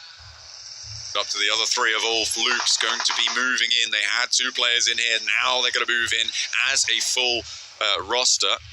All 4 of them in the action. Ketch does have the bunker. I mean, this is probably the saving grace, although it can eat nades and just trap them underneath your feet. Really know where to go if you're able to pop one in there. But it can also give you cover from those bullets. And if Boom step up, no, okay. Boom completely back off the angle. They're gonna go west. Off the side here. I mean, for Boom, sort of understand it. You hear the fighting going on that east side. You've cleared a little bit of the west anyway, so now you start to pull on back this way, see what else you can find. Frozen is on a mission, by the way, an absolute mission to look for somewhere to stay, and finally does go down to RJC. The angle's just not going to work out for him, and now with 10 teams remaining, looks like Ulf will have their fights, but already a lot of damage to go down. That is TT Project as well chiming in onto the engagement. More nades pouring out from the bunkers. This is a really difficult push now coming through as Diego goes down. That is Gaming Stars chiming in. Solus falls though, and Vitinho might try and get him. Flush, go and get the rest, No, they're going to let him go. Ulf, unfortunate. They are going to be playing on us too though, and with 4 elims, they'll be happy. Boom, who could have pushed into that fight, now stepping towards RJS, as well as T2K and BTR, still up on that northern side. This is a difficult approach as well. Sad stuff. That Ulf getting absolutely blasted by GSTR, who go for a big old third party on this one. It's the remainder of Ulf, and they just send directly down. This is a very aggressive send out coming through from GSTR. Boom do manage to dispatch the team underneath them, and now BTR on the northern side look to try and roll down the hill. They have got the compound, they have got the high ground, but it's not going to be in the next circle. Hustler crew, who have been a little bit quiet up until now, are in a bit of a strong position. TT, though, I think they've got their eyes on it. For Hustler crew, you can empathize why they're playing slow. They know that for them, a decently large game, 10-12 points, is what they need to get themselves back in the running. It's quite tight towards the top of the tables, and you just need one decent game to get yourself on that springboard. So I understand it from Hustler crew's perspective, but there is a lot of 4-man squads here, and that's what's going to really test you in the end game. I think fortunately for them, BTR is kind of stuck because of Boom. They are locked into this fight. They're much more concerned with getting down the hill. When that fight concludes, if TT and the team on the west side try and push into them, it will start to struggle. But that hasn't happened yet. There's still a lot of time, and they could also make moves themselves. They could potentially try and flex out in one direction or the other. But he may be in danger there, but managed to hop back to the vehicle and wrap back around to the rest of Hustler crew. Boom has been on the last legs for quite a bit, right? You know, going from fight to fight, not kind of finding that success here. And now Hustler crew come up against TT Project. Effect opens in a big way over towards Loco. One of the best fraggers on the team for Hustler crew. It's looking like it might be going from bad to worse as more and more players take damage. AZM is down and Hustler Crew seems to just be getting bulldozed. This is a huge opportunity for BTR. TT Project did have a knock sent their way, a big double nade and a shutdown immediately. Hustler Crew get nothing for their position. That is unfortunate stuff for them. I thought BTR might be able to third party this with TT having a player knocked and them being a little bit split, but they were more preoccupied with Boom and trying to put the pressure on them. Turn the screws on that southwest side. Interesting endgame. You don't often get endgames like this. Four-man squads.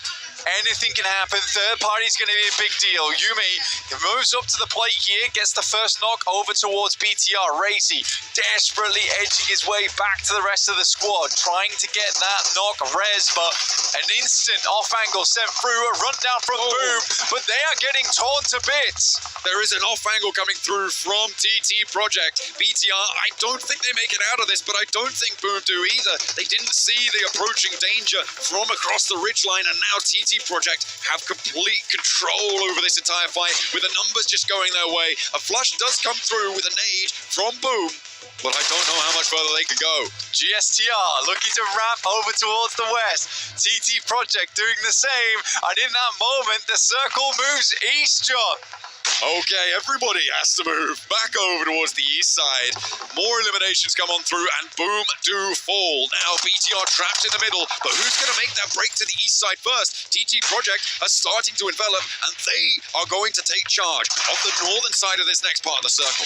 This is a decision that you have to make. If you are TT Project, but losing effect is bad, it's a decision they have to make. We wrap towards the east, we give up on some of these flushes, some of these eliminations to get more presence in the circle. It looks like Niels is doing just fine. 4 players alive, 4 gaming stars here as well, with TT Project losing 1. The numbers advantage is there, and they do have a little bit of a foothold on the western side. TT Project being isolated, 2 players close to Federalis. He finds 1. Derich goes down, and they haven't managed to answer just yet. Neo's there in a spot of bother potentially. He knows exactly where he is. His sights are trained on him. Federalis steps up, but the bullets just don't connect, Blank. I think that's a classic case of pulling your thumb off of the aim down sights button. M79 pulled out here, tries to get the res off, but the shots are coming through so quickly. Mini 14 also at distance here, getting a good amount of damage done. Gaming stars.